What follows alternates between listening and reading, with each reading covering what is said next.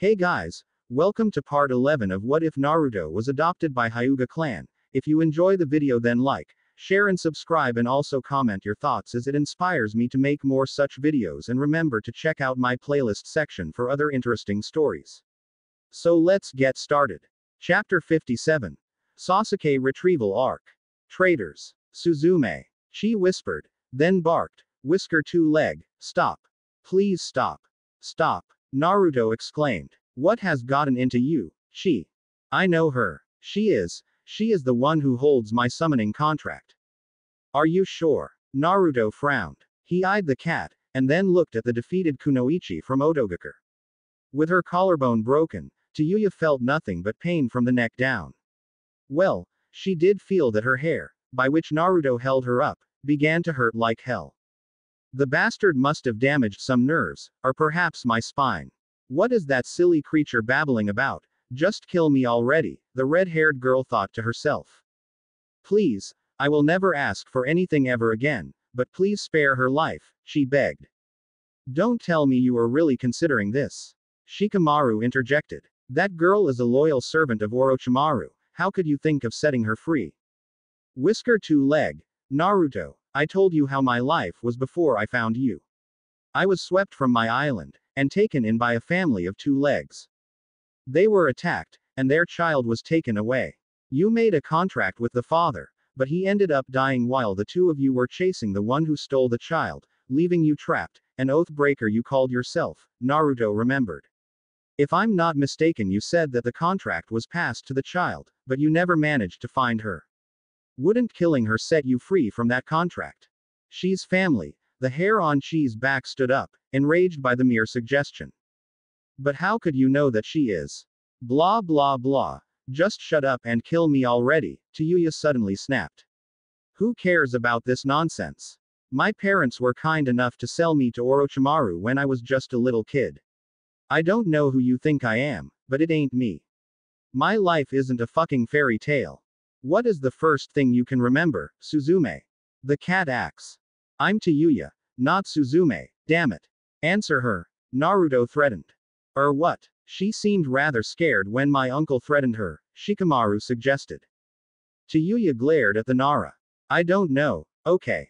Fuck. I was raised in the dirty pits where the snake keeps all the talented children he gathers, and all I know about my parents is what that fucktard Kenta told me. And he doesn't have any reason to lie to me about such things.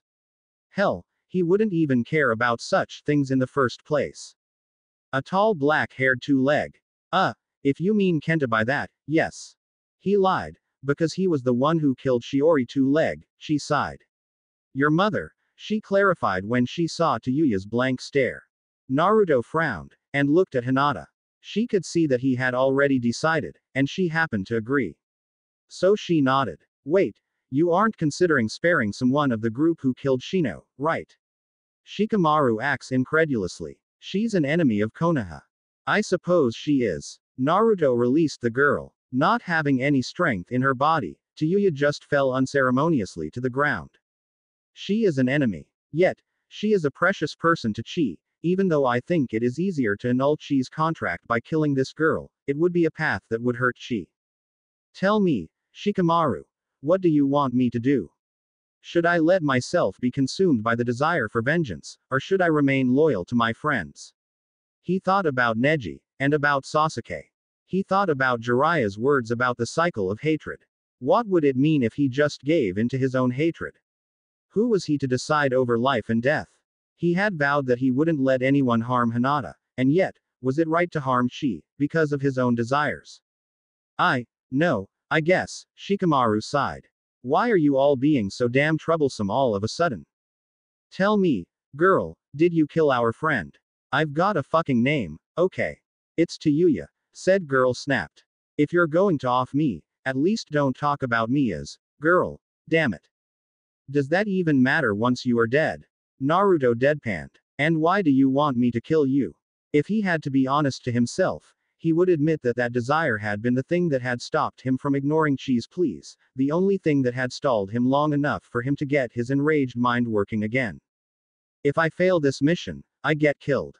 No, it's worse, I get sent to Amor, like Kazu said, and I would be raped and tortured until I lose my mind, and then I get killed.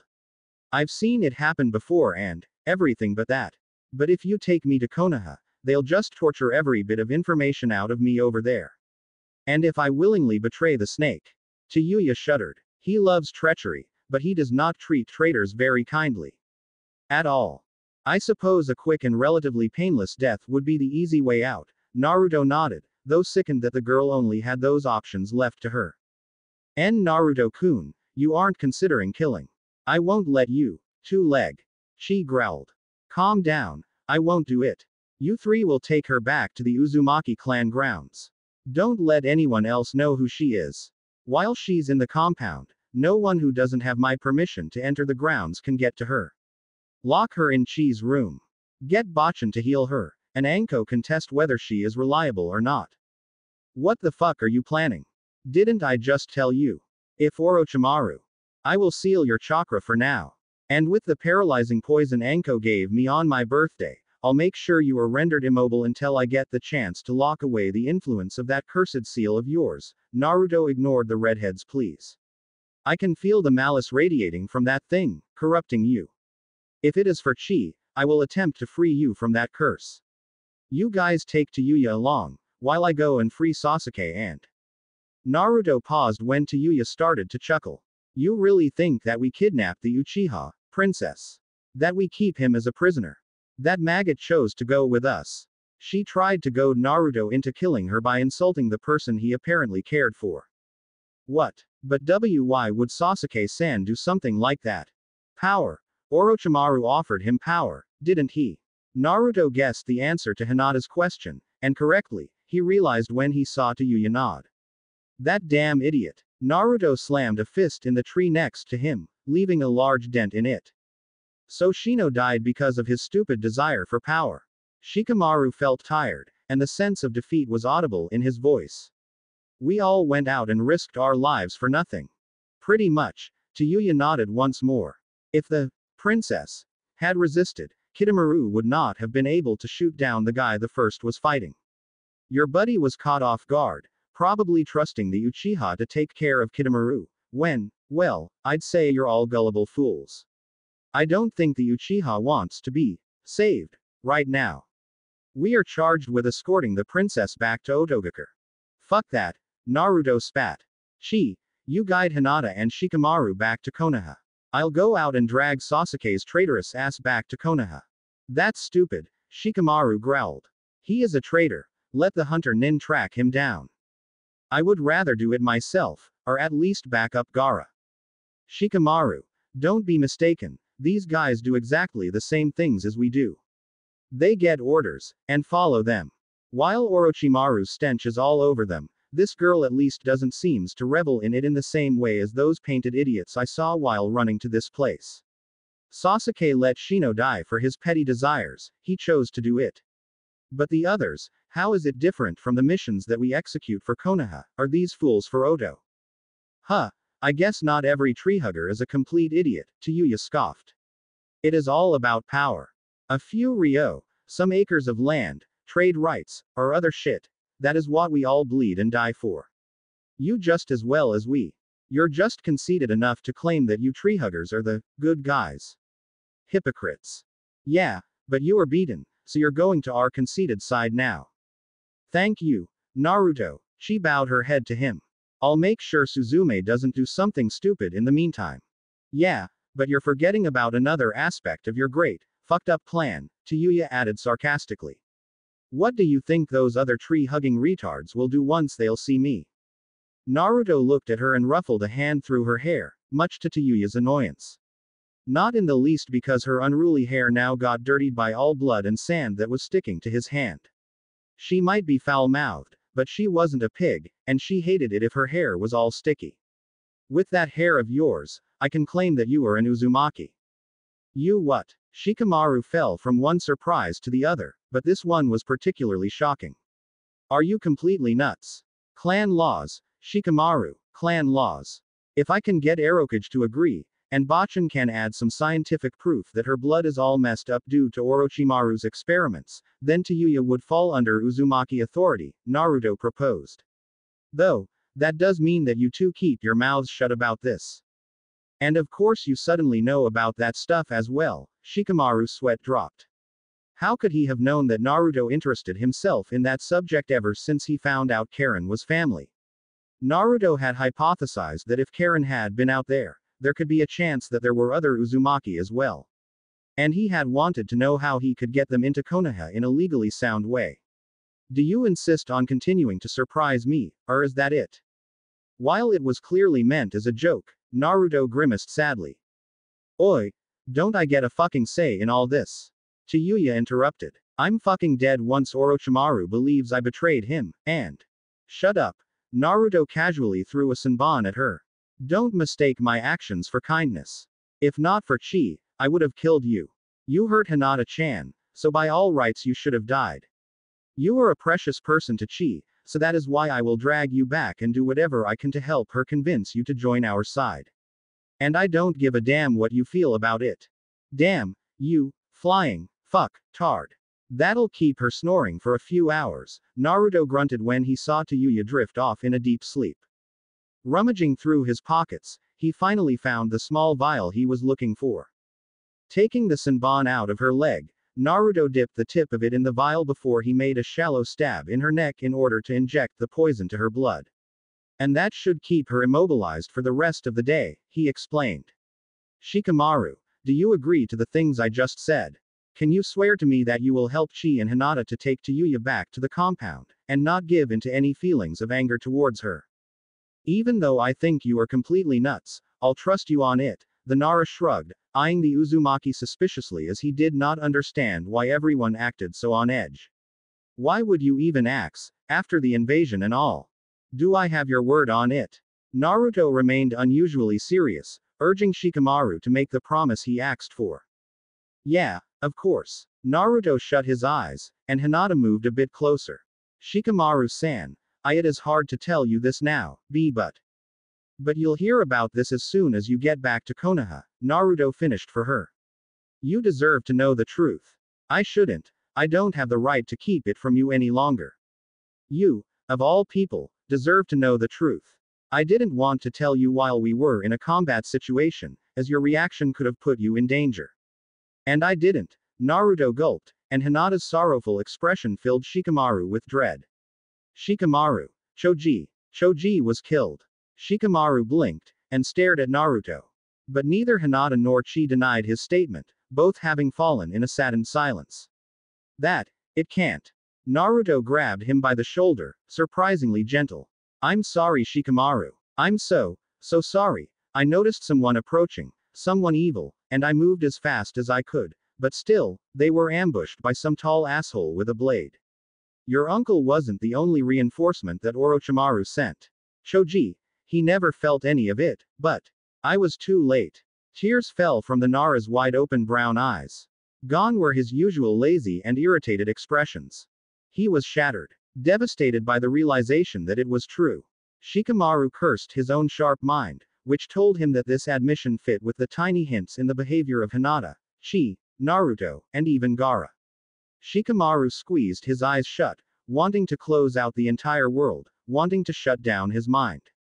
He hated himself. How could he keep analyzing everything? His best friend died. Choji was dead. Why couldn't he stop thinking? Seeing Shikamaru's grief, Naruto knew he could do nothing for his friend. He wished he could take the time to properly mourn for Choji as well, but he knew he had to hurry.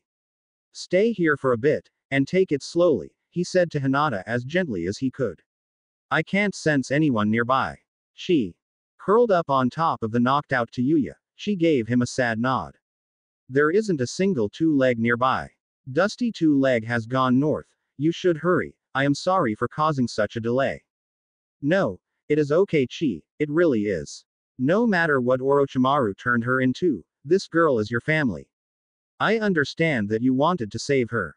I would probably have done the same thing if I were you. Please look after them, okay? Naruto took one last look at the still motionless Shikamaru, before he turned around. Much to his surprise though, he was stopped before he could jump to the nearest tree branch. Teary white eyes stared into his blue ones. Please. Be careful. I couldn't bear it, Please don't die, Hinata said with a quivering voice. Please. Seeing how lost she was, Naruto did the boldest thing he had done the entire day, before his mind could even process that he was doing it. With an awkward hug, as he did not want to hurt her already injured arms, Naruto drew Hinata close. Don't worry about me, Hinata-chan. I'll return. Promise of a lifetime, he whispered in her ear. Before the startled Hyuga could react to the brief contact they made, he let go and turned away, but not before casting one last look at her. His gentle smile and faint blush on his cheeks surprised the Hyuga, and made her heart flutter in spite of all the chaos. A lone figure dashed through the treetops. Kazu carried the large casket in which Uchiha Sasuke was locked until he would be able to sustain the cursed seal. I think I may have made a miscalculation. While Danzo's interference made sure that the Jonin were following other tracks, somehow this team of genin was able to track the sound for. Too bad Kenta is still out in Mizu no Kuni, looking for a way to cure Kimimaro. Just why did that moron Kabuto die right now? The Nara sighed in annoyance. The failed invasion isn't even that bad, but Kabuto's death is definitely a setback to our plans. Ah well, even without Kimimaro, the plan will succeed. That moron Amor and his dogs will take care of the kids who managed to escape the Sound 4, and act as a meat shield for any possible serious opponent who might follow the kids. Kazu smirked when he leapt out of the last tree, and continued running across the grass plains. Almost there. It is rather ironic that the last Uchiha who stayed in Konoha would leave through the valley which was created by his most iconic ancestor. Though I suppose we are not lucky enough to assume that you the same insane potential as Uchiha Madara, Kazu sneered against the coffin. Too bad Itachi was always out of our reach. If Orochimaru-sama could have stolen his body, well, in that case even those fools from Akatsuki would not have posed a problem. I still think it was a mistake from Orochimaru-sama to inject Itachi with that poison. He won't want to hear it, but that defeat made Orochimaru-sama vindictive. If he had thought things through, he would have left Itachi unscathed, and used this weaker Uchiha to capture the body of the stronger one. Ah well, anger is never the best advisor. The most interesting one, yes, but not the best. Noticing some faint black smoke coming from the casket, Kazu decided to halt. I might as well wait for him to be able to move on his own, he remarked lazily. As a true Nara, even Kazu hated to do things inefficiently. However, it didn't take that long until he started to get annoyed.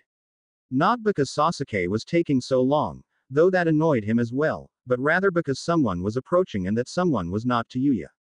Fucking morons. I hope that little bitch is dead, otherwise I'm going to slowly torture her before I let Amor and his dogs knock her up, he scowled. He started tying his long messy black hair in a tail, so that it would not hinder him during combat. If someone was able to kill her, I should assume the other three are gone as well. Ah well, they were disposable anyway. Why else would Orochimaru-sama send them on this mission? After all, they had served their time. The damage of the seal was going to show soon enough anyway. I bet they don't have many transformations left in them anyway. Kazu looked at the smoking barrel, and decided to make some distance. It would be troublesome if the hatching was disrupted. And considering how that often ended up in the target becoming mentally unstable, we have done too much to screw it up now. Besides, Orochimaru needed the Sharingan in the best possible condition.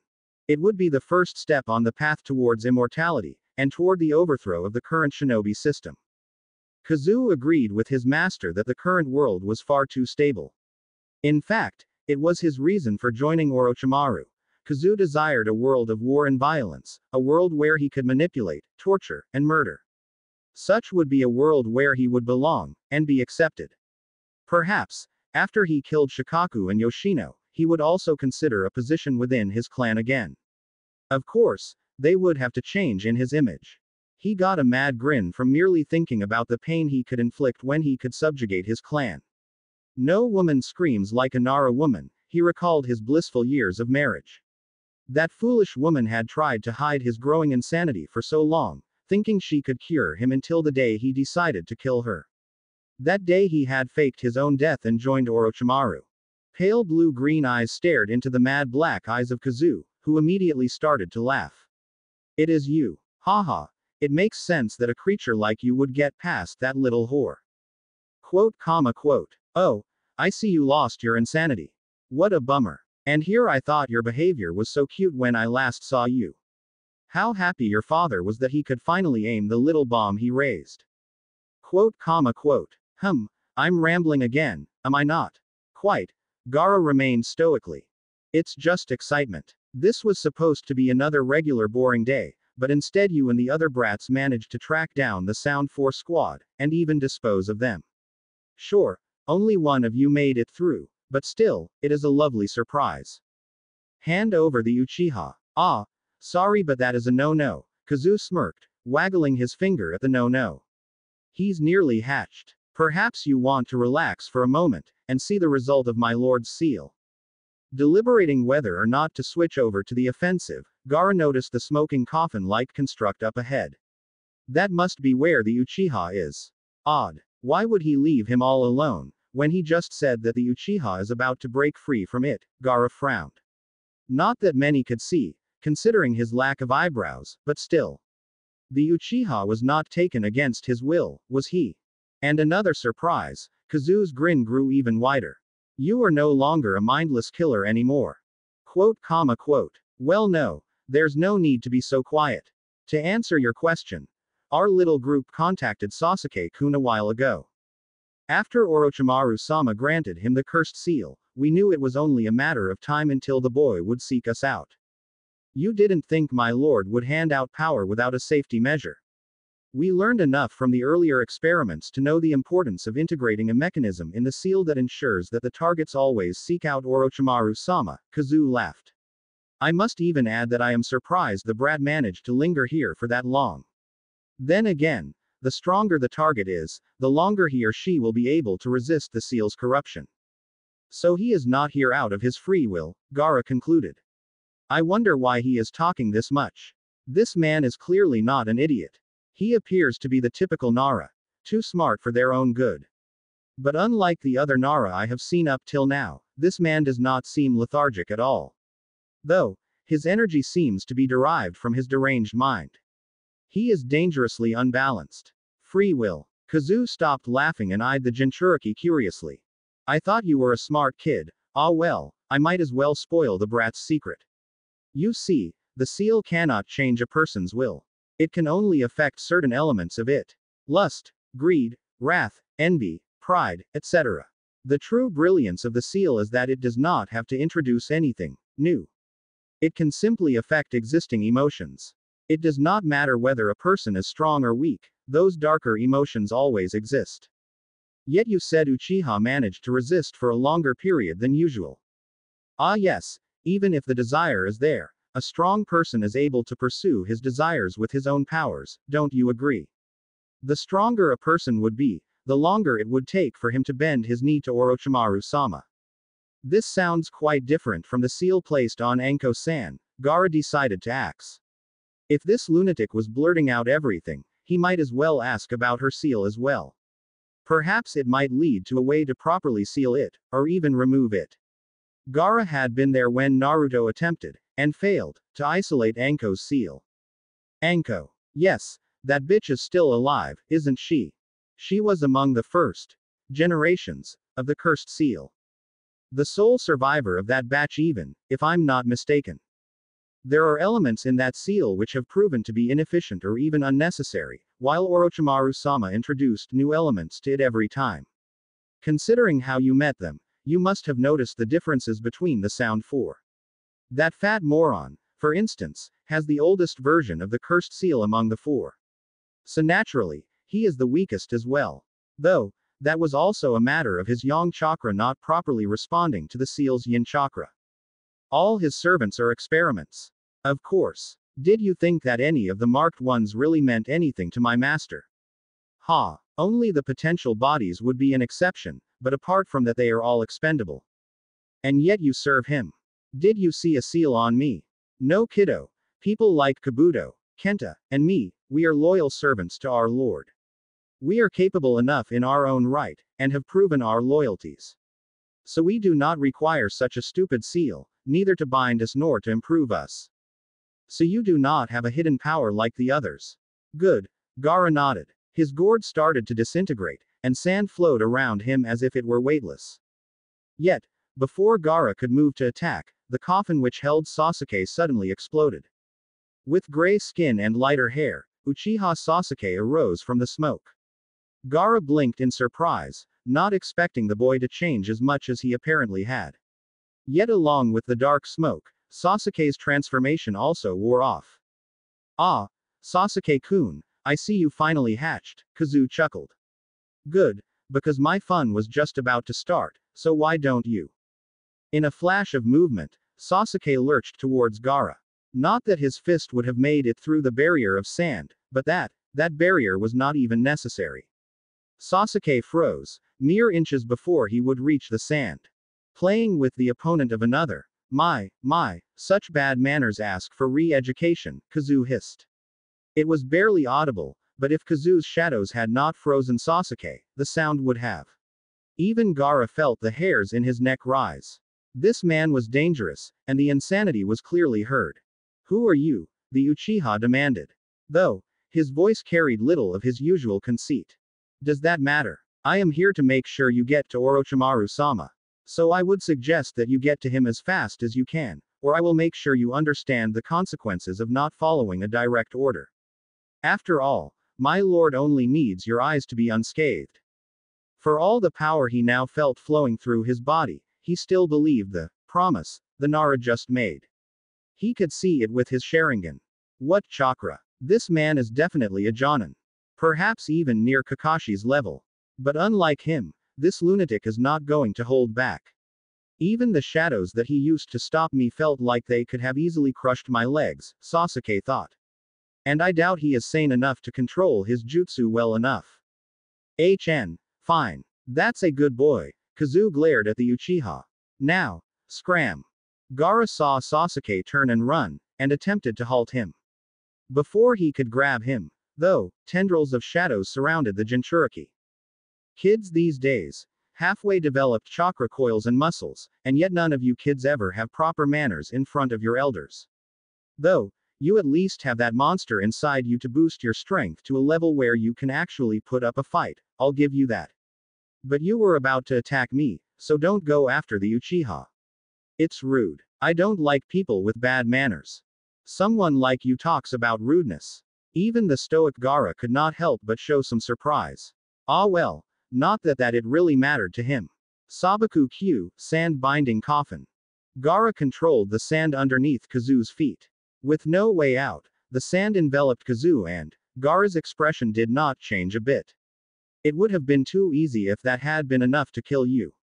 Sabaku no Gaara, a little Jinchuriki, one that was so powerful that only the late Kazekage could stop you.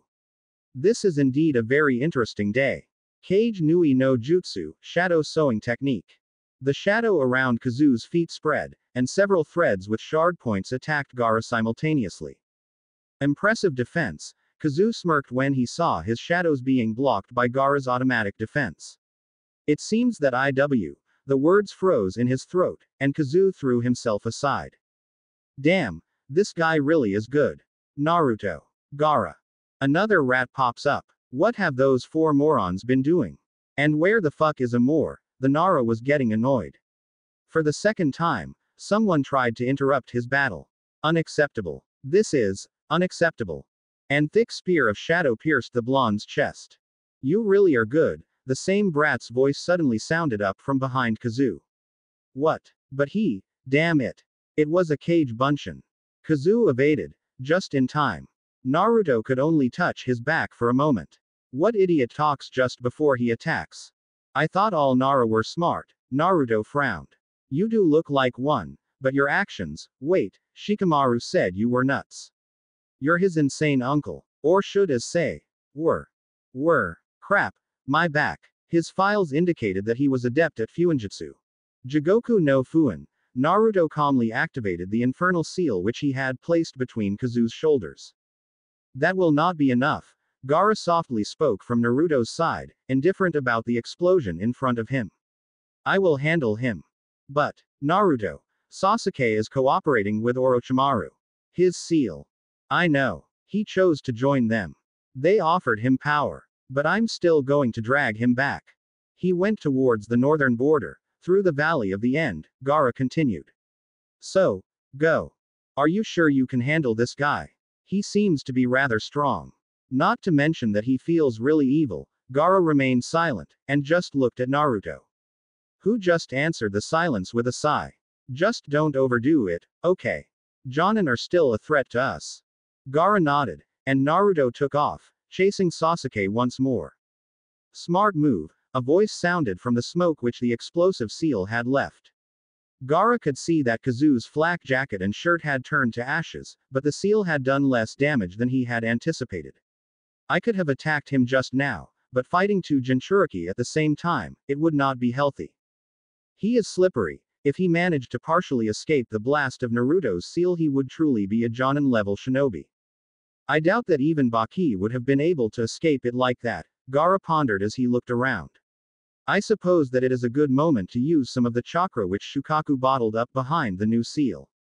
Now that Naruto has passed by, there should not be anyone nearby. Releasing that chakra, even though my control is still lacking, would not pose a threat to anyone but this lunatic. Kage Nui no Jutsu. 9 tendrils of shadow twisted and turned around each other, until they merged into a single one. Gaara saw the jutsu, but he did not worry. Those shadow tendrils had been unable to pierce his defenses. Or so he thought. This thick black spear pierced right through his automatic defense.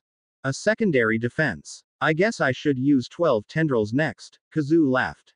Gaara's Suna no Yoroi, armor of sand, had been cracked. But it had still been strong enough to halt Kazu's attack. That thing could have pierced my heart if not for my armor. But how? It is just shadow. Seeing 12 tendrils form one even bigger spear, Gaara saw only one way out. A huge wall of sand formed, thick and strong enough to stop any possible attack, as it was made from the hardest minerals Gaara could find in this short span of time. Critical error. Kazu laughed hysterically. Now you're done. Gaara could have hit himself if he had still been able to. The wall casts a shadow, of course. He was simply aiming for that from the start. I wonder how Orochimaru-sama would respond if I caught him a Jinchuriki. Kazu scratched his chin. Gaara was now firmly within his grip, and to be on the safe side he had even pierced the Jinchuriki's shoulders with several tendrils, tying him down. Our intel indicated that the Uzumaki brat messed with this brat's seal, so we should be able to twist him in our image. Without the Aikibi's chakra this guy isn't even that difficult to. Wait, what is he? The wall of sand had suddenly collapsed, pushing up clouds of dust and sand into the air. Kazu could still feel that he had Gaara bound by his shadow. Kazu had been forced to adapt when his Yamanaka teammate died, and he had eventually developed such sensitivity when it came to his Kajimane no Jutsu, shadow possession technique, that he could feel if someone stepped into his shadows. As if the shadows were literally an extension of his senses. As such, he had been able to feel Naruto's stealth attack, as the blonde had stepped onto Kazu's shadow. But even though he could sense Gaara, Kazu was annoyed that he could not see him. Why would the Jinchuriki block his vision with these dust clouds? Surely he knew that the clouds only casted more shadows, thus rendering Kazu's grip even more firm than it already was. I have been training for this. Naruto gave me the ability to control myself. To control how much of Shukaku's power I can push through, Kazu heard Gaara whisper. Though, his voice seemed to be coming from all directions, as if he spoke through the dust cloud. A deeper voice began to laugh, and while laughing the voice seemed to go several octaves higher. It actually freaked the insane Nara out. But it is so much. It was sealed. He gave us the key. Gaara's now twisted voice resounded. He gave us the key, to vanquish thee. That rhymed. You made me bleed, and now I shall make sure it is your final deed. No, that doesn't rhyme as well as the previous one, but I like the word, blood. What the fuck? Kazu grumbled. He poured more and more chakra into the shadows, but somehow the Jinchuriki was still able to cast some kind of jutsu. The density of the dust cloud lessened. Now Kazu could see where all the sand had gone. Gaara's prior sand armor seemed brittle in comparison to this. His entire body was covered with a thin yet extremely dense layer of sand, and this sand was covered by peculiar black markings. Thanks to Naruto. Thanks to him I can now transform properly. Unlike before, when I became a monster, I now retain my sanity, Gaara laughed. Well, some of it. There were no claws, no tail, no monstrous tanuki-like head. No, Gaara was still human. Or at least shaped as one. But Kazoo could sense the surge of power, as Gaara's chakra had increased drastically. As Naruto covers up with his shroud of boiling chakra, I do with sand, Gaara grinned. He took one step forward, and though Kazoo tried to prevent it, he was unable to halt the Jinchuriki. His power now easily exceeds mine. I could try other methods, but if I die I would be unable to enjoy torturing other people, and that would be a real bummer. Besides, at this time it is not in our best interest to permanently harm either of the Jinchuriki. At least, as long as we are unable to capture them, that is. As long as they are out of our control, they should remain as strong as possible, or Akatsuki will capture them. Kazoo knew he had only one way out: withdrawal. Too bad Kimimaro-kun is still incapacitated. I think a fight between the two of you could have been among the best that I could ever witness. You think you can get away like that? Gaara glared at the Nara. Hands made out sand sprung up from the ground, and Kazoo was forced to use all of his speed to avoid them. Did you think freezing me with that jutsu of yours would be enough to stop me? The sands obey my command, whether I order them by hand seals or not. The bloodlust was clearly heard within Gaara's voice. Then again, this was the reason why he was never able to train without supervision. His control was still far from perfect. The influence of Shukaku still slipped through whenever Gaara opened the seal a little. And while it gave a lot of power, it also posed a great risk. Then again, right now no one important was around, only one traitorous Nara, a Nara who now was royally fed up with the situation. Screw this. I stalled you long enough. That little Uchiha bitch should be at the hideout by now, Kazoo growled.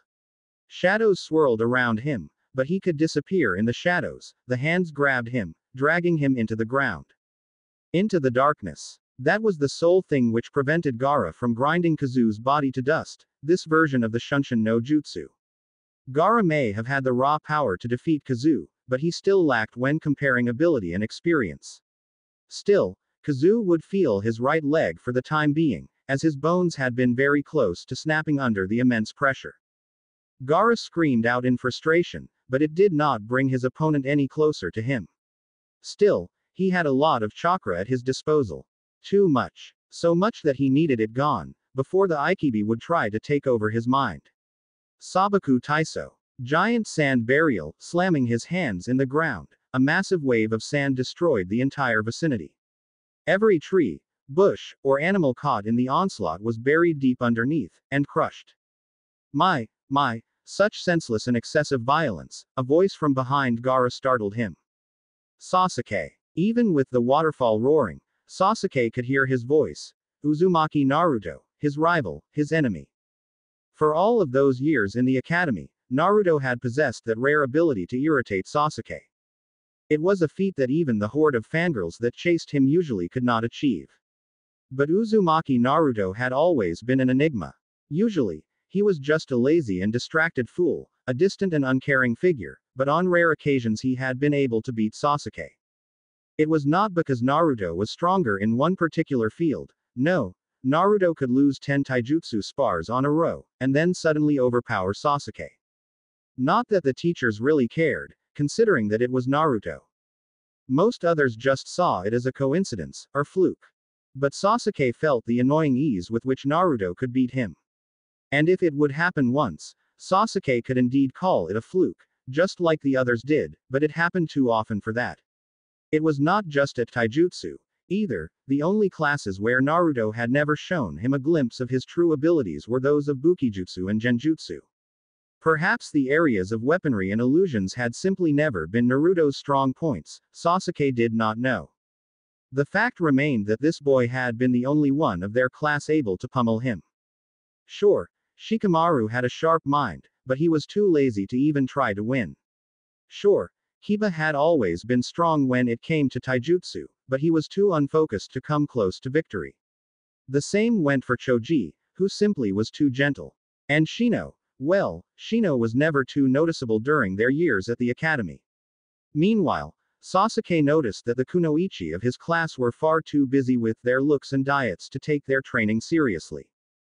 Thinking about his former teammates still made him ache, though it was now a dull sensation, both of pain and disappointment, rather than the vicious pain he felt prior his rebirth. His anger had priority now. Shino's death was unfortunate, but to Sasuke it had been unavoidable. Sasuke couldn't have gone against the people who offered him power, the power he needed to defeat Itachi. And if what Itachi had told him all those years ago was true, then witnessing the deaths of those closest to him it angered him that it had been for naught. The roaring waterfall was flanked by two of the largest statues Sasuke had ever seen. They were two figures he remembered from the history books. The first Hokage, Senju Hashirama, and his eternal rival and Sasuke's ancestor, Uchiha Madara.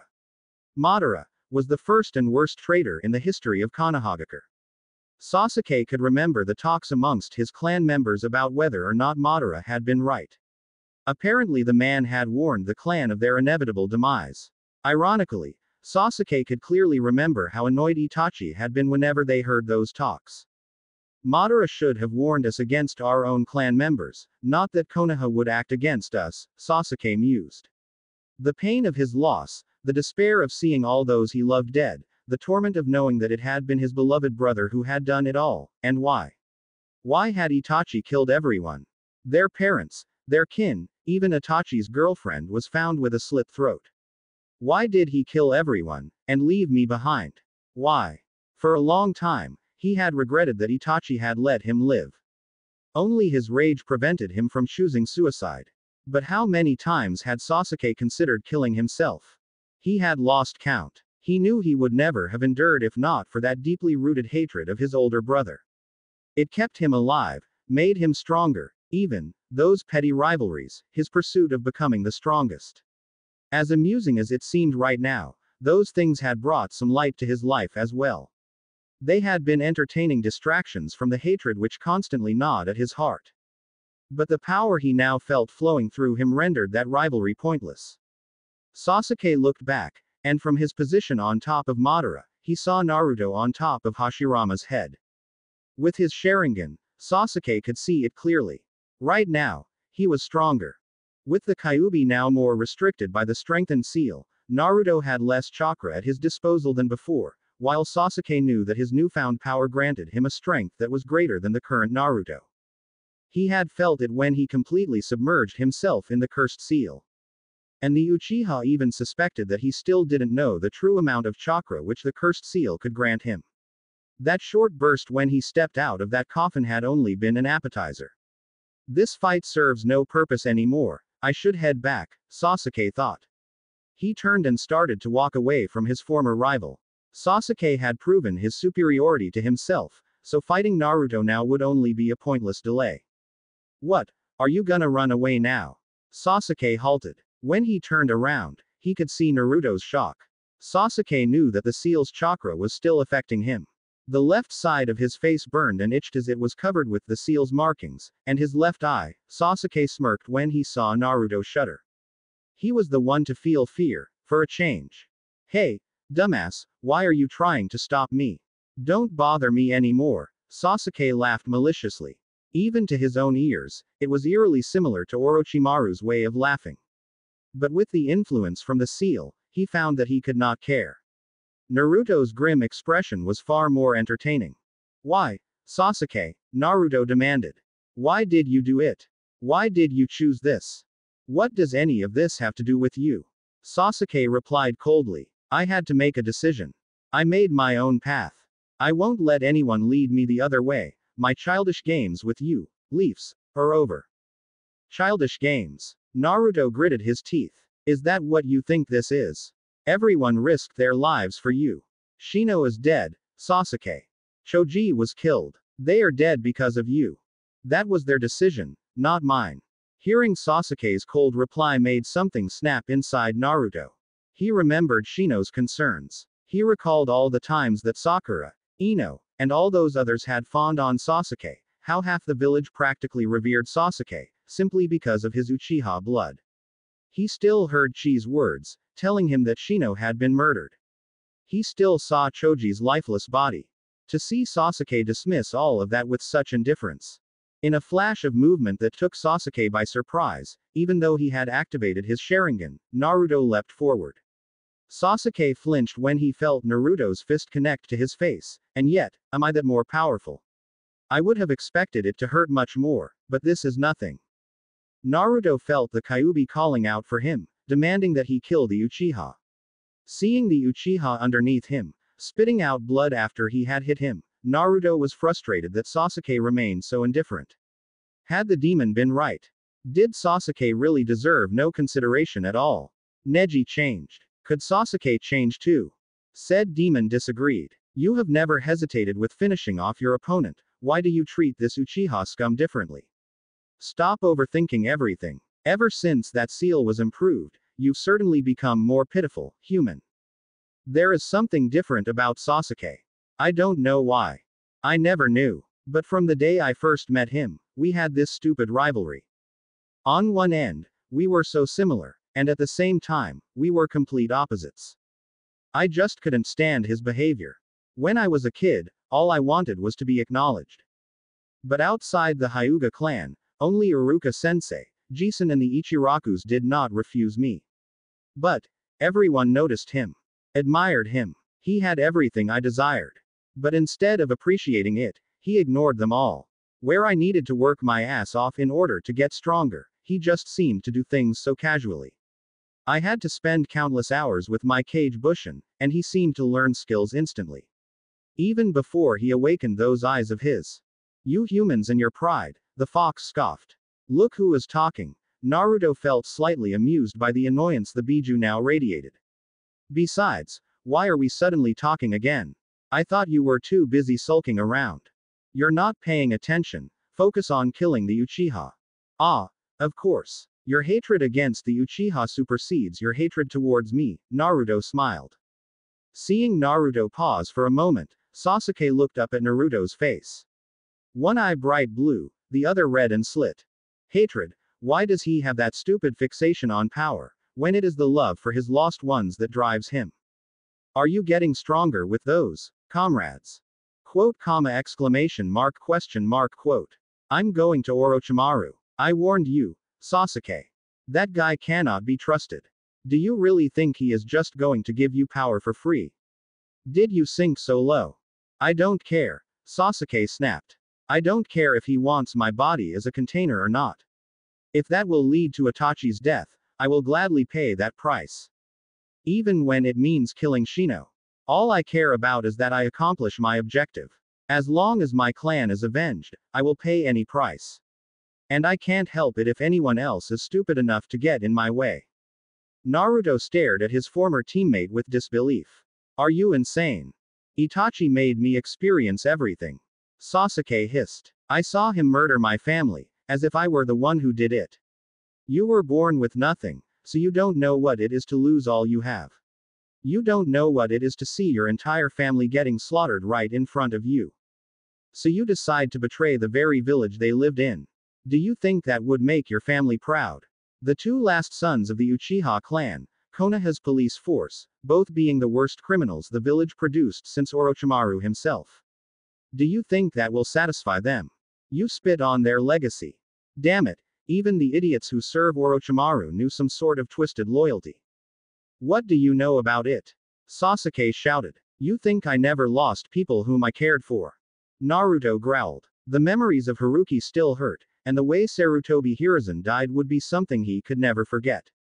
Even if they weren't really related by blood, Haruki had practically been a father to Naruto, while Hiruzen had been a grandfather. Hell, the old man had even allowed Naruto to call him Jisen, forget it. You can only see your own grief. That cycle of hatred can stuff it, you won't listen. You really are a lost cause. Bonus. A visit to the bathhouse. Chi-sama, why are we here? Siro, the brown cat with his white-tipped tail, wondered. We are here for our next theft. Asterisk. Why is a cat of your pedigree bothering with such silly pranks? Sudo shook his head. The long-haired gray-black cat seemed to be disappointed at the location their leader had chosen for today's plans. Then again, he had been living with the Uchiha for as long as he could remember, and she often reproached him for this, as the reason that this was why he had no sense of humor. What do two legs value most? Asterisk. Food. Sakana automatically replied. Good looks. Asterisk. Zero disagreed with his brother. Ino-sama said so. Asterisk. Isn't it obvious that nobility is even more important? Tora wondered if her teammates were actually stupid. Yet none of it means anything if you don't have order. Asterisk. Pseudo sighed. Chi's plans usually involved the creation of chaos, one of the things Pseudo actually disliked. But what does that all have to do with this place? Asterisk. You're all wrong. It is money. Two legs wage wars to satisfy their greed for it. Money gives you status, provides you food, makes you attractive. Two legs measure all things by wealth. And right here, there is a way to get a lot of it. And if we do it right, nobody will notice we took it. Asterisk. Ugh. Stupid paperwork. After a long day like this, a nice hot bath like this was just what I needed. Jiraiya stretched himself. Sarutobi-sensei was really a control freak. Damn, why on earth did he want to get every little thing on his desk? I mean, if it is about a mission, fine, I'll have to know that stuff. But the grades of each academy class, weekly. That's really pushing it. If I didn't put a stop to it, I would even be ordering headbands myself. I'm not a freaking secretary, I'm the Hokage. Still soaking, Jiraiya wore nothing but a towel when he went into the dressing room of the hot spring. He had been so tired that he didn't even peek at the women's section this time. Well, he wanted to, but he knew he didn't have the energy to run away from the usual angered mob afterwards. Besides, a man of his position should act like it. And this loosely translated to him wanting to do all the peeping through the crystal ball. I don't understand it. Where did Sarutobi-sensei hide that thing? Perhaps Tsunade stashed it away while she was looking after sensei. She must have feared the moment I would get my hands on that thing. Now, all I need to do is figure out where she hid it. Who would be cruel enough to help her keep that precious item from me? Ni-san. Sorry Karen Ni-chan, I didn't mean to startle you. You aren't getting sick, are you? Karen looked at her brother, who had just startled her by sneezing loudly. I never get sick, it's one of the advantages of being what I am, Naruto grinned. Someone must be talking about me, saying how awesome I am. Now, shall we continue? Yeah, thanks for helping me understand these ceiling patterns, Karen gave him a grateful smile. But I guess I'll never find that crystal ball, Jiraiya sobbed. Imagine the peeping I could do with that item. No one would ever be able to catch me red-handed ever again. In such a state of mind, he walked to where he had left his clothes before entering the bath. And, the hell, a green haori, with gamble on it. Why is Tsunade's stuff in the men's dressing room? Jiraiya wondered. Though, his confusion quickly made way for something way more important. With a lecherous grin, he looked over if all her clothes were there. The very moment he held up the sizable bra of Senju Tsunade, the latter kicked in the door. Jiraiya had been caught peeping before, but never while having her bra in his hands. Never with only a towel covering his lower parts. Lower parts which, by the way, did not particularly hide the enthusiasm which he had felt when finding her underwear. Hi Heim, but what are you doing in the men's dressing room? The vein on Tsunade's forehead seemed close to exploding. Red, from the nice hot bath she just took, but also from the anger and embarrassment she now felt, Tsunade mustered the control to form a sickly sweet smile. One which actually terrified the brand new Hokage far more than anything else she could have done or said. Why were your clothes in the women's dressing room, Godime-sama? The venom with which she spoke left Jiraiya with only one primordial instinct: flee. Run for his life. Across the street, 5 cats were looking with interest as the buildings near the hot spring suddenly exploded. Alone, white-haired, Two-Leg flew away, launched by a force Chi had quickly learned to avoid. Was it successful? She asked her minions. The woman carried little to no money, Pseudo reported. She was quite messy though, so I hope my countermeasures will be enough to make it clear to her that she has to properly fold up her clothes next time. She could barely contain her laughter. Tsunade would not like the smell of cat pee on her clothes, Pseudo's usual punishment, when he deemed humans to be too messy. Though it will also reveal to her who was actually behind this situation, the Bakeneko frowned. Good thing I bribed Crazy Snake's two-leg into covering for me by providing an alibi. That two-leg really would do anything for a bottle of that fiery water. The man had quite a lot of money with him, Zero reported with no small amount of pride. He loved it when he could outperform Pseudo. Good. Now, all we need is a phone, and with this money we can order whatever food we like. She once again ensured herself of Sakana's lifelong loyalty. Even after ordering food, there would still be enough left to buy something nice for Ako-sama. And I might as well buy something for Whisker Two-Leg as well. After the death of the old Two-Leg he will need something to cheer him up. Chapter 58. Animosity. Itachi made me experience everything. Sasuke hissed. I saw him murder my family, as if I were the one who did it. You were born with nothing, so you don't know what it is to lose all you have. You don't know what it is to see your entire family getting slaughtered right in front of you. So you decide to betray the very village they lived in. Do you think that would make your family proud? The two last sons of the Uchiha clan, Konoha's police force, both being the worst criminals the village produced since Orochimaru himself. Do you think that will satisfy them? Damn it, even the idiots who serve Orochimaru knew some sort of twisted loyalty. What do you know about it? Sasuke shouted. You think I never lost people whom I cared for? Naruto growled. Forget it. You can only see your own grief. That cycle of hatred can stuff it. You won't listen. You really are a lost cause. Lost cause. Sasuke mocked Naruto with a rather poor impression of the blonde's voice. You won't even lay a finger on me now. I will crush you with my new power. And when I go to Orochimaru, I will grow even stronger. You won't. I will drag you back, whether it is as a corpse or not, Naruto growled, with one eye as blue as the summer skies, and one eye crimson as the fires of hell. Still, the reinforced seal kept the influence of the Kyuubi to a minimum. If he had been calmer, Naruto might have wondered where this rage came from, if not from the demon sealed within. Then again, much as the Kyuubi had long been blind to its own darkness, so was Naruto. There was no simple matter of looking in a mirror in order to see oneself, not with this ability to sense the darkness within people.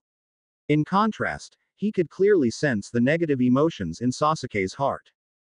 Sasuke, on the other hand, was glaring at Naruto. From the custom-made flak jacket to the utility belt, Sasuke detested everything about the green-clad Uzumaki. You look down at me for using another's power, yet look at who you are, Jinchuriki, he hissed. He had so much rage bottled up. There was the humiliation of defeat, as Naruto had given him the feeling that Sasuke was too weak. Worse, because of their fights, Sasuke had been reprimanded, and even held back. Kakashi refused to teach me after that day, Sasuke knew. Yes, in the eyes of the Uchiha, in his twisted state of mind, it was actually Naruto who had driven him out of the village. It was because of Naruto that he had been unable to grow in Konoha, and he had to grow in order to let his clan rest in peace, and to be free from the ever-returning nightmares that haunted his nights. It is because of Naruto that Shino died.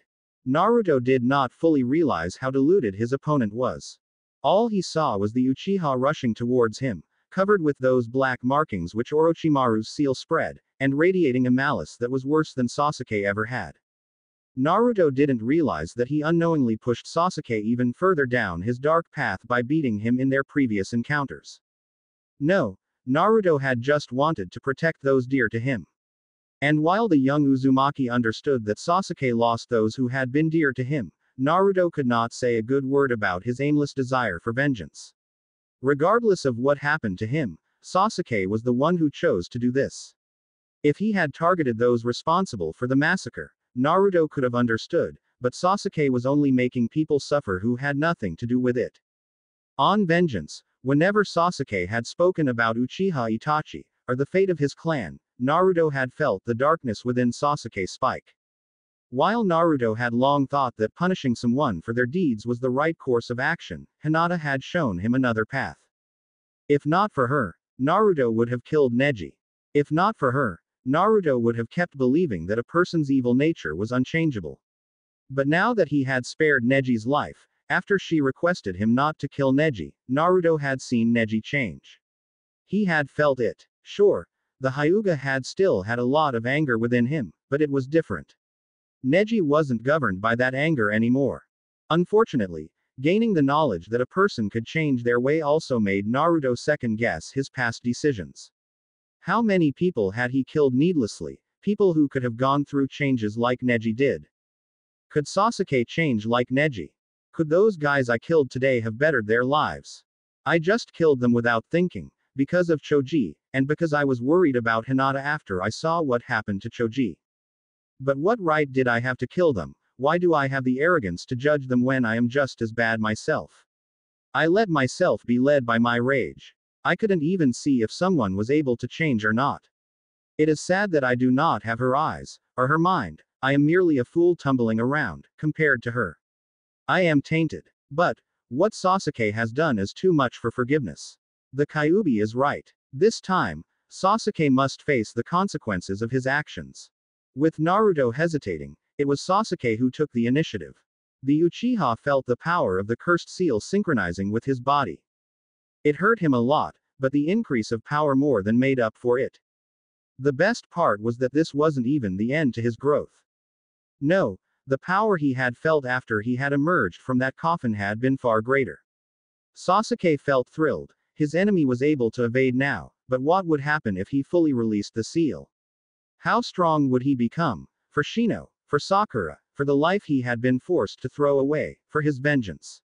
His nemesis, the Jinchuriki, would fall today, never to stand in his way again. Naruto would perish, by his hands, by his kunai, by his jutsu.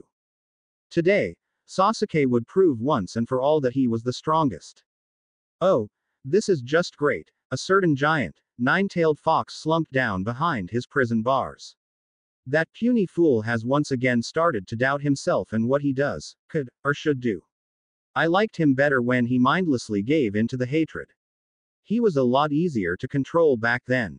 Now he thinks I'm trying to control him, every time he gets angry, moron. It was a petty movement, and he knew it better than anyone, but still, he flicked a claw against these imperishable bars he hated so much, but nothing happened. He had been so close, so damned close. All the cracks in his prison were gone ever since that old geezer had mended the damage he had caused over the last decade. Now that his boiling anger had settled down a little, he even felt some begrudging respect for the sacrifice that the feeble old man had made. The man had surrendered his life for the sake of his host, an act which the mighty creature found noble. If only it hadn't been such a nuisance to him. But that was in the past, now. Although the fox could definitely hold a grudge, in this case, well, Hiruzen was no Madara to him. That was exactly the reason of the demon's frustrations right now, Uchiha. He should know by now that once an Uchiha begins to walk this path, it is nigh impossible to change them. Their very nature doesn't allow it, he sighed, although, Naruto wouldn't hear him. It was annoying how difficult it had become to talk with the boy. When will he accept that they draw power from their hatred, and have to plunge deeper into that hatred to become stronger? Not everything I say is deceitful, damn it. But regardless of how foolish he thought his host was, the Kyuubi could sense the power of the Uchiha boy. The power that the boy was still hiding worried him. The brat will inevitably have no choice but to rely on my power that would give me some space for negotiations. Then again, he is more foolish than Chome and at least as stubborn as Gyuki and Sun together. He might just die before he would ask me for help, the fox sighed. And dying right now would be quite a hassle.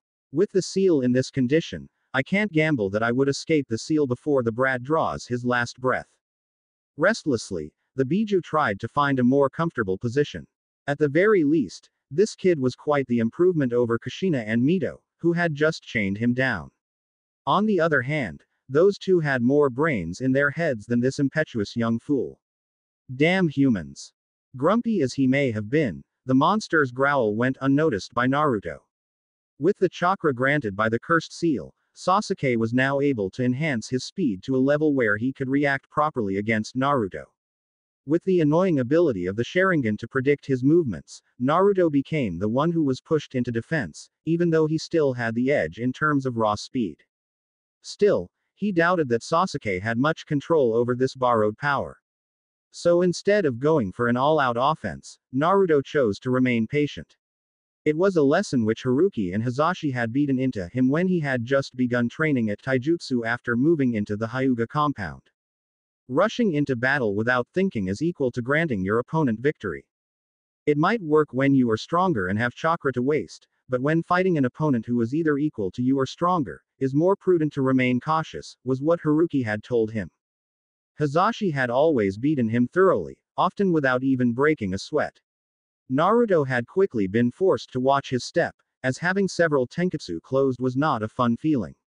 However, it formed a good motivation to change his habits, and had given him the ideas he needed for his countermeasure against the Juken.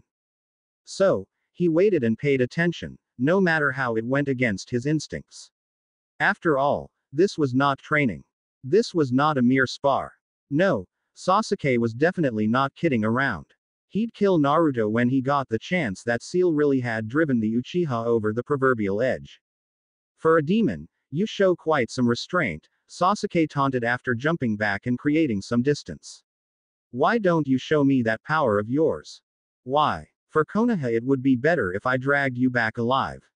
Last time I allowed the Kyuubi to take charge, you were lucky to have survived. Luck. You. Wake up. Tem. Because of you, Shino died. Choji died. All for your greed. Naruto still had one eye crimson from the minor traces of the Kyuubi's chakra that flowed through him. Even though he had access to a far smaller amount of it now that his seal was strengthened, it came with the benefit that it didn't affect his mind as much as previously. Still, that mental clarity would not last if he drew out more chakra. Right. Why don't you try to drag me back? The Uchiha chuckled. Cut the crap, Sasuke. Naruto growled more than spoke. For what happened to Shino, for what happened to Choji, you deserve death. In our previous little skirmishes, I didn't really care whether you lived or died.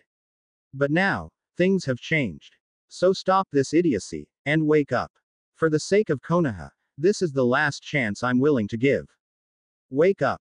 Sasuke began to laugh. Wake up. I've been awake all this time, awake from a dream by my foolish self, who dreamed of a future with comrades, drunken with the assurance of peace. That's why I left the village, that's why I desired power. I am very much awake, Dobi. Then so be it. Naruto sighed and accepted the inevitable. In a rapid series of hand seals, Naruto created a dozen clones. Take him down. Boss. Can we kill the bastard, boss? I don't care what those morons from the council want anymore. His actions brought death to my friends, and he repents none of it. His life is forfeit. Naruto glared at Sasuke, who was arrogantly smirking at the Uzumaki. Big words, Dobi. I'll make you swallow them all, Sasuke boasted. Still, he knew better than most that defeating Naruto was no simple task. So he tapped into the reservoir of his cursed seal, consuming more and more of its power than ever. He didn't care about the consequences anymore. He had to beat Naruto. He could never even think of facing his brother if he wasn't even able to do that. Even if it meant granting Orochimaru control to his mind and his body, Sasuke would never stop. Brother, no matter how deep I have to plunge myself into darkness, I will do it in order to kill you. Not matter what happens, I will get that power. The clones rushed forward, surrounding Sasuke. The latter was cautious. He had seen, felt, and heard too much of Naruto's strategies with clones to rush in with his guard down. Were they aiming to blow him up, like in his battle against the Hyuga? Would they try to slow him down, like in Naruto's battle against Lee? Sasuke was somewhat disappointed when they just tried to attack. It was a bit underwhelming, in his opinion, and felt more like an insult than anything else. As if Naruto was underestimating him. Naruto, for his part, sent out his clones with 3 goals. Preparation, buying time, and checking out Sasuke's current strength and attack patterns. Even if he has that Sharingan of his, evading 12 clones at the same time would be, wait, what is happening? Naruto frowned when Sasuke took down the first clone. And when he saw the second clone being decapitated, Naruto realized he had made a mistake. Dang. Overwhelming him with numbers isn't going to work this time, Naruto scratched his chin. This is a first. I guess it is a side effect of having less chakra than during the time when the seal was busted. The clones are weaker because they split up my strength, and I have too little chakra now to create that many clones which is strong enough to fight him directly. Naruto sighed as he watched how Sasuke took down a third clone, and made a gesture to the remaining clones to stop their assault and create some distance. What a waste of chakra. They are simply too slow to catch Sasuke, now that I have divided my chakra among them. And while usually not a problem, Sasuke has gotten a significant boost from that seal, whereas my reserves have dwindled down quite a bit now that the Kyuubi had less influence. At least, I don't have 12 times more chakra than him. Every shinobi uses chakra to augment their speed, and it is pretty obvious that the clones were slower, considering that they possessed less chakra so they couldn't put as much of it on their feet. Stupid. Ah well, this might work too. Naruto shrugged as the remaining clones charged at Sasuke, but erupted in thunderous explosions when they were near. Naruto ignored the waterfall, ignored the startled flocks of birds which were flying away, ignored the giant statues of Uchiha Madara and Senju Hashirama. He only had eye for his opponent, and the environment was irrelevant. As long as it wasn't a part of their battle, he would just ignore it. The flame-like pattern had disappeared, and instead, the silhouette standing amidst the smoke and dust was something worse inhuman, demonic. When the clones exploded, Sasuke had removed the last subconscious barriers in his mind, and completely opened himself for the foul chakra which flooded his body. The cursed seal had changed him. His power had increased dramatically, but his appearance. Looking down at his arms, Sasuke saw how his skin had turned dark gray. But what drew Naruto's attention more were the large webbed hand-shaped wings on Sasuke's back.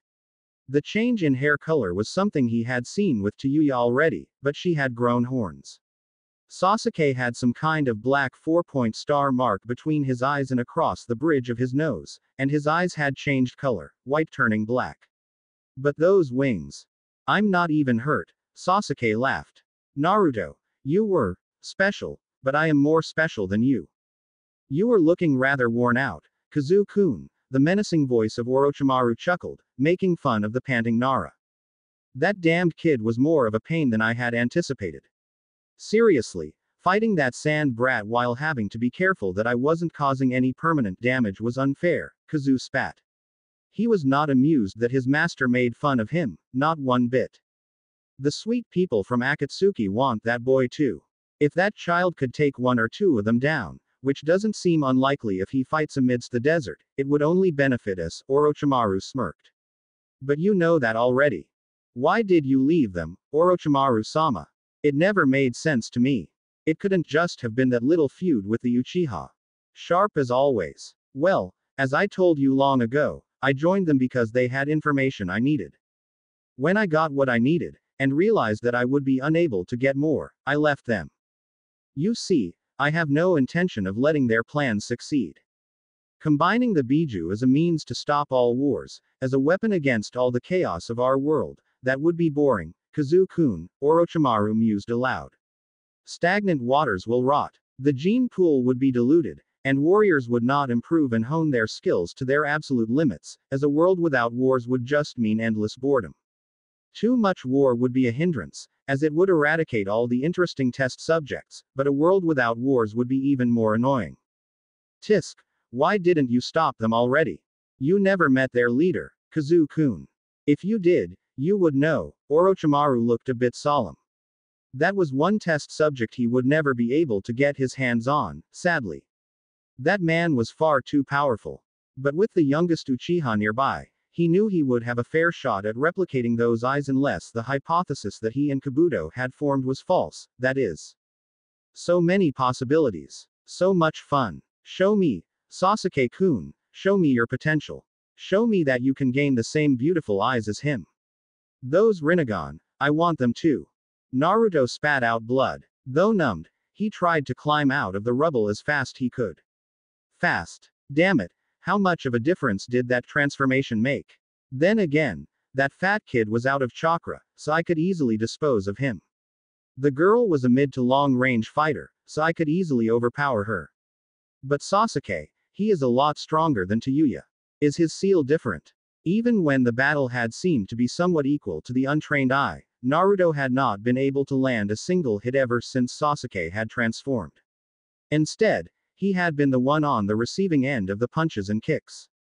Fast healer as he was, Naruto wasn't really that bothered by it, until Sasuke's last strike. The bastard was holding back on me. Naruto grit his teeth. He saw with his Sharingan the seal arrays that I had prepared, evaded them, and then he just used me to test his new power. Son of a bitch. Still, he refused to give in to the temptation the Kyuubi offered. Sarutobi Hiruzen had given his soul for this, so Naruto wasn't willing to squander his sacrifice by tapping into the chakra of the treasonous demon. There has to be a way. There must be something I forgot. Naruto was not aware, however, of the severe strain that the power put on Sasuke's body. Sasuke felt like both his body and mind were corroding, filling him with a rage and bloodlust that began to border on an animalistic insanity which even bothered the Uchiha prodigy. Knowing that he lacked control to fight perpetually like this, Sasuke decided to end this fight quickly. Though, he would have rather played around a bit longer, to humiliate Naruto like he once had humiliated Sasuke. But alas, one couldn't have everything. When Naruto resurfaced from the rubble, as he was buried under rocks after crashing into the mountain wall, Sasuke immediately assaulted him.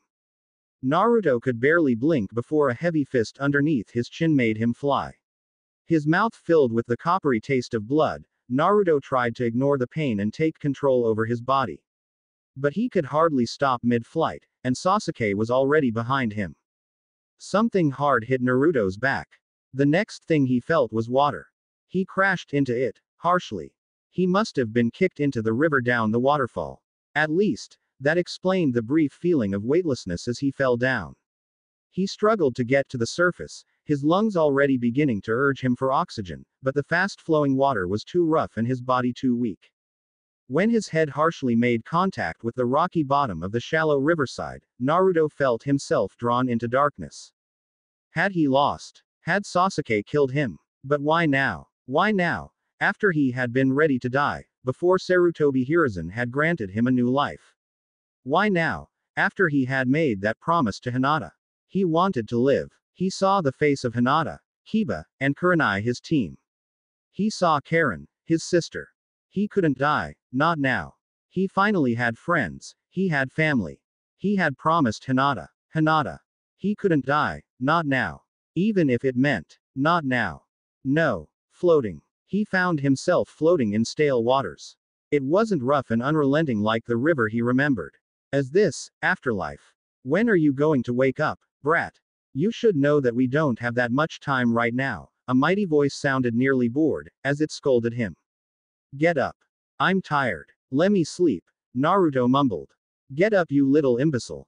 The voice roared with more might than ever. It actually shocked Naruto enough to get him to look at the source of the voice. I thought I heard someone familiar. Why am I here, stupid fox? What are you yapping about this time? The Kyuubi grimaced, but for once in his long life, he decided to swallow his pride. This, stupid fox, is trying to keep your sorry ass alive. Who was he kidding when he was thinking about acting friendlier? When would he not hold a grudge? This brat was far too annoying to not hold a grudge against. I'm tired. Just, what does it matter? I'm no different from him. If you had been an Uchiha, I would have killed the both of us before you could have filled your first diaper, the fox said without a moment of hesitation. There is no way I am going to let me be enslaved by another Madara. But as things are now, I have no intention of going through that pain in the ass rebirth. So man up, you little idiot, and kill that accursed Uchiha brat before he grows even more despicable than he already is. I have no intention of letting myself be tricked into using your power again. Jisen didn't sacrifice himself for such foolishness. Whether he kills me, or you take over my body, both options suck. Did the old man sacrifice himself for you to let yourself get killed? The Kyuubi scoffed. Little moron. He gave his life so that you could live, not so that you could die. You know why Sasuke acts like this. Who cares? But knowing that he is an Uchiha, it's likely that he holds some kind of grudge against someone else. His brother. His brother killed their entire clan. His parents, friends, and family. Sasuke lost everyone on a single day. All by the hands of his own brother. When I see Sasuke, I can understand his rage. I know it is wrong to feel such anger, but I understand what drove him insane like this, Naruto admitted. Because, if someone killed my friends, my family, I'd tear down the entire village if something happened to them. The idea that someone would hurt Hinata, Karen, Kiba, Akko, or any of my friends, I'd never ever forgive that. I know he is wrong, but it makes me realize that I'm no better than him. Tisk. Who cares about his motivations?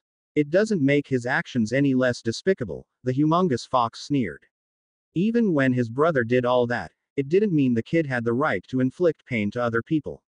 Though, if anything, I'd say that this brother of his might be the first Uchiha which I like.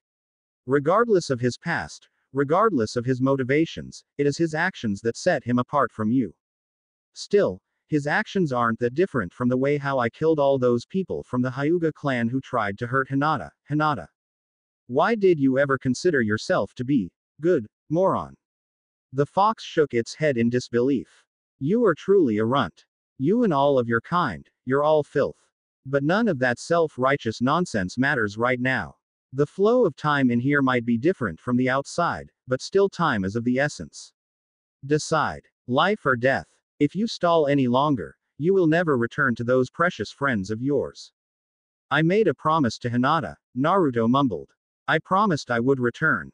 Then use some of my power and crush that repulsive Uchiha. Naruto looked up at the creature.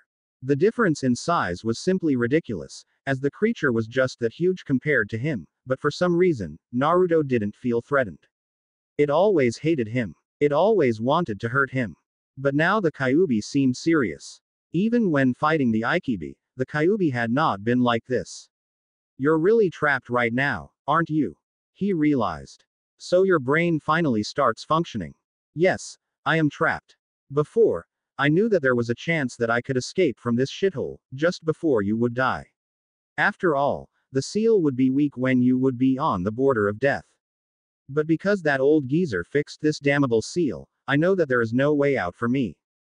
But my death would not mean that you would really die, Naruto frowned. I mean, I heard that Biju reform after some time. I have my pride, the fox huffed. I have never died, not in all my 1,000 years. And I do not plan to grant anyone the satisfaction of thinking that he is stronger than me. You're scared. The massive claw struck the prison bars with such force that Naruto buckled over from the sheer air pressure. This small taste of raw power, what kind of havoc could this creature cause if it would be unleashed upon the world? I take that as a yes. Despite the creature's power, Naruto knew he was safe as long as the seal was intact. I guess that in order to live and fulfill my promise, I will have to damage the seal, despite everything Jisun did. I have to break my word in order to keep it. That was because I had to cram my chakra through the tiny hole which that blonde bastard left in the seal. But with your puny body, you could easily walk through these bars. I'll grant you some chakra, just for this one time. Not bad, for a temporary alliance of convenience. Unless you intend to gobble me up, Naruto chuckled. Then again, if you wanted to kill me, you wouldn't even offer your help, he shrugged, knowing that he would die if he refused anyway, so he stepped through the massive iron bars. The feeble little fist of Naruto touched the Kyuubi's massive claw, and for a moment, he felt the creature's disgust. Then again, the fox felt the same thing coming from Naruto. But with no way out, no matter how much they hated each other, no matter how little respect that they had for each other, they still had to cooperate if they wanted to survive. But for some reason, Naruto realized that the Kyuubi was honest, just as it was obvious to the Biju how much Naruto distrusted him. But I'll kill us both if you ever try to hurt my friends. Distrustful little brat. Murderous demon, the blonde replied as a farewell. Don't screw this up, brat, the demon grumbled after Naruto disappeared. My brethren all needed a long time to regain their complete powers. I have no intention of losing any of mine. I've lost enough as it is. He moaned when he woke up. Water splashed against his face, making him cough when it entered his nose. He felt how his head ached, and noticed that the stone shore on which he washed on was quite a bloody mess. Literally. Must have hit the bottom of the river harder than I thought, not that it worried him much. He already felt the effects of the chakra which he drew from the Kyuubi. It feels different. Perhaps he was right and this is the difference between us cooperating and him forcing his chakra through the seal. Rotten bastard. If he had done this when I had to battle Gaara, the seal wouldn't have suffered that much damage. Naruto just hoped that the Kyuubi had no ulterior motives this time. Because, in spite of everything, Naruto had no choice but to admit that the creature was cunning. I knew it would be too much to ask for you to just die after that, Dobi. Naruto groaned when he heard the Uchiha speak up. His voice jagged with all the pent-up rage, but also an audible exhaustion. Why don't you just stop this foolishness, Tem? It won't last that much longer, Sasuke gloated. I have proven that I am stronger than you. Moron. Naruto shook his head, but also to get rid of the mud sticking in his blonde hair. He even felt some pebbles in the leg of his pants. Annoying. Not as annoying as the soaked fabric of his flak jacket, though this piece of armor had certainly prevented some damage. Naruto was sure that his ribs would be broken, rather than bruised, if he had not worn this thick flak jacket. The last hit which Sasuke had dealt had been quite vicious. Think for 1 second. You've got that itty-bitty reserve of the snake's chakra. Do you really want a pissing contest with me? But Sasuke didn't want to exchange words. Unfortunately for Naruto, who would have rather stalled a little so that his injured body could heal a little, Sasuke had to hurry. He felt as if the power the seal granted was consuming him, rather than the other way around. Kaden. Gokaku no Jutsu, Great Fireball Jutsu, was the only warning Naruto got. Even if it was a basic jutsu for the Uchiha clan, with all the power Sasuke now had, it was quite an impressive attack, much too great for Naruto to dodge, at this short range. Pushing all the chakra he had to his skin, Naruto tried to block the attack as well as he could. It would have failed miserably, if not for the Kyuubi butting in. He might have granted Naruto some chakra, but the creature still had some control over it. Suffice it to say that Sasuke was not happy to see Naruto stepping out of the flames unscathed. A cloak of dense orange chakra floating around Naruto was what had soaked up all the damage.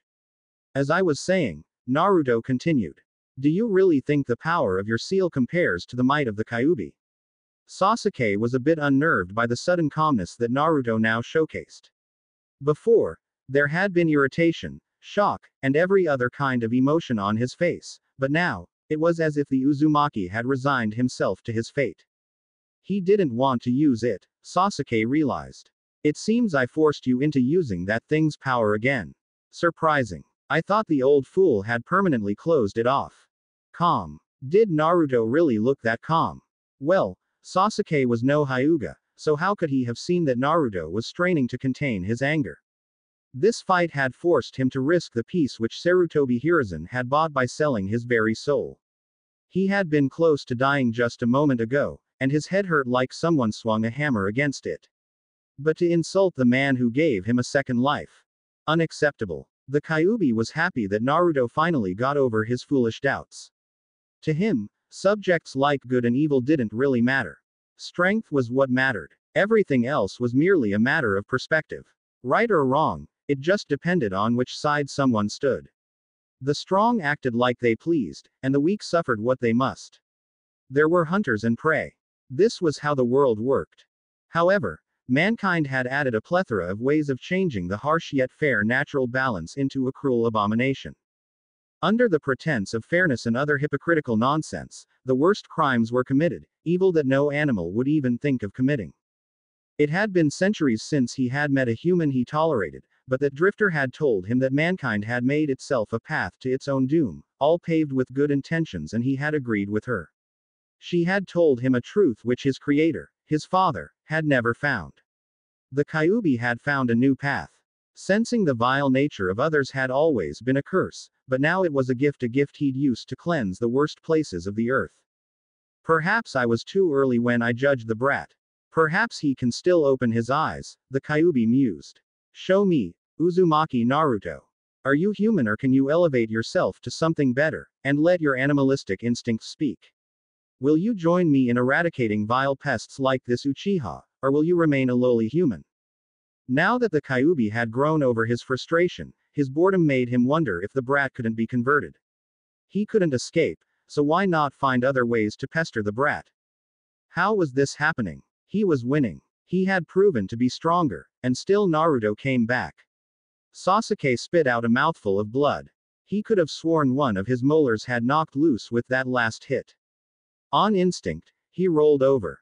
Just in time, as Naruto created a small hole in the ground when he landed his knee on the spot where Sasuke had just been. Unfortunately, the fox-like boy wasn't trying to use Fuinjutsu anymore, which had been hilariously easy to dodge. Fire Jutsu had not worked, he had run out of kunai, and taijutsu, well, he was dodging for his life right now. Angered, Naruto had become an unstoppable juggernaut. Dealing damage to a person covered by that shroud of chakra was hard. Doing it without becoming the target of a counterattack was even harder. At first, Sasuke had been able to predict Naruto's movements through the use of his Sharingan, but that didn't turn out to be reliable either.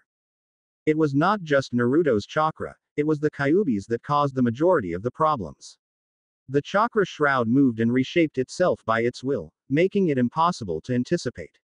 And this is just one tail. How can he be this dangerous with only one tail? Kakashi said that the number of tails was an equivalent of the amount of power Naruto used. But unlike before, he seems much more controlled and collected than before. If only he had the Mangekyo Sharingan, like Itachi. But to kill a close friend, he had seen Shino die.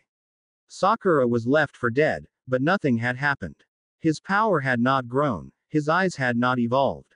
Still, he had increased his power so much by using the cursed seal. But he was using as much as he could without losing himself, and still it wasn't enough. He was sure that he could land a blow on Naruto.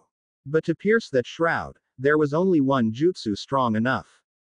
That bastard, those wings of his are a sturdy defense. Too sturdy. And with his Sharingan, he sees every seal I made before I could trigger them. Trapping him is impossible. And with this shroud hampering my control, I can't use the quick method of applying seals. Futon sucks against Kaden, and my Bojutsu isn't at a level where I could use it against an opponent of his level either. What else? Why not that jutsu? The Kyubi suggested. That jutsu. Naruto frowned. I never managed to stabilize it. It kept exploding in my hands. Naruto heard a loud sigh, apparently from the middle of his head.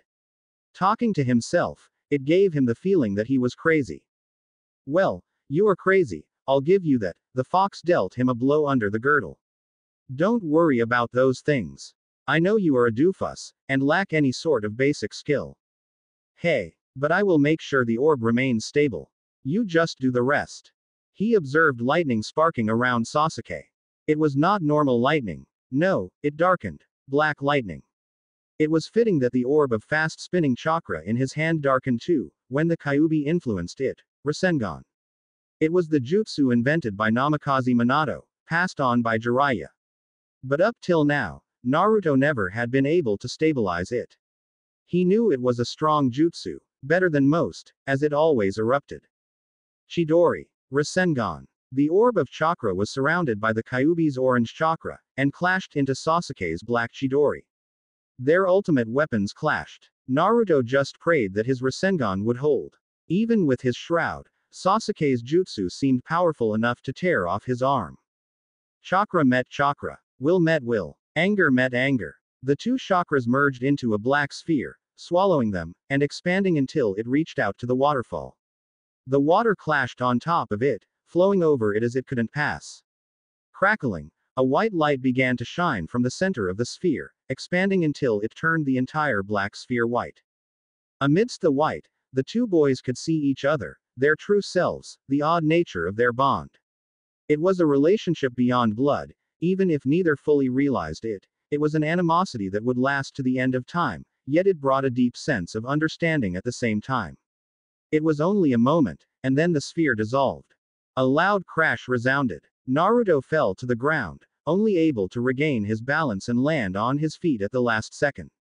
The crash, though, came from Sasuke. His Chidori had been weaker than Naruto's Rasengan. Or was it because there had been doubts in Sasuke's heart? None would know. But he crashed harshly into the rocky ground, rendered unconscious, while his cursed seal receded to its source. Blood spread, as his hand was torn apart after losing the clash between their jutsu. Smiling grimly, Naruto realized that he had won. Even though it did not feel like a victory. He had promised Hinata that he would return, and despite the scare he had had earlier, It seemed that he would keep his word. You try to break all your bonds, yet you don't understand how much strength those bonds give you, Naruto sighed. If not for those bonds, he would have fallen to darkness long ago, giving in to the temptations the Kyuubi offered. While bonds could cause pain, as he had experienced when Haruki, and later Hiruzen died, Naruto still was convinced that this pain was better than the empty void he had resided in earlier. He recalled that strange dream he once had, where he had to choose between day and night, light and darkness. It seemed ages ago since he had that dream. In Aditaian, though it was painful at times, Naruto knew he was a shinobi because he had to endure. Those who'd walk in the light had to endure the shadows it would cast. But not Sasuke. Sasuke had collapsed under the vast amount of pain inflicted on him, and tried to seek a way out, to escape from the pain, to seek the darkness, the nothingness, running away from his shadows. But wasn't running away the same as denouncing the love you once felt for those you lost? Uchiha draw power from loss, as it fuels a hatred which no other human can fathom, the Kyuubi butted in. You felt it. The worse he feels, the further he developed those eyes. He craves for power, and there is only one way for him to go in order to get stronger, deeper into that darkness. I could drag him back, but Konoha would just pamper him again. Perhaps his status as shinobi would be revoked, but his position as Uchiha guarantees his survival. But to what end? Were all the Uchiha like this? If he was used to breed a new generation of Uchihas, would that cause these troubles all over again? All Uchiha were filth, the Biju spat. The lowest kind of human trash. Knowing only Sasuke, and by reputation his brother Itachi as well, Naruto could see why the creature made such a claim. On top of it, the history books weren't exactly friendly to the clan either. Uchiha Madara was practically the boogeyman that scared all the little children into listening to what their parents told them. Do you know that the Uchiha need to lose the closest people to them, in order for their eyes to evolve to a next level? The fox knew he only needed to give Naruto a little push in the right direction. I guess that is why those friends of yours died. So that he could become stronger. That Uchiha brat just sacrificed the Aburame for his own goals, and left that loud girl for dead too. That realization hit Naruto as if it had been a physical slap to his face. There's no way a stupid coward like this is the Sasuke I knew. He drew a kunai from his belt and held it over Sasuke's throat. He didn't really like this. He wasn't protecting anyone right now. This felt more like execution, an unnecessary murder, than anything else. And yet, the Kyuubi is right. You are too dangerous to let. The kunai fell from his hand. Blood splattered, and his arm turned numb. A vicious burning sensation started to spread from his shoulder, giving him the feeling as if he was both burning and freezing at the same time. As if his chakra had been turned against him. You didn't think I would let you kill my precious Sasuke-kun, do you? A voice hissed from behind him. Naruto realized that he had been caught off guard. So engrossed with his fight against Sasuke, he failed to notice that others were approaching. Kazu-kun, the same sickeningly sweet voice continued. Take my Sharingan to the hideout. Yes, Orochimaru-sama. And the Kyuubi brat. Kazu looked eagerly. I suppose it would take several years before the demon would reform, should I? Bonus. Not just any ribbon. Scarfy two-leg. She hopped down, sitting herself next to a silent Konohamaru. I thought Scarfy two-leg was loud and obnoxious, why is the two-leg so quiet? Go away. I'm not in the mood for games. She tilted her head a little. Water on the face, if I remember it right, that is a sign of sadness for the two legs. Wait, was this not a kitten from the old boss two-leg? Perhaps I should do something to cheer Scarfy up. Normally I would fetch Whisker two-leg, but he's out training with Dusty two-leg. I suppose there is only one option left, because I do not know where Scarfy's little minions live. Tired of training, Hyuga Hanabi finally was alone in her room. Father can take training a little bit too far at times, she grumbled to no one in particular. A wide and very unladylike yawn followed soon after. Then again, she was very tired, too tired to think about stupid manners. She was still wearing her sleeveless blue versus neck shirt, even though it was soaked with sweat and dirt. But she couldn't bring herself to get up and take a shower. There was still time before dinner time for some shut-eye. White-Eye Chibi two-leg is unusually lazy. No. Not her. Hanabi could smack herself for not closing the window properly. Wait, I did close it. How did you get in? Because I was already here. The Bakeneko answered cheekily. Why you? Hey, that's my ribbon. Hanabi exclaimed when she saw the ribbon tied to the cat's long and fluffy tail. It was a ribbon which was special to her, because her mother had given it to her. Hitomi had even told her that the two pink ribbons, they were a set, were something she had been given by her mother. Sure, it was a bit too girlish to Hanabi's tastes, but nonetheless it was something she treasured. She had really hit the jackpot.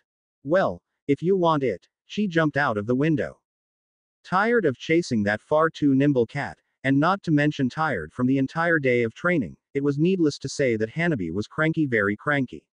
So, she was less than pleased when she ran into her classmate. Especially when he had her ribbon stuffed into the back pocket of his pants. So you're working with her, she snarled. Give me my ribbon back. Konohamaru just sighed. What's got into you this time? What got into me? You were the one who. Just leave me alone, Konohamaru grimaced. He didn't even look at her, but just ran away. And tired as she was, Hanabi quickly lost sight of him. Damn it, she screamed, making everyone in the street wonder what got the usually stoic daughter of the Hyuga clan upset like this. Almost an hour later, the sun was already setting, she finally found him. Her Byakugan active during short bursts, she spotted him from a distance. Now I have you. Every thought of exacting vengeance, however, vanished when she came near. Why are you crying? She frowned. I'm not crying. Konohamaru practically destroyed his own counterargument by wiping away the tears with his sleeve. She had not thought deeply on it, but recalled that he had made an unusually demoralized and dejected impression earlier.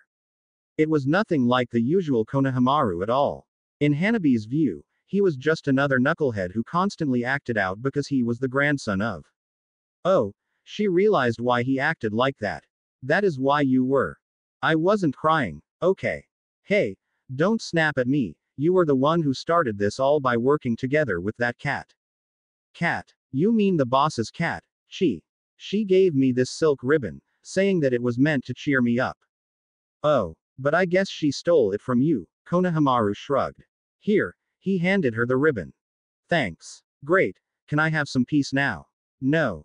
Nope. I'm not leaving you here to grieve all on your own. It wouldn't be fair. Even if Sandaime-sama was destined to die, you are still hurt by it. But they say that talking helps easing the pain. Grimacing, Konohamaru turned towards her. Why would you help me? Didn't you declare me your rival? You were the one who did that. But rivals don't have to be enemies, Hanabi said sagely. So whether you want to talk or not, I'm staying. I owe you that much. After all, if not for you, I could have lost my grandmother's ribbon. Your grandmother's. Watching over the two chattering children, she felt warm and content.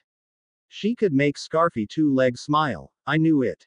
Hopefully Scarfy will be less sad now that he has someone he can talk to. She felt proud of herself that she had done a good deed. After all the pranks she pulled, she finally did something right. Or did she? A certain compound in Konoha was in a ruckus, as all the servants were seeking in every nook and cranny where the youngest daughter of their clan leader had gone to. Unknowingly, she had still honored her title as Queen of Pranks. Serves them right. The rule of not activating their rather intrusive and privacy-violating dojutsu within their clan's compound, unless for juken training, now came to bite them in the ass. All that was left for Chi to decide was where she would leave Konohamaru's purse. Chapter 59. Sanin. The kunai fell from his hand, blood splattered, and his arm turned numb. A vicious burning sensation started to spread from his shoulder, giving him the feeling that he was both burning and freezing at the same time. It was as if his chakra had been turned against him. You didn't think I would let you kill my precious Sasuke-kun, do you? A voice hissed from behind him. Naruto realized that he had been caught off guard. He was so engrossed with his fight against Sasuke, he failed to notice that others were approaching. Kazu-kun, the same sickeningly sweet voice continued. Take my Sharingan to the hideout. Yes, Orochimaru-sama. And the Kyuubi brat. Kazu looked eager. I suppose it would take several years before the demon would reform, should I? I told you, Kazu-kun, Orochimaru smirked. With Sasuke-kun wearing him down, we can easily capture the boy. Our young little Jinchuriki will make an excellent card in the game which has yet to unfold. Akatsuki will need some time before they can start their operations, Kazu frowned. The renegade Nara was not too fond of the threat of Akatsuki looming over them. Yet they have captured one Jinchuriki already, and made an attempt to capture the Ikibi and Kyubi in one strike. Kazu shrugged. As long as it would create chaos and pain, he was game. Konoha won't be pleased, though.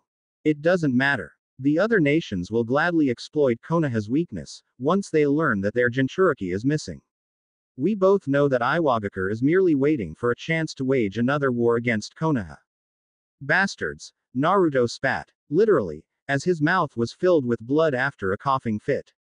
Not good. Not good at all. My lung is punctured, and my body, the bleeding won't stop. I must have been poisoned. What worried him most, though, was that the chakra which the Kyubi had granted him simply seemed to leak out. Petty wounds like these were usually no problem when Naruto enveloped himself in the creature's chakra. But this poison, how could there be a poison that countered something as potent as the chakra of the Kyubi itself? It wasn't just that the chakra was slipping away from him, but it actually made the situation worse. How do you like this special poison I created for you, Naruto-kun? Orochimaru asks, with that vile smirk that Naruto had quickly come to hate. It is a nice creation, isn't it? It should be, considering the effort it took to create it. It is a special poison, one which reacts to the healing factor that all you Jinchuriki have. Of course, it would be easy for me to capture him, regardless of your condition. But this field test was a good opportunity to see if my poison worked. It will be quite useful to keep you sedated, after all. The snake bastard is right. Even if I was in perfect condition, it would be nigh impossible to win against one of the Sannin. I might be able to match them in raw chakra, but I lack skill and experience. But with my chakra exhausted, the access to the Kyubi blocked, and my chest stabbed, what can I do? Kazu-kun, the Sennin did not need to say a word more. His subordinate knew his orders. Yes, Orochimaru-sama, the insane Nara picked up the unconscious Uchiha, after a slight pause when looking at Sasuke's torn-apart arm, and rushed away. Now then, the snake sage cracked his fingers. Do you prefer doing this the easy way, or the easier way? He saw the defiant look in Naruto's eyes, and decided to go for the easy way. One more scratch from the sword of Kusanagi, and the Jinchuriki would be ripe for the taking. Or it will flush out those two little rats. Either way, it is my victory. Naruto swallowed when he saw the blade draw near, yet he did not want to give the snake the satisfaction of showing any fear. Fortunately, the blade was stopped mere inches in front of him. Gaara, he realized. This barrier of sand could only come from his brother in burden. Sand gathered underneath him, and he felt himself being dragged away from Orochimaru. This is the third time I have had to catch up with you, Gaara remarked, as stoic as ever. And considering my current condition, it will also be the last time today, Naruto smiled weakly. So you've caught up too, Rado. It would seem that way. Though, if I had known that Orochimaru himself would be waiting for us, he stepped in front of Naruto, confident that his black sword, Kokuto, would be able to stall the infamous sword of Kusanagi. That blade is superior to mine, but I should be able to buy enough time for Gaara to escape with Naruto. 2 Jinchuriki for the price of 1, Orochimaru chuckled. And if Gaara-kun disappeared, Tsunagakure would surely blame Konoha. A most welcome development. Too bad Anko-chan isn't here to make this scene even better. Orochimaru, Gaara replied stiffly. The man might have murdered his father, but Gaara had held little love for the latter, so he couldn't really be bothered by it. He was glad, though, that Rado had asked Anko to stay with the others. The stoic Tokubetsu Jonin seemed to have anticipated the possibility of the Sennin showing up when his underlings would be in trouble. Anko, with her history, would not be the right person to have around right now. So before they even met up with the others, he had asked her to be the one who escorted the injured and exhausted genin back to Konoha. Watch out. His sword is coated in a poison specifically designed to take down Jinchuriki, Naruto warned. Don't worry. Gaara actually smiled a little. For some reason, today's battles felt far better than usual. He wasn't fighting for empty causes, nor purely for his own survival, but rather for the sake of others. It was a sensation that made him feel braver and stronger than usual. So this is what Naruto meant. What? That guy is probably stronger than the two of you combined. And I'm pretty much down for the count, so I'm useless. Naruto stared at his fellow Jinchuriki. The Uzumaki was both bleeding and sweating profusely. He felt feverish, and only remained standing due to the sheer power of his will. I know, but we didn't just blindly charge in here. A blur of green, red, and white descended upon the Sennin.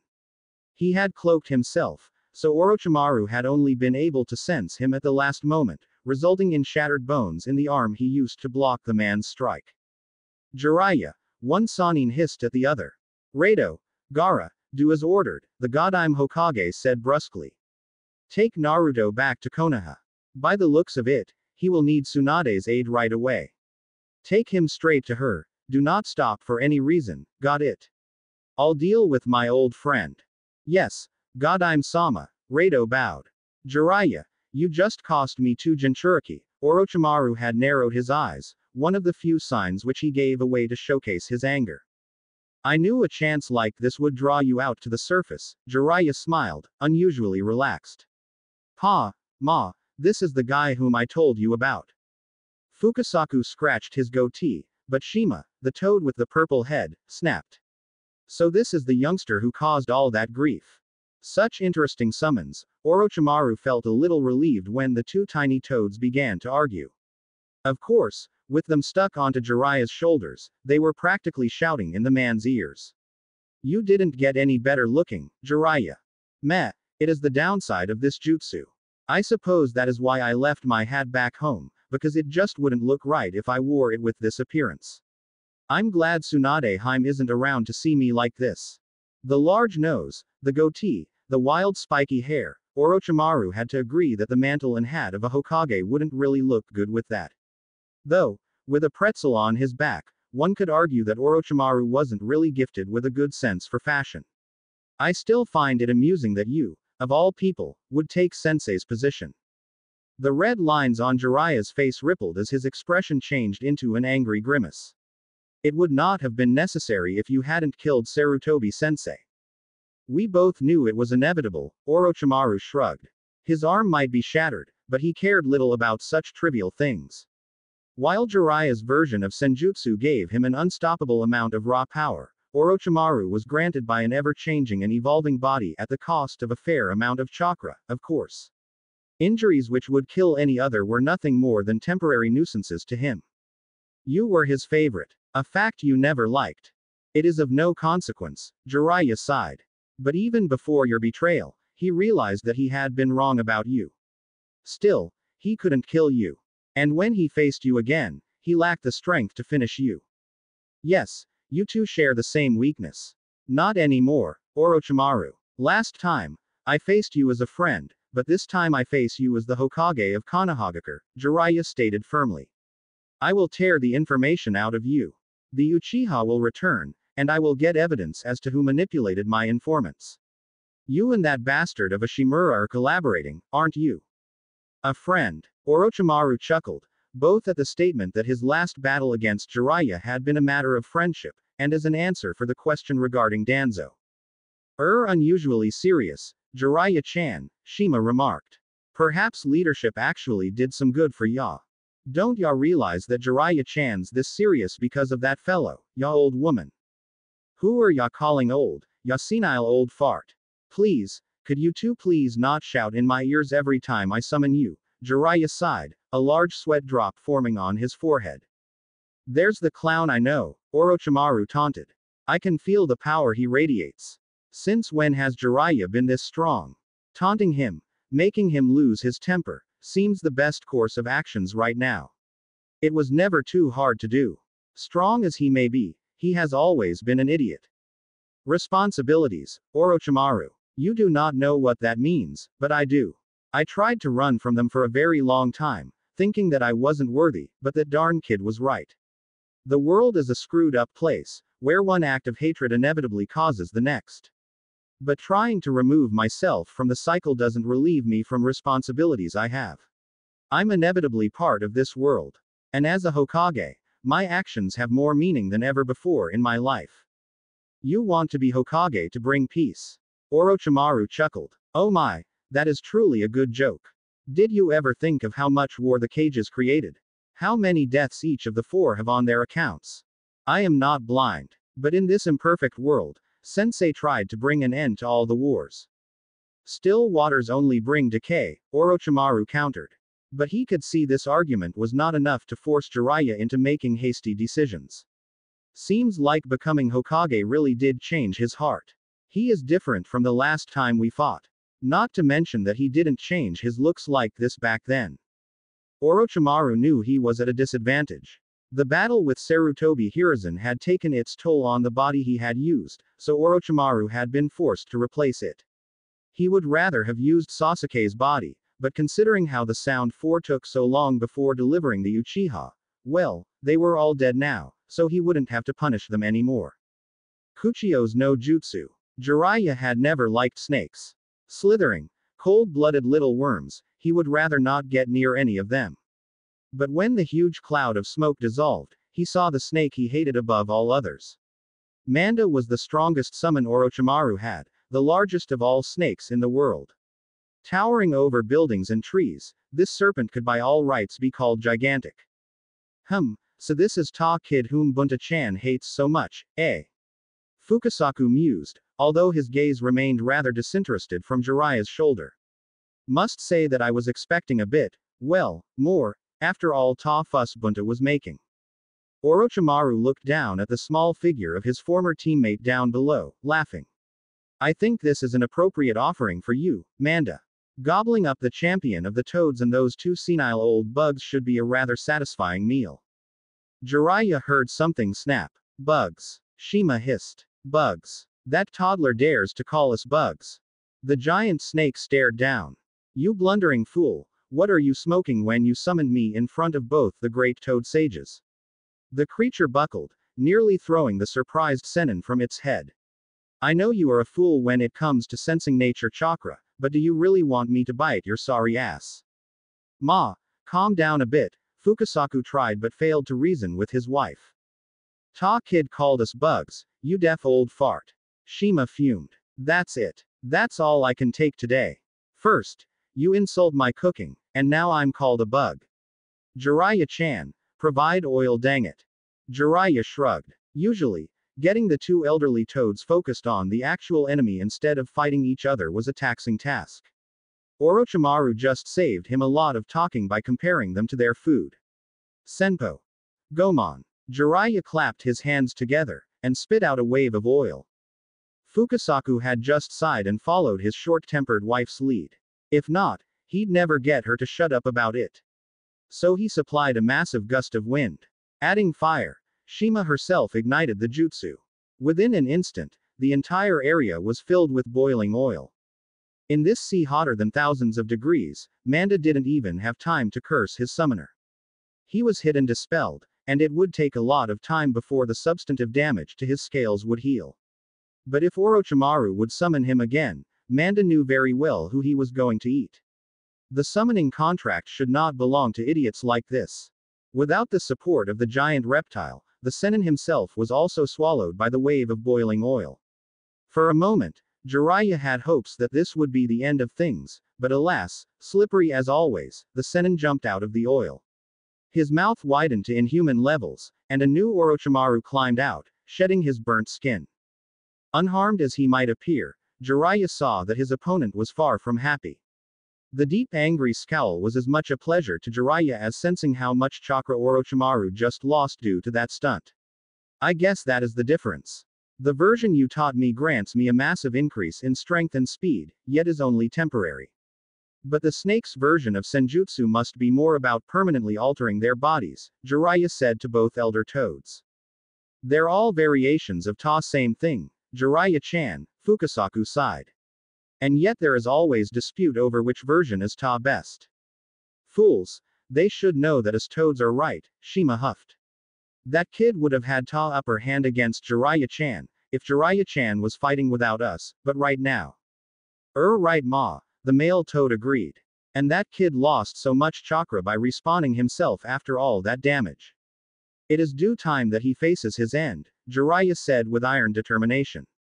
I always wanted to save him from his deluded path, but now that I am Hokage, I cannot afford to wait for that. He is a threat to my people, and he must be stopped.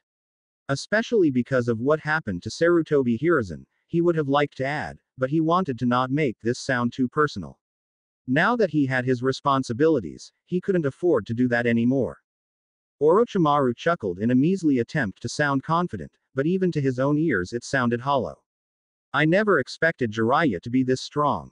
And Manda is right, it is difficult to sense, but those annoying toads latched to his shoulders are incredibly strong as well.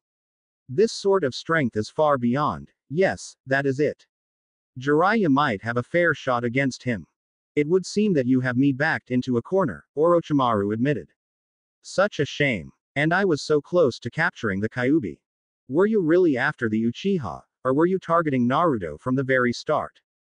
Oh, I wanted to get my hands on Sasuke-kun, you know that, but the Kyuubi, tell me, Jiraiya, what do you know about the organization I recently left? Jiraiya narrowed his toad-like eyes. Akatsuki. Ah, so you heard about them. I expected no less from Konoha's spymaster. And do you know what they are after? You tried to capture Naruto, so you could get on their good side again, after the failure of the invasion plan. Wrong, Jiraiya, very wrong, Orochimaru's smirk grew. I never intended to join them, I just wanted to get my hands on the Biju to ensure that the plan of my former associates in Akatsuki would fail. The Sennin laughed softly when he saw the newly appointed Hokage and his two toad summons frown. And for once, I am serious, I do not want them to succeed. If they do, the world would become a most boring place. I never knew you were the type who would flee, Jiraiya doubted if his enemy was telling the truth. True, even to his spying network, Akatsuki was shrouded in mysteries, but this was likely a fact of which Orochimaru was aware as well. That would mean he could tell me anything he liked, and I wouldn't know whether it is true or not. Still, even if it is just a small part, if some of what he tells is true, it might be valuable information. Attacking right now would mean that I won't hear what he is willing to tell. And I know him well enough to be sure that no form of torture or interrogation would ever work on him. Everyone has limits, Orochimaru said, surprisingly softly. I hate to admit it, but even for me, fighting against the leader of the Akatsuki would mean certain death. But I suppose you should know that, even better than me. After all, you were the one who found and trained that child, weren't you? Yes, the Rinnegan is truly a most remarkable dojutsu. Rinnegan. Jiraiya gasped. His hidden source had reported that the leader of Akatsuki had an unknown dojutsu, but it was nigh impossible to get more information on the illustrious man. But to think it would be the Rinnegan, it was a legend, known to only a rare few. Small wonder that his source hadn't known what kind of dojutsu it had been. But Jiraiya did know it, as he had seen it before. Nagato. The eyes rest in the head of the wrong orphan now, Orochimaru said snidely. Jiraiya-chan, didn't you say that those children died? Shima questioned. I heard they all. Orochimaru sank into the ground, knowing that both Toad and man were distracted. But a slice of water carved through his waist. Ya didn't think I didn't sense that coming, did ya? Fukasaku had remained vigilant. Losing his legs, Orochimaru grew a long tail, and with a speed which Jiraiya had never expected, the human-snake hybrid rushed towards him. Spitting out his infamous sword of Kusanagi, Orochimaru gambled everything on his attack. The male toad had just executed his attack, and wouldn't be in time to cast another jutsu before Orochimaru could strike. Its female counterpart was taken aback despite her years, not having much recent experience with actually strong opponents. So, Orochimaru knew he would have a chance. A chance too. With the speed of a cobra, the sword of Kusanagi lashed out. In all his haste, Orochimaru actually executed an attack that was more straightforward than Jiraiya had expected from his former friend. Thanks to the hand guards he wore, Jiraiya was able to swat the poisonous blade aside by striking the side of the blade, altering its traction. In all his momentum, Orochimaru could not halt his forward movement. With a hastily formed Rasengan, Jiraiya struck the arm which held the blade. And although it was formed hastily, as Jiraiya was overflowing with power, the Rasengan far more powerful than usual. With a pained grimace, Orochimaru managed to jump back. It was easy for him to stop the bleeding, but from the elbow down, he was now missing his arm. Losing the arm, however, was not what worried the Sennin. This truly is an exceptional katana, Jiraiya remarked, having picked the weapon up from the ground. Orochimaru's frustration only grew as the sword wouldn't respond to the mental commands he issued. To make matters worse, the all-piercing katana was covered in the very poison Orochimaru had used to disable Naruto. If he gets his hands on that poison, it would be likely that it would never work again on that brat. Tsunade would develop an antidote and capturing the brat would become far more difficult. Then again, why should I still try to capture him? Orochimaru stopped to think about it. Jiraiya's power exceeds my expectations. While he is more vulnerable when not using senjutsu, in this state, his power exceeds my own. If anyone is to stop pain, still, he wanted to have his sword. But matters were not that simple anymore. I now understand why Kurigakure made those 7 swords, Jiraiya chuckled. They were made in the image of this one. I suppose that the one rule which those blades all obey is also derived from the sword of Kusanagi. Legend holds that this one is far older than the 7, after all. Scowling, Orochimaru hated to admit it, but he had to cut his losses now. It only obeys the victor, Orochimaru spat. Use it wisely, Jiraiya. You will need it when the good people from Akatsuki will begin to move. Within 3 years, they will have finished their preparations. And when the wielder of the Rinnegan leaves AIM, all the world shall perish in his wake. Oh no, ya don't, Shima exclaimed, realizing what Orochimaru was doing. Zesenbaku, fighting tongue bind, she muttered after forming a ram hand seal. But the tongue, covered with a corrosive chemical, missed its intended target. It only ensnared an empty husk. Seems like Ta snake child shed his skin, Jiraiya-chan, Fukasaku sighed. Slippery as always, Jiraiya felt a bit conflicted. He knew he had to stop his former teammate, and after Hiruzen's demise, this was a cause he easily mustered the resolution for. But when he realized Orochimaru had slipped away, Jiraiya felt an annoying spark of relief. Betrayed by his own conscience, the Hokage of Konoha was annoyed. Former friend or no, I should have been able to finish him. Now that he knows the power of my Sennin mode, imperfect as it may be, he will not show himself again. By now, he will be rushing towards his hideout. I suppose I could try to follow him, but jumping into his territory without making the proper preparation is suicide. Even while I'm like this. Besides, I can't keep this up indefinitely. What now, Jiraiya-chan? Shima frowned. I will go back, Jiraiya sighed. Back to Konoha. The Uchiha is out of our reach now, and hunting down Orochimaru will prove to be more dangerous than it is rewarding. Besides, he gave me a lot to think about. Do you think he spoke Ta truth when he spoke about Ta Rinnegan? Fukasaku wondered. I don't see any reason for him to lie about it. It is quite some years ago when I first met those children, but Tsunade and Orochimaru were both there when I did. But several years after I left them, I heard that Yahiko, Konan, and Nagato all died at the hands of Sanshou no Hanzo, Jiraiya said solemnly. I honestly thought I had trained them well enough to survive, but they attracted too much attention. If Ta kids died, how can Ta Rinnegan still be around? Fukasaku didn't see the logic behind it. Ya think Hanzo stole Ta dojutsu for himself? I honestly don't know, Jiraiya sighed. Hanzo rules Omegakure with such a tight leash that it is almost impossible to get proper intel from the region. But, Orochimaru said that it was the other student that had the Rinnegan, Yahiko. Could Hanzo have captured them? So you think Akatsuki could work for Omegakure, Shima guessed. That would make things a lot more complicated. If our assumption is true, then yes. But while Hanzo is powerful enough in his own right, I don't think he would be stupid enough to declare war on the 6 nations that hold the 9 Biju. Or why a good kid like Yahiko would help him in it. Perhaps he targets them in order to secure Ta position of his country. Ya know, for after Ta kid dies, Fukasaku theorized. Hanzo isn't getting any younger, for a human at least. It wouldn't suit his beliefs, Jiraiya shook his head. After we fought him, he talked about his beliefs. He told us that a strong faith would survive the death of its owner, living on by itself. He said that faith wasn't visible to the eyes, but could only be perceived through a fight. No, he would train his successors thoroughly, but not risk the entire world turning against a Megakure. By targeting the Jinchuriki, he would achieve the opposite of what you suggest.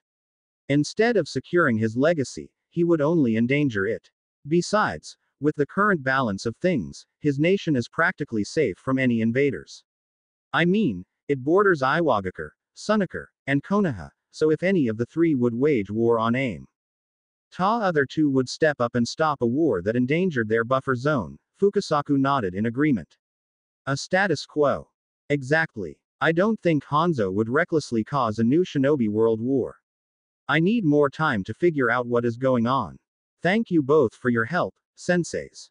I'm sorry we weren't able to help ya more, Jiraiya-chan. With tiny puffs of smoke, the two toads vanished from Jiraiya's shoulders, leaving him all alone amidst the chaos. The parts of the area left undestroyed by Sasuke and Naruto had been boiled and burnt by Jiraiya. It would take a few years before this region would be restored. Releasing the last traces of Senjutsu chakra, Jiraiya turned around and jumped away, still holding the sword of Kusanagi in his hand. He had something more important in his mind than either the Rinnegan or Orochimaru. His godson was injured. I gotta hurry to Naruto. Now that I have the poison itself, Tsunade Hime should be able to heal him. Hang in there, Gaki. Rado, Gaara, do as ordered, the Godime Hokage said brusquely. Take Naruto back to Konoha. By the looks of it, he will need Tsunade's aid right away. Take him straight to her, do not stop for any reason, got it? I'll deal with my old friend. Yes, Godime-sama, Rado bowed. Rado and Gaara leapt from tree to tree, with the Jinchuriki of the Ikibi carrying Naruto on a bed of sand. Rado-san, how much knowledge do you have of antidotes? There was some worry to be heard in that usually stoic voice. Enough to counter my own poisons, but I'm no medic, the scarred man replied. Calm and collected as he was, he focused on hurrying back to Konoha rather than making a futile attempt to examine Naruto. Knowing who poisoned the boy, Rado also knew that his knowledge would be insufficient by default. I have no way of knowing what kind of poison Orochimaru used, nor how it can be countered. Naruto will have to hold on until we have reached Tsunade-sama. Yeah, Ba-chan will probably beat me up for getting injured again, Naruto said weakly. The bleeding still had not stopped, and the flesh around his chest wound gave of a smell which made even the young Jinchuriki nauseous. Sweating and pale, both from the poison and the loss of blood, Naruto had no other option than to lay still on top of the floating sand. How are the others doing? Enko beat those grotesque beast men, and escorted the others back to Konoha. I guess she would have wanted to rush onward, if she had known that Orochimaru would show up. Naruto chuckled weakly, though he immediately regretted it, as the movements sent waves of excruciating pain through his chest. It was why I asked her to stay back, Rado mumbled. It seemed unlikely to me, but still, when it concerns Orochimaru, Enko is a bit unpredictable, which did not suit this mission. You know, in spite of all that logical sounding stuff, I wonder why you just don't call her Enko-chan, Naruto muttered. Nearly missing the branch on which he was supposed to land, Rado tried to protest, but too weakly, and Naruto knew it. I saw her look at you, and you weren't as subtle as you thought you were, either. Right, Gaara, Naruto smirked. Looking curiously at his fellow Jinchuriki, Gaara merely shrugged. Ah, come on Gaara, you must have read something about it. Or seen peoples whose love each other. Both Rado and Gaara frowned as Naruto's voice changed a bit. Obviously, he became delirious. He sounded like someone who had several bottles of sake. Naruto, you should stop talking, and rest, Rado urged. Yeah, I bet Yawana takes a rest too. With Anko-zan, Naruto tried to chuckle, but coughed. Hokage always gave me that ZMUT of his, thinking I wouldn't read. Or was it because he wanted to annoy Akko? I dunno. But, I know why'd I look at her like that. Naruto. Gaara stopped jumping, and looked at the blonde. Whatever Gaara wanted to say, it was cut off but Naruto who started to cough wildly. Spitting out blood, the excessive movement caused his chest to bleed more as well. Blackened, The flak jacket was now completely soaked with Naruto's blood. With one last delirious grin, Naruto buckled over and passed out. His fever is rising, Rado realized, even if he only touched Naruto's head for a second. We have to hurry. This isn't good. Yo, Rado, finally made it back. Anko shouted when the door of the Uzumaki house opened. For the moment, that cat said I had to get back here, he grumbled. What is going on? The Gaki caught an Oto Kunoichi, Anko shrugged. What's with all the blood? She eyed her fellow Jonin. You aren't hurt, are you? We needed to know if she's secure down there. Shikamaru's voice sounded hollow, ignoring Anko's last remark. We got her locked up in Chi's room, and activated the barriers which Naruto inscribed. But since we don't know for sure how good she is when it comes to fuinjutsu or barriers, we wanted to wait until the two of you are here. I suppose Hinata and I can leave now. I told her to go to the hospital. She needs to let those arms get checked. Anko shook her head. But she's as stubborn as a mule. Has Naruto-kun returned? The Hyuga looked expectantly at the door. I thought you and Gaara-san would go after Naruto-kun. We did. Rado hesitated. This would be a sensitive topic to both women. The Uchiha got away. What? How did he manage to do that? Shikamaru glared. The knowledge that his best friend died in vain did not sit well with him, to say the least. Naruto is far stronger than Sasuke, how could he? Orochimaru showed up. Rado cut him off. That son of a bitch. Anko began to curse violently. Yes, Anko, I know. We got in time to save Naruto, but he got hurt. Badly. He raised his hands in defense, forcing the others to remain silent. Naruto is at the hospital. Orochimaru stabbed him in the chest. Naruto-kun. Hinata walked toward the door, but Anko knew that a simple stabbing wouldn't stop Naruto. No, that never hindered him for too long. The amount of blood she saw on Rado's clothes suggested something worse. Something which was typically her old sensei. He was poisoned, wasn't he? Tsunade-sama is busy extracting the poison from him right now, and Gaara stayed with him. Hinata-sama. Akko stepped forward. Please, I will walk with you. I can't, I have to. Hinata-sama. I am sure that the elders would not approve if you openly showed such concern for Naruto, Akko argued. I don't care what the elders or father would. Hinata. Akko said sharply.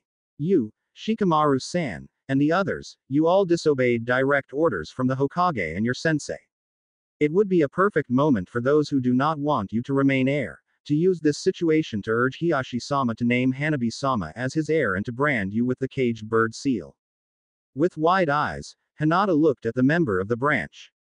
And that's why I hate clan politics, Anko muttered. But Akko has a point. Haste could cause more harm than good right now. You got to be careful. I am sorry Hinata-san, but Tsunade-sama is currently performing surgery. I cannot let you see Naruto-kun, Shizune apologized.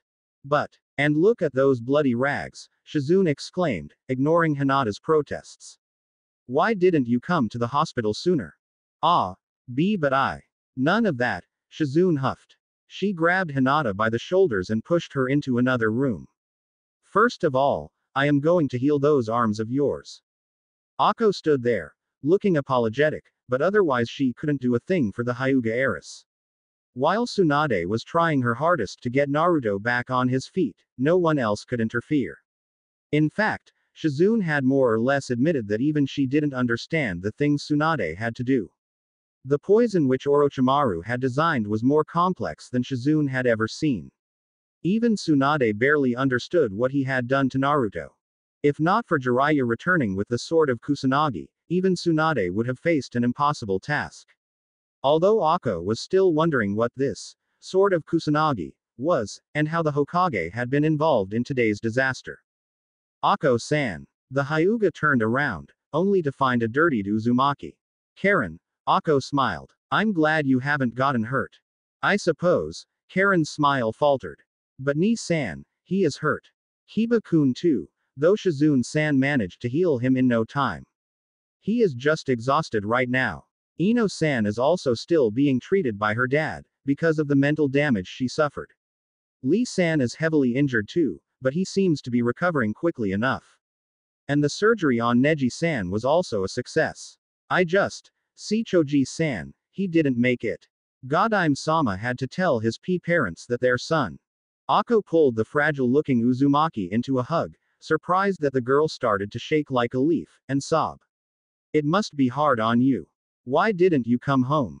You need some rest, Karen-chan. Perhaps. Karen tried to stop sniffling, but her leaking eyes betrayed her nonetheless. But while I can be useful here, I will do my best to help Shizune-san. She regained some of her determination. I can't afford to be weak any longer. I don't want to lose everything I have here. If Ni-san would. Naruto is strong. Karen, Akko chided the redhead kindly. It took a person as legendary as Orochimaru to even put him in the hospital, and that is just because of the poison. Otherwise, Naruto is unstoppable. I know, but still. Karen sighed. I'll worry about that later. Right now, I can sense Ni-san's chakra, even though I can feel that he is hurt. But now I've got to get this IV fluid to Neji-san before 6, so I have to hurry. The brunette Hyuga smiled when she saw the Uzumaki scurry away. That child changed so much, compared to when I first saw her, Akko mused. She sighed, and decided to do her duty. She would have to report her findings to Hitomi, and she was convinced that the matriarch of her clan would not like what she had to tell. After all, Akko's allegiance in Hyuga affairs was with Hitomi, not with the rest of the main house. Hokage-sama. Gaara, you're still here. I don't trust your Anbu, so while Naruto is injured, I will stay close. His paranoia is rubbing off on you, I see. Jiraiya chuckled. But rest assured, with Tsunade-hime nearby, no one will be foolish enough to try anything. Sandaime-sama once said the same thing about the previous Anbu guard we had. Point taken, Jiraiya sighed. He was too tired to get into a discussion with this boy. Suit yourself, but I'd prefer it if you don't kill everyone who would get near. I got a letter from your sensei today, and he'll get here in a day or two. So, you and your sister should make preparations for going home. At least, I'm not intending to keep you here any longer. Unless Baki is going to do something very troublesome and break our previous agreements, of course. Gaara nodded, but otherwise gave no indication that he was relieved or disappointed. In spite of his vast knowledge and experience of humans and their behavior, Jiraiya found the boy hard to understand. Only near his sister and near Naruto did Gaara take the initiative in conversations. But what can I expect? Until recently, he was tormented by the Ikibi at every moment of the day. I suppose we should all be grateful that he is even behaving this well, after all he suffered. With Naruto experiencing something similar, I guess both boys grew only closer in these last few weeks. Brother in burden. Did Naruto call him? Jiraiya sighed. As much as he wanted to help his godson, he knew that Gaara was in a position in which he'd be able to understand Naruto in ways that Jiraiya never would be able to comprehend. But he had other things on his mind right now. He didn't doubt that the elders of the council were already pestering his secretary Iruka for a meeting with their Hokage. Which was one of the reasons why Jiraiya fled his office for the time being. No, he wanted to talk to someone else. Someone who had a hospital room in the same hallway as Naruto. Enter. The man had hastily put away a certain orange book, after Jiraiya knocked. Don't worry Kakashi, it's me and not Tsunade-hime. I take it she still hates my work of literary genius. Jiraiya chuckled. How is Naruto? I am certain Tsunade will get him back on his feet in no time. Orochimaru definitely developed a nasty poison. But he'll recover, I'm sure of it. That brat is too stubborn to be beaten by a mere little poisoning. It's in his blood. Kakashi gave one of his infamous eye smiles. Still, he looked tired. Not just from the injuries he had sustained, but also mentally. And Sasuke. The Uchiha boy went to Orochimaru's side out of his own volition. From what I heard from Gaara, the cursed seal influenced Sasuke to some extent, but it only strengthened the desires which the boy already had. It would seem that all the remaining Uchiha are traitors now. Are you going to put him in the bingo book? Kakashi asked hesitantly. He is. It is my fault, Godime-sama. If I had been a better sensei to him, this would not have. Kakashi. Shut it. That boy struggled with burdens which most of us would never be able to understand. And we should consider ourselves lucky for not understanding. You read the files, so you know what Itachi put him through. And with his blood, we could all see it coming that he would choose revenge over anything else. If I had seen it earlier, how deep he had fallen. None of us knew that Orochimaru would be bold enough to snatch Sasuke away like that. And that is exactly why I've come to you, Kakashi. A mission. Yes. Someone has messed around with my sources. And with the way that Sasuke was taken away, I can only conclude that it has been someone on the inside. Someone provided them with all the information regarding our defenses, Jiraiya grimaced. So when you are fit for duty, I will hand you a certain list of names. You will be responsible for tracking down which of these sources has been compromised, and who did it. I need proof before I can act. Kakashi's visible eye narrowed. Someone from the inside schemed to get rid of the last loyal Uchiha. Do you think he cooperated with Orochimaru? A dangerous conclusion, Jiraiya warned. He has ears everywhere.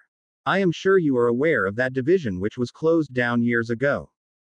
Kakashi nodded in response. The practices of the root were something that the former Anbu captain would not soon forget. But do not be mistaken. He holds that position because he has the support for it. Many clans would not appreciate it if he were to be accused of these matters. Moreover, if the accusations would turn out to be false, well, it is a badly kept secret that he and I can barely tolerate each other. If I screw this up, I'm certain that I would be thrown out of Sensei's office before I could even utter hot springs. Are there any leads? I know you are eager to get out of here, but you should focus on getting back to full health first, Jiraiya smiled gently. If anything, I'd like you to attend the funeral of the Aburame boy. And the service for the Akamichi boy will likely be on the same day. Jiraiya hated it. He barely had taken the office, and already he had to bury two genin who had been barely more than children. Sarutobi-sensei always said that it was harder to send people on missions than it was to go on those missions himself. I suppose I finally understand him now. Jiraiya left Kakashi's room, and slowly walked back, hoping he'd encounter Tsunade.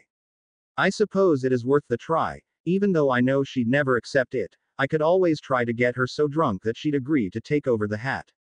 I should have known that I'm not suited for this job. In spite of his thoughts though, Jiraiya had already made his preparation to find a successor for his post as spymaster of Konoha. After all, why else would he let Kakashi assess all his hidden informants? That said, Kakashi would first have to prove himself. His performance as a sensei had not exactly impressed Jiraiya. But his motivation to find Sasuke and Orochimaru, on the other hand, would likely shake the man from his lethargic state of mind. After all, skill had never been the issue for Hitaki Kakashi. Motivation, on the other hand. Shizune had been pushy, but Hinata had to admit that the young woman had done an excellent job at healing the injuries at Hinata's arms. She'd have to stay in the hospital first, as Shizune wanted to make sure that the damaged nerves and muscle tissue were all properly healed. And considering how everything in her combat style depended on her arms, Hinata knew she had no other option than to stay. Still, as hours passed by, Hinata grew impatient. So, she decided to sneak out. Hello, Hinata-chan. I see you are already up and moving. Ka-san, Hinata blushed. I wanted to sneak out. Hitomi finished the sentence for her daughter. I think Shizune-san would not be pleased if her patient were to run off on her own. With a weary sigh, Hinata gave up and sauntered back to bed. I didn't intend to run. I didn't want to leave the hospital. I saw that, Hitomi smiled gently. But Naruto-kun is still resting, according to what Tsunade-sama just told me. I knew you'd be worried about him, so I decided to ask about his condition before I came here, the blue-haired woman explained. She knew very well that Hinata would ask about him anyway. Thank you. Hinata said the words, and they were sincere, but Hitomi knew her daughter was not satisfied. No, she wanted to see him for herself. You should be more careful, Hinata-chan, Hitomi sighed. While your affections for Naruto-kun are a good thing, in my opinion, there are also many who disagree. Why? Is it because Naruto-kun is a Jinchuriki? That too, but there is the matter of Hisashi's death as well. While I know that Naruto-kun had nothing to do with it, many still harbor suspicions. And I am afraid that includes your father. So with you still being the heiress, the situation with Naruto-kun would only become more sensitive, Hitomi explained. Especially after today.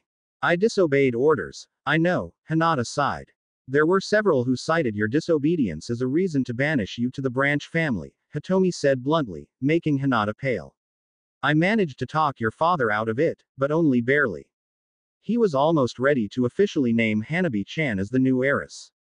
I didn't know. You should have. Hinata, please tell me why you did this. I want to know why you chose to leave the village, even though Godime-sama issued orders for your teams to stay put. Shino-kun was killed, and Hinata, you are a kunoichi of Konohagakure.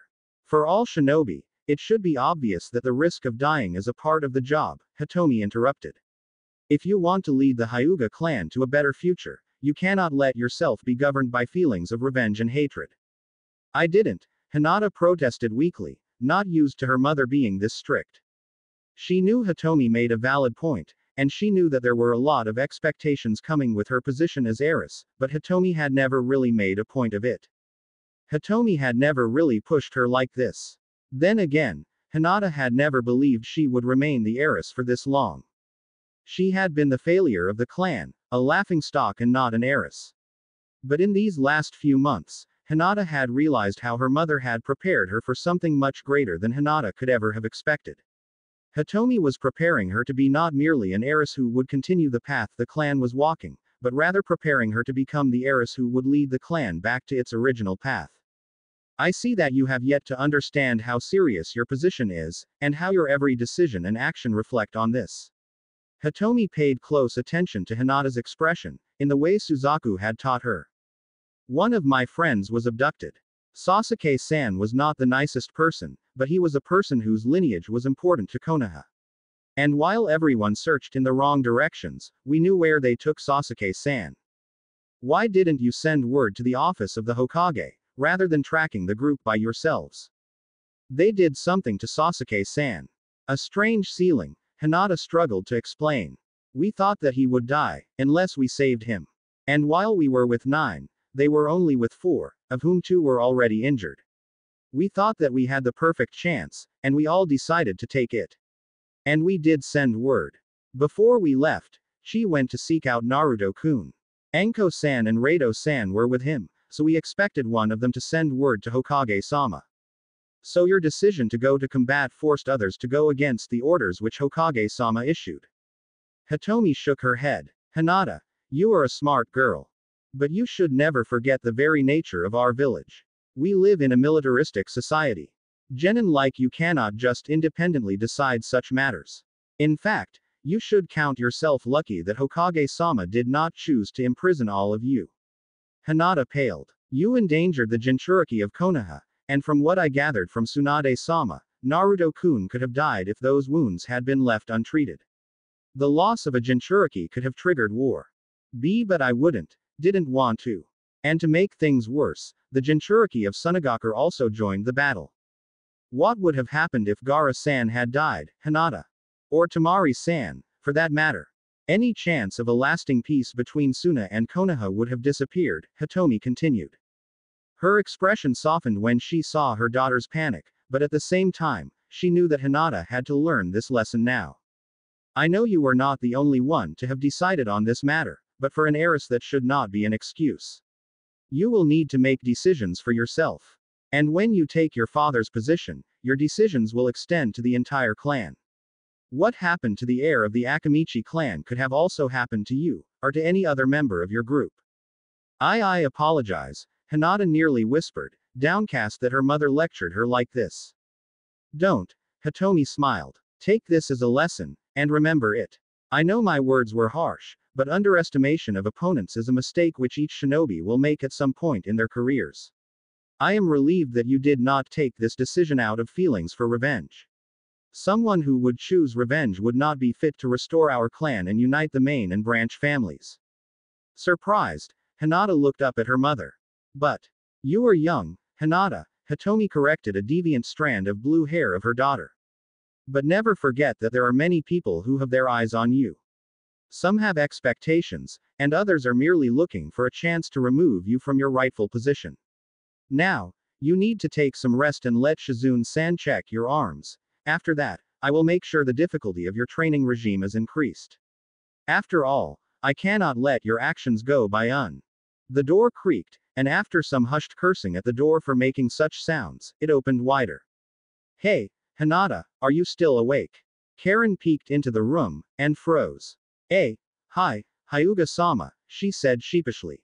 Uzumaki-san. Hitomi laughed gently at the surprise and embarrassment of the young redhead. Come in, I was just done scolding my daughter. Okay. If you don't mind, Karen shrugged. My apologies, I didn't sense you were here. I'm a bit low on chakra, so I just keep my inner eye focused on Ni-san. Karen-san. Hinata wondered why her new team member was here. The last she knew was that Karen was following Shizune, filling in as an aide. Well, one would be more right if they said that Karen just left Shizune no other choice but to accept her help, but that was another matter. Besides, Shizune knew Karen well enough to tolerate it, after the time they had spent together when they had tracked down Tsunade. I came to check how you were doing, Karen lied. Unfortunately for her, she was in one room with a woman who just happened to be the best living lie detector in the entire village if not the entire world. I suppose you came to take my daughter to see Naruto-kun. Hitomi guessed. Karen merely answered with an owlish stare at least, until a few seconds passed and she recovered. Sometimes I wonder if you guys have the same ability as Ni-san, Karen sighed. Yes, I was here to take Hinata to Ni-san. Shizune-san went home to get some sleep, and Tsunade-sama wanted to take a short break. So aside from the regular nurses there is no one at Ni-san's door. And with Gaara acting like an overprotective mother hen, well, he'd allow me to pass, but the others are smart enough to stay out of his way. So, I asked him to stay for a bit. Karen copied her brother by scratching the back of her head while chuckling. So there would be no one around who would prevent you from seeing Naruto-kun, Hitomi smirked, amused by the shrewdness of the girl. I take it that Naruto-kun is stable now. Tsunade-sama found an antidote, Karen said with more than a little awe in her voice. Ni-san is still sleeping, though. Are you ready, Hinata-chan? Hitomi surprised both teenagers. What? The moment I leave your room, you would go to Naruto-kun anyway. You are far too stubborn to listen to Tsunade-sama and stay in your room like you are supposed to. Hinata nodded dumbly. Well then, Karen-chan. Lead the way. With me nearby, Hinata-chan will at least not get any more accusations of insubordination. Bonus. The marked man, 3. And that's why I hate clan politics, Anko muttered. But Akko has a point. Haste could cause more harm than good right now. You got to be careful. With that, Akko, Hinata, and Shikamaru left the living quarters in the Uzumaki compound. Apart from Chi, who was lying in wait in front of the room in which Tayuya was imprisoned, Anko and Rado were now alone. So, care to tell me why you didn't tell me that you knew about the prank that accursed cat pulled on me? Anko grumbled, not pleased that Rado left her dangling like that. Rado, who was just washing the dirt from his hands and face, paled. Why did you treat me like that? Why did you blackmail me? Rado countered. I have that stupid alcohol ban, and you had sake. Anko exclaimed. Why didn't you tell me? Why didn't you tell me? Rado frowned. Yeah right, like you would believe me. Why wouldn't I believe you? Because of all those stupid rumors which are circulating through the village. Anko, if I cared about such rumors, I wouldn't have volunteered for this mission. The things people say about Naruto are at least as bad. And even you have to admit that some of the things they say about you are true. At least, I can't see how you can possibly deny having a sadistic side, Rado deadpanned. She glared at him, but knew she couldn't counter that. She was the second best interrogator for a reason, after all.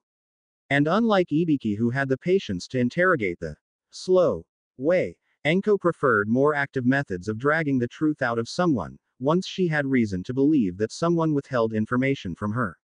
How did you know? She instead decided to maneuver the conversation away from her bad reputation. She repented her prank, for once, Rado sighed. But she didn't have the guts to tell you. And I can't blame her. If not for Naruto or Akko being near, I think you would have skinned the poor creature. Poor creature. Anko snapped. After how she embarrassed me. She intended to make you think I slept with Maida Guy. I should chop off her tail bit by bit and feed it to her. I could say the exact same thing for how she revealed my secret, Rado decided to create a bit more distance between him and the seething woman. Although, he suspected that Anko didn't consciously draw that kunai. He couldn't decide whether that made the situation better or worse. Could you lay down that kunai? Kunai. Oh, eh. Anko holstered the thing, looking a bit sheepishly at Rado. So, how are you planning to fix this? How many? He sighed. How many? Sake. Oh, your transgression against my pride can't be fixed with sake. Not even by the quality of your sake, Anko smirked. No, I had something different in mind. I know where this is going, but for some reason, why do I feel like I shouldn't be the one who asks her first? Why do I feel like I can't let her win? Perhaps it is because she would walk all over me if I did. And I doubt she'd be an easy mistress, Rado mused. What is it that you have in mind? Why do you have to be so damn stubborn? Anko grimaced. Didn't you listen to the last words of the old man? He ordered to you, live, and not just for the sake of the village or duty, but for yourself and your own happiness. Anko repeated the last words which the late Sandame spoke to Rado. I know. And while it is 13 years now, I still feel like I am cheating on her. Why? Rado sighed. His girlfriend had perished that night, when the Kyuubi attacked the village. It was kind of pathetic, but Rado never really loved anyone else after her death. In fact, he had kept his distance, knowing that he had a large risk of suffering that same pain again, or otherwise inflicting such pain, considering the risk inherent in his line of work. And besides that, Rado didn't have much love for spending money, so it wasn't like he often hung out in a bar or anything. But a regular restaurant wouldn't be enough to calm this woman down. And he felt like she deserved better, as well. Takazawa, he muttered. What? Saturday, at 6. I'll make sure the owner has 2 spots, Rado explained. Crap, and I still lost. Well, Anko more or less ordered me to, so I think I should see this as a draw. Takazawa. The baffled expression on Anko's face made Rado wonder if he had just made a huge mistake. Though, he didn't know what could be wrong with Takazawa. It wasn't big, but it was easily the best restaurant of Konoha, rivaling the competition from the capital. The owner owes me a couple of favors, Rado quickly explained, not knowing what he had done wrong. You know, because of what I make. But if you prefer another place, Unusually bashful, Anko just gestured at herself. No, it's not that, it's me. That place is the fanciest in the entire village. I would stand out like a sore thumb, they'd never let me in. I mean, look at me. I don't belong. You do. And he would not have a choice but to accept you in his restaurant, Rado chuckled. Or his good name would be gone. I could always decide to supply his competitor with my sake instead. You're not the only one capable of blackmailing people, you know. But some fancy clothing could prevent any potential drama, don't you think? He smiled, seeing her look of disbelief. Now, I'm going to take a bath, so if you'd excuse me. Chapter 60. Internal landscapes. Poison, blood loss, numbness, chakra deprivation, darkness, he could feel himself slipping away in it. He felt he was floating, as if he was cast adrift in a vast void. Was he in pain? He didn't know. He didn't think so, but he couldn't be sure. It frightened him. He felt nothing, saw nothing, and heard nothing. Would he perish, in spite of his resolution? In spite of his promise to return? Or, was it already too late, and had he died already? There was nothing to pinpoint his location, yet he knew, somehow, that he was moving. He was going somewhere, but tried to hold on. But hold on to what? There was nothing. Whether he moved or not, it made no difference at all. From one place within this nothingness to the other, it was irrelevant where he was, if nothing was there. In fact, he wasn't even sure if his body obeyed his commands, even if there would be something here. He knew he was turning his head, trying to see, but nothing. Nothing was there. Not left, not right, not in front, and not behind. This dark lonely void, was this death? Was this his end? Had his wounds been more serious than he had realized, or was the poison just that potent? Had he fallen before he could even change anything? No, if he died there was only one Uzumaki left to carry his burden, and he'd never wish her to suffer the same fate. He couldn't die. He refused. He had to get out of this nothingness. He had promised. Suddenly, everything changed. It was a total immersion in light, brightness, warmth, peace, and security. This elation, it was hard to describe even to himself. He didn't know what he felt. It was glorious, warming his chest, and yet, impossible to comprehend. But this light, this beautiful bright light, he didn't feel worried anymore. He wanted to follow it. He wanted it. He wanted to bask in its brightness, to be at peace. Peace, that elusive light radiated a peace which was foreign to him. He wanted to know. He yearned for it. For all his life, all he had known was strife. He had felt the hatred of others, their negative emotions. It had surrounded him, drowned him. Within, the fox had only tried to break him, hating him for what other people had done. On the outside, people had hated him for what he carried within, fearing what he could become. The idiots had never realized that with their hatred they'd nearly made him the very thing they feared him to become. Always those hateful glares. And sometimes even open aggression. Such was the fate of those standing at the bottom of society. He never had known true peace. He didn't have anything like that light. He wanted to, but he didn't have it. He wished he were like others, but fate had denied him that. Fate had denied him the chance to be equal to others. His father had done that, although Naruto knew that Minato didn't have many other options left to him. That man's foolish belief in the village had turned Naruto's life sour. For a long time, Naruto had tried to live a normal life only to end up being disappointed, time and time again.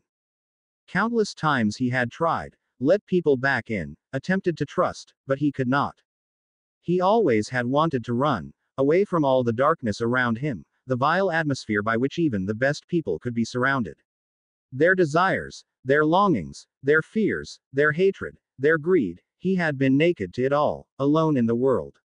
Only one had been different, the one for whom he had stayed. That one gave him hope, kept him sane, changed his world, the one glimmer within the vast dark world in which he grew up. This light was everything which the world he had suffered had lacked. The quiet of this world was deafening. He closed his eyes, basking in the joy of not feeling any negative emotion at all. However, in that void, he became aware that there still was something wrong. But nothing was there, only he was. What did he feel? Today, I introduce myself. What? Who is there? He was startled. The voice, that whisper of a voice, came from, wait, where did it come from? There was no one here, only the light. And the darkness in which he stood. See yourself. Your own feelings. Feel. The whispering voice once again could be heard. My feelings. Naruto frowned. What was going on? There was nothing here. Nothing could be felt, only that weird nagging in the back of his head. He had always been so overwhelmed by all the sensations around him that he had never stopped to think about what it was, that itch. All those years he had continued, enduring a silent agony. My feelings, he realized. My darkness. He looked around, but still nothing.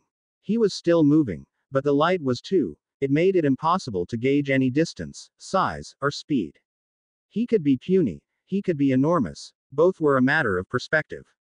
But in this empty realm, there was nothing to relate to, only the light. How long had it been since he had chosen for the light? Since that dream where he had abandoned his knight. From that moment, he had turned away from the seeping corruption of the Kyuubi, yet he had forgotten that this darkness was a part of him. It is so easy to just blame the fox, yet, in spite of his choice, he could still feel the cold fingers of his knight clutching onto him. He had been blind. The overwhelming sensation of all the negativity which radiated from others had blinded him to his own. The act of choosing was not enough to shake off. He had been in his knight for years, he could not simply walk out of it. This is why I am not the light, but looking at it, he mumbled. Your light has never been your own, the whispering voice replied, as it should be. But it matters little now I am dying, am I not? That's what the light is, I'm looking at it from a distance, because I'm dying. Love will never end. Love, Uzumaki Naruto barely ever considered the subject of love. Always confronted by the negative, he had a hard time seeing the positive, let alone understanding it. And what did it matter? He had long thought that he would never find a person who would truly accept him. And when he thought he did, He realized that he would likely die before he'd be an adult. He never wished to inflict pain upon the person he cared about most, not for his own selfish reasons at least. All that had changed due to Hiruzen's sacrifice. Everything changed, but not his way of thinking. Love, was that what he felt for her? Love is the life breath of all you see, love is the true light inside your heart. How can I begin to love while I am dead? It has always been there. From the moment of birth, till your dying breath. It will always remain there. Why the riddles? Who are you? Show yourself. The light erupted. Blueness blinded him. There were clear skies, barely a cloud in sight. He had been floating. The light was more distant than ever before, but he could feel it. But what unfolded it was just so beautiful. It was eternity. The briefness of his own existence was soon forgotten. These were the roots of the earth, as old as eternity itself, perpetually renewing, yet always the same. It was set on a fixed position, yet always moving. It was a contradiction, a paradox which had always been there, and yet the cycle was broken. How do I know this? In this world, nothing is without connections. The voice seemed more amused than anything else. What has no beginning has no end. And yet, it has been interrupted. What? There is a light, one so bright. It is always trying to reach for it, yet never reaching. Isn't such a fate saddening? To be separated beyond the borders of life. Saddening. What? Naruto felt lost. He was weightlessly floating, yet while the voice spoke the earth changed. Under the radiant sky, the oceans below him were churning, earth rose and descended. Mountains were created and fell to rubble. Forests grew and turned to deserts, only to once again turn the landscape green. It was chaos, and yet it was not. Each thing led to another, but he couldn't see the connections. Because you don't see how it is all interlinked. You cannot see that. You need to feel that. The voice once again seemed to know exactly what he was thinking. True knowledge is rooted deeply. True knowledge cannot easily be expressed. In its purest form, even I cannot show it to you. It is tacit. You have to feel it, to experience it, master it, and subject yourself to it. But, what? Rather than clarifying anything, the voice only made Naruto feel more lost in this web of riddles. How could you know, when you are barely introduced to yourself? When you have not even accepted your light? Rejoice, human, as you are not removed from it.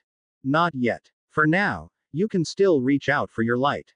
It still holds on to you. The world changed. Suns rose, moons sank, faster than Naruto could comprehend. One cycle was followed by the other. Birth and growing, decaying and death, only to begin anew.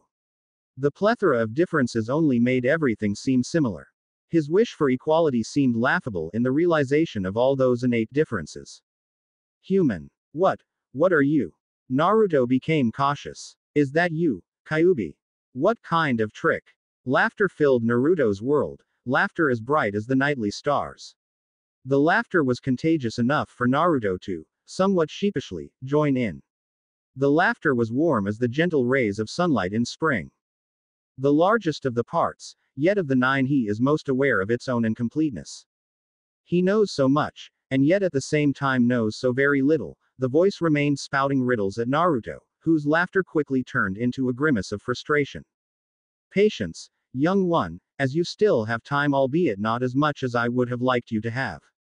Once you open up your senses, you will see. You will follow his path, of the one who set you on this fate, and I pray that you can complete it. After all, that is why he made sure that you met me. Something which neither your predecessor could have known, nor the first of your cycle. Even he was not aware of me. Predecessor. Path. First. Why can't you stop talking so damn complete? I was lost, yet you found me. To you, the best suited amongst the few remaining of your line, I will be a key. Yet a key is useless if you have no idea of what you wish to unlock. You will have to connect to nature, and master the elements, if you wish to utilize me. Wait, Gekihoko. Naruto was baffled. Now I remember. That's why you sound so familiar.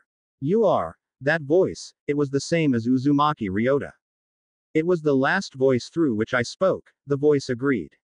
So, it is the one I still use, even if his soul has departed to the Pure Land. It is too early for you to hear my first voice.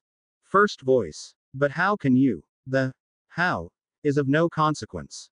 How a key is unimportant. A key without a goal is worthless. I will teach you the path to finding my goal. If you find it, you shall return. Fail, and your time runs out, and as such the world shall fall. So return to your light, Uzumaki Naruto. If you manage that, you must learn the elements and connect to the world. Yet never mention that we spoke.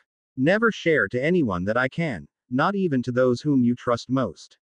The time will come when you can speak freely, eventually, but not now. It would spell failure to you, and to the world. The elder will know, he shall have foreseen this, as it is his task, but to all others I am to remain a secret. Can you swear this oath, Uzumaki Naruto? Can you keep the greatest secret that your clan held to its bosom? I promise. Naruto bowed a bit ceremoniously, which actually looked rather silly, he knew. He was floating in the skies, talking to no one, yet bowing while having no idea of any direction. Descend, and find my purpose. I granted your mind the island as I know it. As such, if you can find it here, you will be able to find it in reality as well. Find the roots that your line is based upon. For you, who belongs to the last of those few that remained loyal to their original cause, will have to be prepared. Prepared for what? Naruto asks. Original cause. The time draws near. You were weakened enough for me to interfere, poisoned enough to briefly remove the power of the young fox, but time is drawing to a close. Soon the time will come to make amends. Or the world shall fall, if the balance would continue for another cycle. Restoration of unity, or falling apart, it will be a consequence of your actions.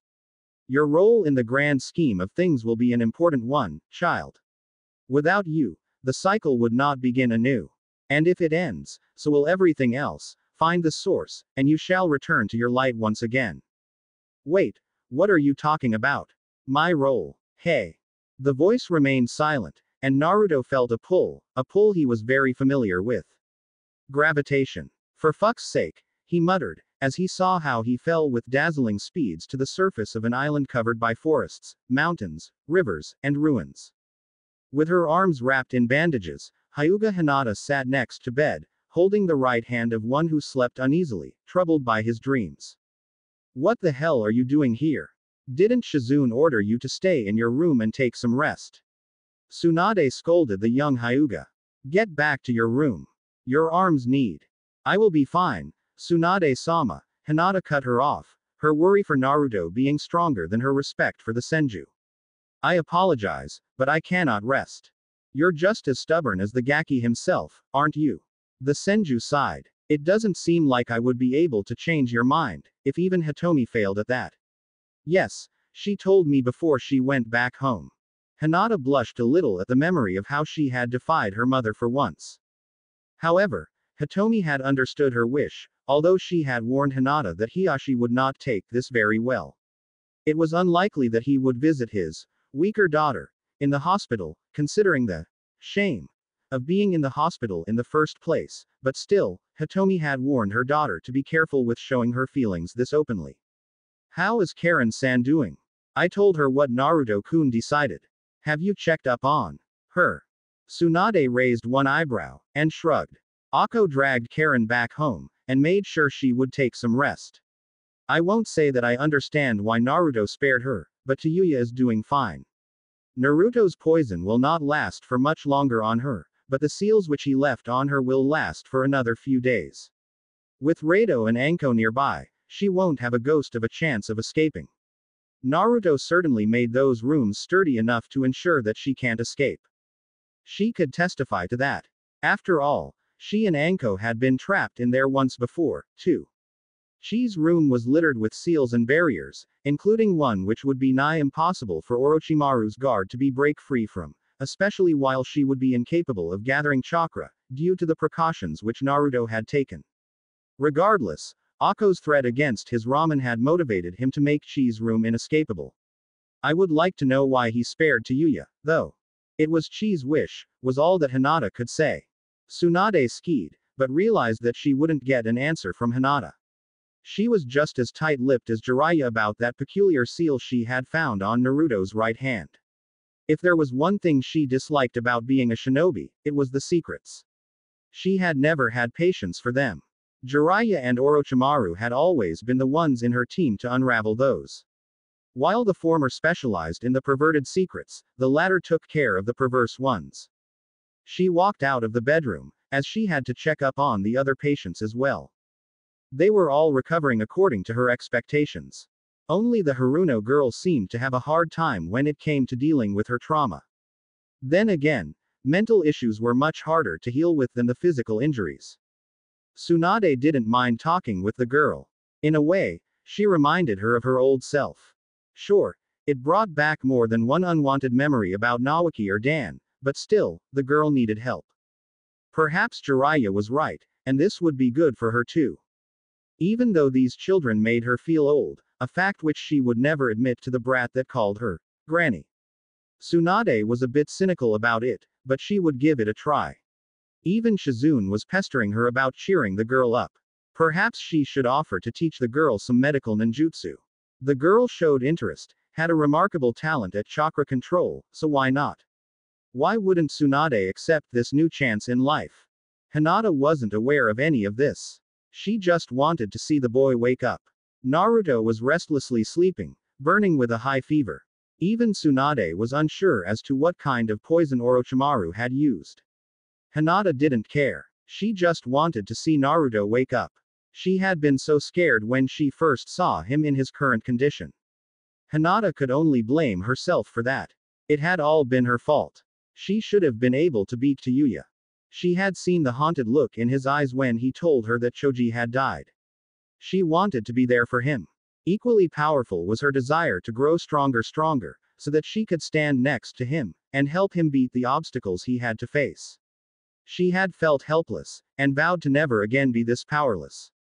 It is my fault. Neji Nisan warned me. Chi-san warned me. Yet through my failure, Naruto-kun is injured once again.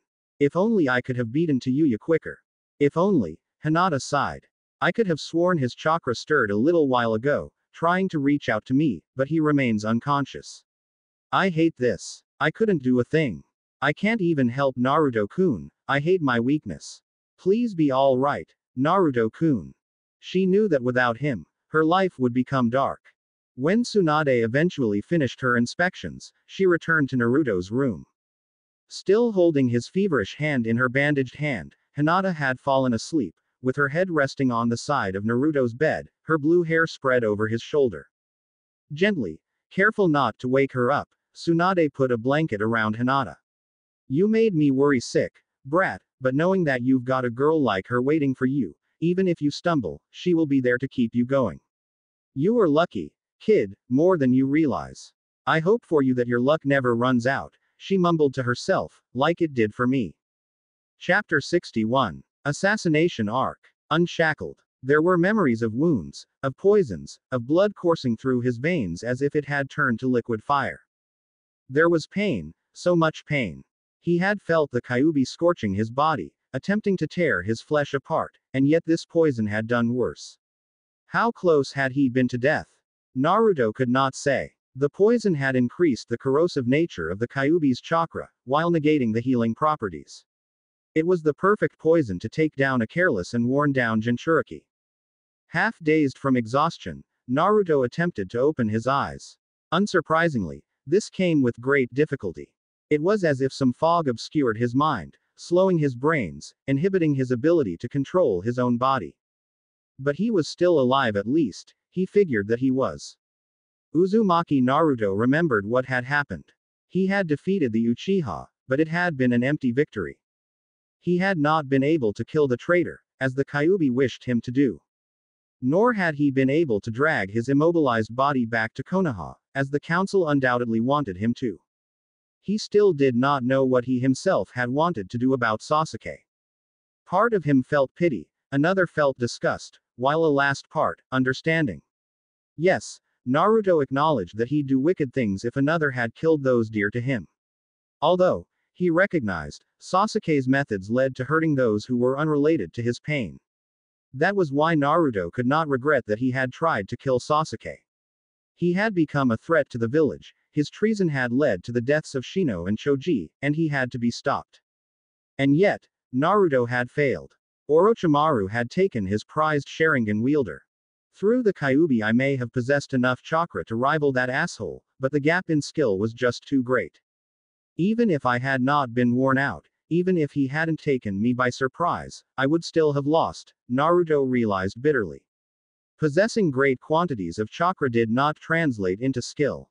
Brute power alone was insufficient to defeat enemies of that caliber. Looking back, Naruto was somewhat amused by his former arrogance, in that he thought himself to be a threat even to the infamous Sennin. Jiraiya and Tsunade were right. He was still too young for that. A second attempt to open his eyes proved to be more successful.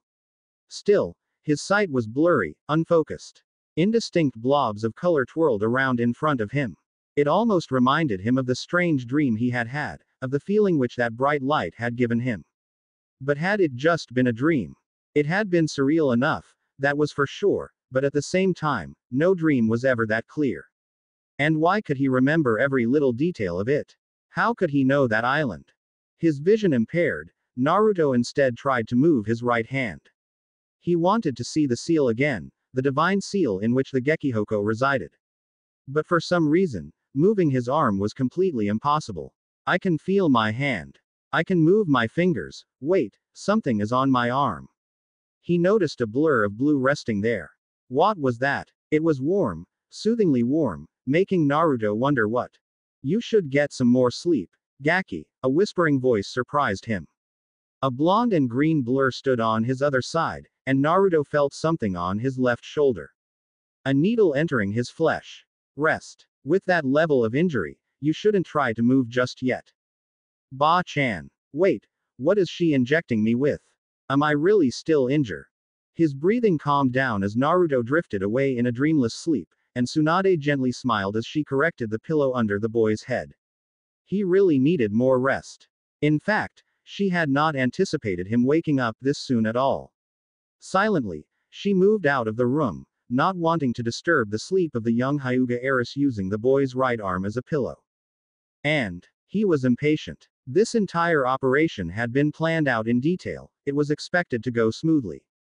Kakashi was to be unharmed, the Uchiha was to be removed from the village, and the other two, well, Danzo couldn't care less about them. Sure, Haruno could serve as a useful pawn in his game to lure the Jinchuriki, but in the bigger picture she remained expendable. She had no special skill or anything that set her apart, other than her bonds to the Jinchuriki and several heirs of Konoha's most prominent clans. Her chakra control was noteworthy, yes, but it wasn't anything that Danzo valued too much. No, Danzo valued order. It was obvious that Sasuke would defect in order to pursue power, even inevitable. So why did Orochimaru's personal guard deviate from the plan? Danzo wasn't used to that sort of foolish impatience. Missions should be followed to the letter. Orochimaru had not failed him before, in that regard, but the chaos which had unfolded in this specific mission had not been in either of their lines of prediction. A young operative who carried the codename Sai bowed in front of the leader of the Root Division. There have been some conflicting reports. Apparently, the Akamichi heir has died, while the heirs of both the Yamanaka and the Inuzuka clan suffered injuries. And the Jinchuriki. The Kyuubi Jinchuriki was brought back by Godime-sama himself, and we have been unable to determine the status of his health. The Jinchuriki of Sunagakure is rather protective, Sai explained emotionlessly. But rumors suggest that he was injured badly, by Orochimaru of the Sannin himself. There is something else which my senpai could not determine. The pale boy paused for just an instant, but Danzo saw the hesitation. It would mean that Sai required more training to shut off his emotions. Yes. The heirs of the Hyuga and Nara clans, they delivered someone to the hidden compound of the Uzumaki clan. Senpai could not determine who it was, or why, but considering how the others are accounted for. They captured one of Orochimaru's imbeciles. Danzo finished the sentence before Sai ever got the chance. How unfortunate, and we cannot even enter that compound to eliminate the threat. Those fools could not have made a bigger mess out of this situation. Sai, bring the Haruno girl to me, though make sure it happens in a way which does not raise Tsunade's suspicions, the seemingly one-eyed man continued. The girl needs to gain his trust in order to become a more valuable tool for our cause. Yes, the Haruno girl might be able to gain entry to the Uzumaki grounds and assess the situation. And in the worst case scenario, if one of Orochimaru's closest operatives had indeed been caught, she could be used to dispose of the threat. After all, the Uzumaki boy is strongly tied to Jiraiya, someone who has always opposed me, so if they discovered the secret dealings with Orochimaru, in that case throwing away a possibly valuable spy such as that girl was but a small price to pay if it meant removing such a grave danger to Danzo and his cause. With the genjutsu that bound her to his will, the girl would happily throw herself into any weapon he'd choose for her. All he needed to do was to give the command. The girl had no choice but to obey. Something rustled, and he heard the scuff of a chair moving. The window had been opened up as well, he noted. He could smell the fresh air entering, a relief in this stale and clinical environment. He heard the sounds from the awakening village. It was cruel, he thought. 2 of my classmates have died and the village ceaselessly continued. Was this how insignificant an individual was to a hidden village like Konoha? A ceremony at the burial, a few grieving friends and family, and that was it. Oh yes, Naruto recalled the stone which Kakashi had showed him, back when Naruto had still been in Team 7, Heroes. People died, and life continued unimpaired. For Shinobi, death was merely a part of life. It was normal, part of the job. Naruto wanted to protest against it, but what could he do? His entire life, he was raised to become a shinobi, and now he felt disgusted by his line of work, what it forced even children to do. What insanity drove this world? But he felt too damn weak to protest. Although, this time he could move his right arm. Opening his eyes went a lot easier as well, and his sight wasn't as blurry either. Should have known. A damn hospital again. Damn, each time I get into a major battle, I end up in this accursed place, don't I? I'm so predictable that it's almost boring, Naruto grumbled inwardly. He didn't like the nurses, didn't like the sterile, white environment, and especially disliked the fact that he couldn't eat ramen if he got stuck in the place. Then again, after facing Orochimaru, it was to be expected that he didn't escape unscathed. How do you feel? He moved his numbed body towards the direction where had just heard the chair, and with his hazy mind Naruto took a few moments to recognize the familiar face of Konoha's greatest pervert. Yo, Hokage, the boy croaked softly. I need some water.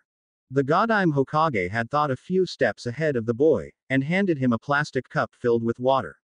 Here, but drink slowly. The undercurrents of worry and exhaustion in his gravelly voice were audible for Naruto. Of course, the man was not as worn out as Naruto was. In fact, when he tried, Naruto couldn't even lift his own head. Seeing the boy's troubles, Jiraiya stepped forward and helped Naruto to get up, with surprising gentleness. Thanks. I'm that bad, eh? Naruto smirked weakly. That poison was no joke, Jiraiya grumbled. There is nothing that Tsunade Hime can't fix, but you certainly managed to give her quite the scare. Hell, she nearly knocked my lights out when she thought I was to blame. Sasuke. Gone. As is Orochimaru. We screwed up big time, didn't we? Naruto sighed. You less than the other kids, but yes, the situation was indeed what could eloquently be described as a clusterfuck, Jiraiya said dryly. Well, it wasn't entirely true. Despite their losses, he had also gained some valuable information on Akatsuki, but that wasn't something Naruto would need to know yet. I understand that you and Gaara wanted to go out and help your friends, and it wasn't your call, nor are you two to blame. The Jonin who went with you carry that responsibility. They allowed you to go. They joined you. Officially, it was their call, freeing you from any blame. You can't blame Rado and Anko-chan, Hokage. Naruto shook his head. It's my fault, not theirs. Any punishment should go to me. Meh, don't mention it. They both got off easily. Aside from your poisoning, their call was the right one. If you hadn't gone out, the other kids would have all likely wound up dead or suffered a fate worse than death, in the case of the girls. There's no way the council would give support for punishing you, Rado, or Anko. The clan heads felt obliged to vote against that. But they did try, Naruto concluded from his words. Danzo. No, that old bat Kaharu. But undoubtedly after Danzo set her to it, Jiraiya sighed wearily. Not that I would have allowed such foolishness, but my objectivity regarding you has already been questioned, so I'm glad that I didn't have to veto it. In the end, the other kids also got off with some light punishment.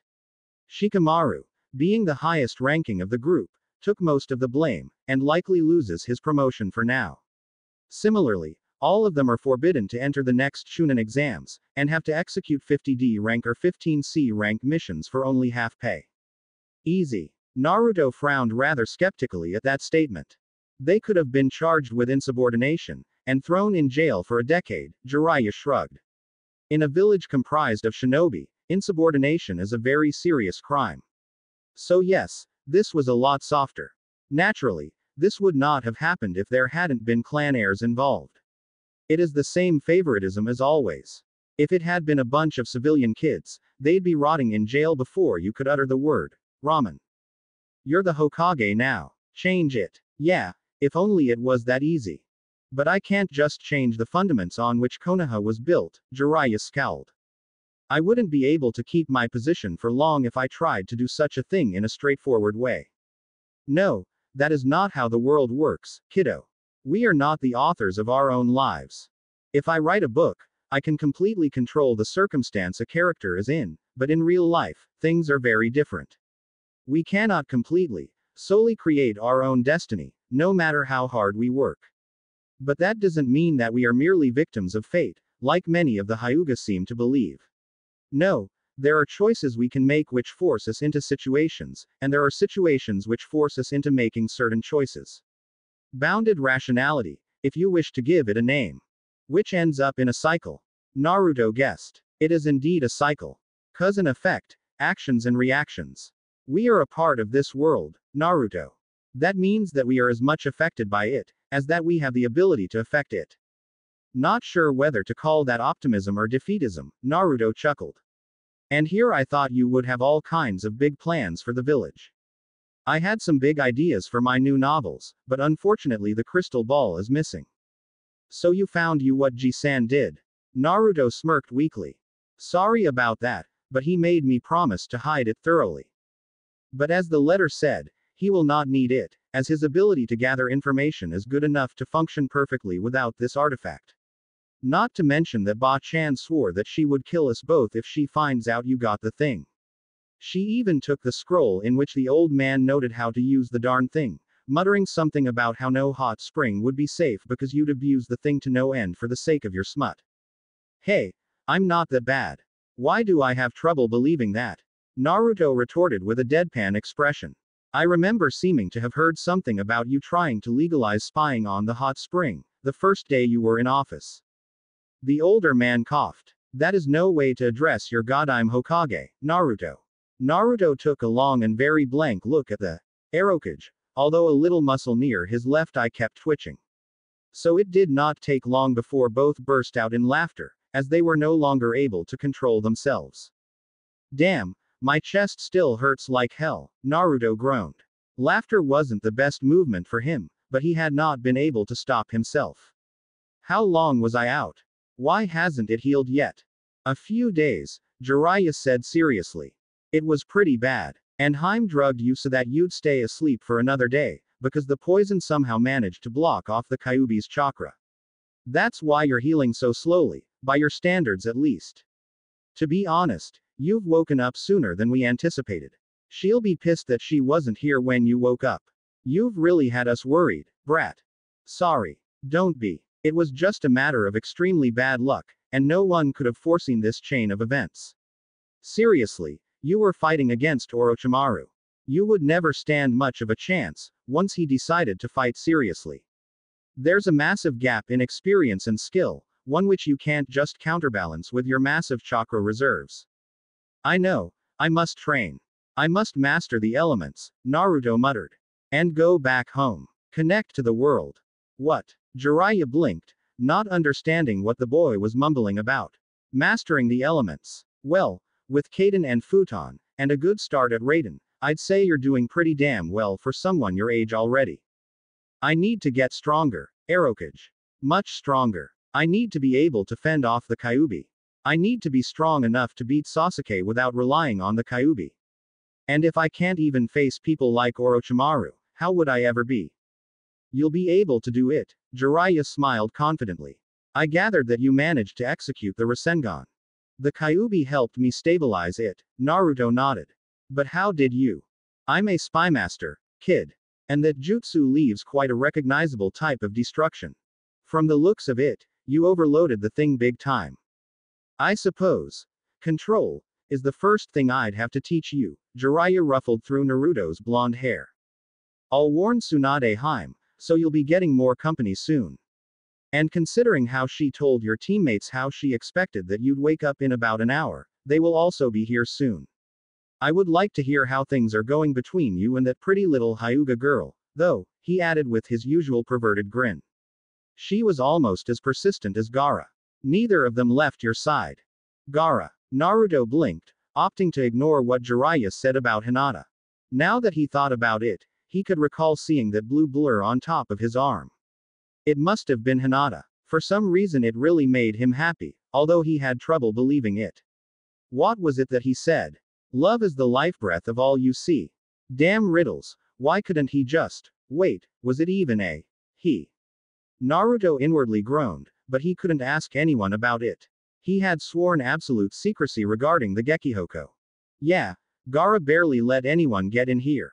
He didn't even leave when his sensei arrived in Konoha yesterday. It was only after Tsunade and I promised we'd make sure you would be guarded, that he decided to go see Baki. And not before he uttered the threat of destroying the entire village if we failed our duty, of course. Baki. So Gaara is going home. Naruto felt conflicted. On one end, he was happy for Gaara that he could go back to the place which was home to him. Sure, Naruto knew that Gaara would have a hard time at first. But with how the seal was reinforced, and how Gaara would be able to control his temper now, Naruto was certain that Gaara would be accepted by Tsunade eventually. At least, Naruto hoped that it would go like that. He wanted to have hope. Because, if Gaara could pull it off, he could do it as well. But, and Naruto knew it was selfish he thought that way, he also felt saddened that his brother in burden would leave him. Never before had Naruto been able to feel such kinship with anyone. Yeah, Tsunade is worried about the bold movements of Otogaker, Jiraiya sighed. Gaara is a nigh unbeatable force in the midst of their desert. Even Orochimaru would think twice before he'd attack Suna when Gaara is there. And the same goes for Iwa. Damn politics. Welcome to my world, brat, Jiraiya laughed at the scowling blonde. If you want to take that hat from me, you'll need to deal with that crap too. As well as that accursed paperwork. Meh, at that time I can appoint you and Ba-chan as council elders, Naruto chuckled. You two can back me up as I sweep the village clean. Who are you calling Ba-chan? An icy voice sounded from the door opening. Naruto saw a few bulging veins on her forehead. Jiraiya looked at something else bulging, as those lab coats did emphasize certain parts of her anatomy. Senju Tsunade stood there, staring less than friendly at the boy who had just insulted her. Oh, crap, Naruto paled. You're not going to beat up someone who's already injured, are you? He closed his eyes when he saw her expression while walking towards him. This would likely extend his stay in the hospital for another few days. But instead of a supercharged forehead flick or an outright fist in the stomach, Tsunade hugged the boy.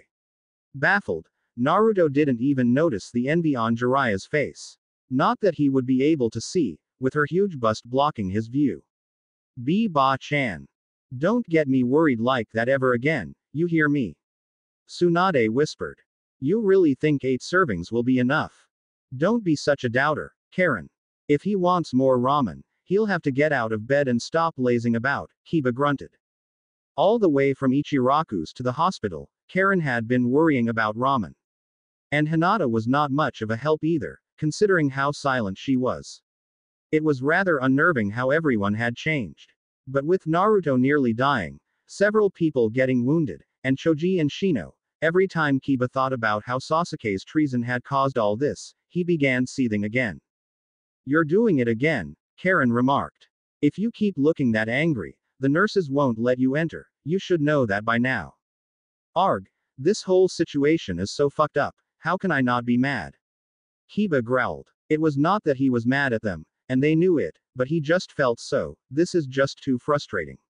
I wish that filthy traitor was here, so I could beat the living shit out of him. For once, Hinata looked up. For some strange reason, Kiba felt a little fear when she glared at him. I bet she wants to kick his ass too. These last few days, she did nothing beating herself up over the fact that Naruto got hurt. And her dad was a complete asshole too, as to be expected from a Hyuga. For fuck's sake, that guy must be completely brain dead.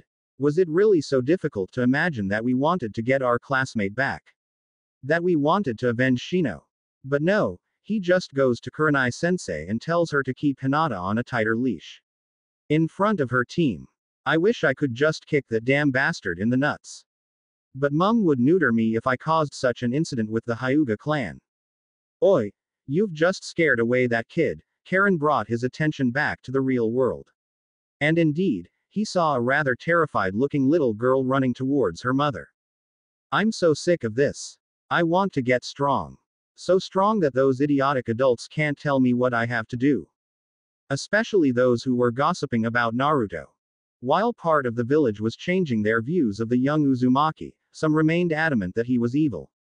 More positively, however, was how the majority among the clanless seemed to view Naruto as some sort of hero. He had been the one who stopped the Ikibi, and now he had faced down the infamous Orochimaru of the Sannin. None knew how that rumor had spread so quickly. Sadly, there were as many false rumors as correct ones. There were also those who suggested that Naruto was happy that the Uchiha was gone, remembering their previous clashes. To them, the loss of the Uchiha bloodline was a great blow to Konoha, and they put the blame on Naruto rather than accept that Sasuke had willingly betrayed the village. What stung Kiba perhaps even more was that only a few seemed to care that two people had died due to Sasuke's betrayal. People were far more worried about the Uchiha blood and a possibly uncontrollable Jinchuriki than about the loss of Choji and Shino. At best, people said that Shino's death was regrettable, considering how he was a prodigy of his clan. Karen and Hinata had had to restrain Kiba, preventing him from assaulting the man who said that, although it had been Shikamaru's expression that had stopped Kiba at that time. Something within those brown eyes had unnerved the Inuzuka. I just want to get strong so that I can help you guys. Shizune Nichan and Tsunade-sama agreed to train me. Karen exclaimed and looked at Hinata, but the latter remained silent. But among the three, the Hyuga had perhaps had the strongest motivation to get stronger. For Naruto, for her clan, for the branch, for Suzaku, and especially for her mother. If not for Hitomi, Hinata would probably have been marked with the caged bird seal. Kurenai-sama, Suzaku-sama, and Okawa-sama will train me to become stronger. But I will have to work hard. Very hard. Just like Naruto-kun always pushes beyond his limits. Next time, I will be able to fight my own battles. Next time, Naruto-kun won't get hurt because I was too weak. If I had been faster, Shikamaru's uncle would not have stopped me. And if I had taken Sasuke-san back to Konoha, Naruto-kun would not have fought against Orochimaru. Geez, Kiba-kun can't control his temper. And you're as gloomy as a graveyard on a wet Sunday, Karen muttered. We're a team now, aren't we supposed to support each other? I know I'm nothing like Ni-san, but could you at least talk instead of brooding around? And please don't start ranting about those civilian idiots who are bad-mouthing Ni-san, Kiba-kun, the redhead added with a glare. Sorry, Karen-chan, Hinata nodded her head absent-mindedly, though at least she sounded sincere enough to Karen's liking. Unlike Kiba. Quote, Kiba-kun, you better not give me the silent treatment, or I'll ask Sum-san and Hana-san to help me out, Karen threatened. Yeah, I'll behave. Damn it, are all women so freaking bossy? I suppose if you keep talking like that, I'll have no choice but to inform Anko Nichan that you want some extra evasion training. No, you can't do that, Karen. That's just too cruel, Kiba whined. Akamaru also felt terrified by the happily insane snake mistress. He retreated deeper into Kiba's jacket than he already was. No one knew whether Anko had been joking or not, when she said that snakes viewed dogs as a delicacy. Akamaru wasn't willing to take the risk, though. I know I was in a bad shape, but you don't need to fuss that much about me, Ba-chan, Naruto muttered after he had lost count of how many things she had tested by now. That Kyubi-tem might not be good for much, but at least he makes sure I heal fast. You never see danger in anything, which makes it all the more worrisome, Tsunade retorted. The moment she had gone into overbearing mother mode, Jiraiya had bailed. He had paperwork to do, something which both blondes doubted, unless he meant writing his smut, which undoubtedly also counted as paperwork in his perverted world. Aside from Shizune, you're the closest thing I've got to family. To see you being the same kind of baka as that dirty-minded teammate of mine. Don't put me on his level, Naruto protested. Yeah, I shouldn't do that yet. Your ratio of missions to hospital stays is definitely a lot higher than Jiraiya's has ever been, Tsunade said with a deadpan expression. Stick out your arm. I need some more blood, and I need to test the reaction of your fingers as well. That poison attacked your nervous system as well, so I'm not taking any risks. But Ba-cha, and no objections. You hear me. This was the scene the new teammate witnessed upon their arrival. Kiba and Karen couldn't help but snicker about Naruto's ordeal. Hinata had less attention for it, though. She was too busy fidgeting, not sure of how she should approach Naruto. He had hugged her. Hugged. She didn't know how to act around him anymore. But she was extremely happy to see him awake again, as was Karen. Ni-san. You're awake. Karen took the initiative. With a pang of disappointment, Hinata realized the moment was lost to her. Yup. At least, until Ba-chan knocks me out again. We've brought ramen, the blushing Hyuga suddenly blurted out. As if that was an argument to stop Tsunade. But she did instantly manage to catch Naruto's full attention with that one sacred word as well. All hail the ramen. Don't get any funny ideas, you've got to eat healthy and ramen doesn't contain enough nutrients. I'd rather see you eating something which would boost your recovery, like. No. Freaking way. Nobody messes with my ramen. Not even you, Ba-chan. The subsequent stare-off was anxiously watched, from a safe distance, by the trio.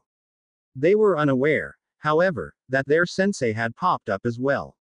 I don't think even you would win an argument with Naruto-kun when there is ramen involved, Tsunade-sama, Yuhi Kurenai smirked. Well, she was Sarutobi Kurenai now, but she just couldn't get used to being married now. Perhaps it was because she and Asuma hadn't thrown a party to celebrate it yet. Kurenai-sensei. Kiba blinked, confused why she was here, and glaring at him. I was wondering why my genin weren't showing up this morning, Kurenai smiled sweetly. There had been an appointment for them to train, nearly an hour ago. We forgot. Kiba tried. When Godime-sama said that Naruto would be waking up, we kinda lost track of things. I see. I think I will have to double my efforts, as I do not wish to produce 3 future Kakashi act-alikes. Somewhere in the distance a certain masked shinobi suddenly felt very uncomfortable for reasons he could not comprehend. Tsunade-sama, do you mind if we take over for now? I think these 3 would like to take over the doting on Naruto-kun. I wasn't doting, I was examining if. You were smothering me, Ba-chan, Naruto smirked. Love you too, he answered her glare with a wide smile. Foolish brat, she ruffled through his wildly spiking hair. Why did he have to look and act so much like Nawaki? Fine, have your ramen. But today only. And you're not getting out of bed until I say you can, she tried to save face in a futile attempt to act stern. But even Naruto could see how the woman had been unable to keep resisting. Is this how having a mother would feel like? An aunt? Or a meddlesome sister? A much, much older sister? Naruto smiled as he wondered what his life could have been like if he had someone like Tsunade earlier in his life. If he had not grown up in a hateful environment like the orphanages, or the cold and distant people of the Hyuga clan. Even Haruki had needed time to get through the emotional barriers by which Naruto had isolated himself. Even Haruki, of whom Naruto thought of as a father, far more than the man who had ruined his life by cramming the fox in him. Naruto understood Minato's reasons, but still, he didn't like it very much to be the victim of that line of reasoning. Karen, and you too, Hinata. Oh, and considering how this is about their training, you should be in on it too. So if you 3 could follow me for a minute, then we can discuss how we're going to deal with this, okay? Tsunade had continued while Naruto had been lost in thought. Apparently, she and Shizune had taken Karen as an apprentice, something which she needed to coordinate with Kurenai, who still remained Karen's sensei. And Tsunade thought that Hinata, with her Byakugan and her superb chakra control, could make an excellent medic as well. Their departure left Naruto alone in his hospital room with Kiba and Akamaru. The latter took the opportunity to jump out of Kiba's jacket and snuffle around. Naruto was surrounded by a variety of scents which the pup was unfamiliar with. All the machinery was surrounded by the smells of various medications and disinfectant sprays, and so on. The cacophony of smells interested the pup. But more importantly, Naruto could now focus on his ramen. It was something which Kiba witnessed with growing surprise, and a bit of disgust, as well. It was like Naruto inhaled the first 2 servings, rather than actually eating them. It never ceases to amaze me how crazy you can get with that stuff, the Inuzuka muttered, seeing Naruto's satisfied smile. Here's a napkin. You've made a mess of yourself. Smiling sheepishly, Naruto thanked Kiba and cleaned himself. Well, Akamaru helped by liking Naruto hands clean. Thanks for the ramen, you guys are really a godsend, Naruto smiled. Ba-chan really pulled out all the stops, I swear she just wants to cut me open to see if I'm still messed up within. Well, with all the blood, you really were in a bad shape, dude, Kiba shook his head. But at least tell me you kicked that traitor's ass. Which one? Naruto smiled wryly. Orochimaru finished me off before I really understood what was going on. And Sasuke, well, I think he'll need quite a bit more time to recover than I did, considering how torn up that arm of his was. Good. What a vindictive attitude, Naruto chuckled. But seriously, how would you act if your entire family was wiped out? You're not trying to convince me that what Sasuke did was. What he did was wrong. I can somewhat understand what drove him, but what he did was his own choice. He's a criminal, a traitor, and should be hunted down and dragged back to the village. At least, that's what the council will ask for. They'd not want to lose their precious Sharingan, Naruto spat. Personally, I would rather have seen the bastard die. Because of him, Shino was killed. Because of him, Choji ended up. Calm down, Kiba urged. Your chakra is flaring up. They'll kill me for riling you up like this. If Karen or Tsunade-sama don't strangle me, it'll be Hinata. I never thought she could be so damn scary. Sorry. It's just damn frustrating. Kiba completed his sentence with a growl. I know. But Karen just spent half an hour on scolding me for being too angry. I bet that Tsunade-sama will be even more annoying than her. That's my Nei-chan you're talking about, Naruto said icily. If you do anything to hurt her, I'll kill you.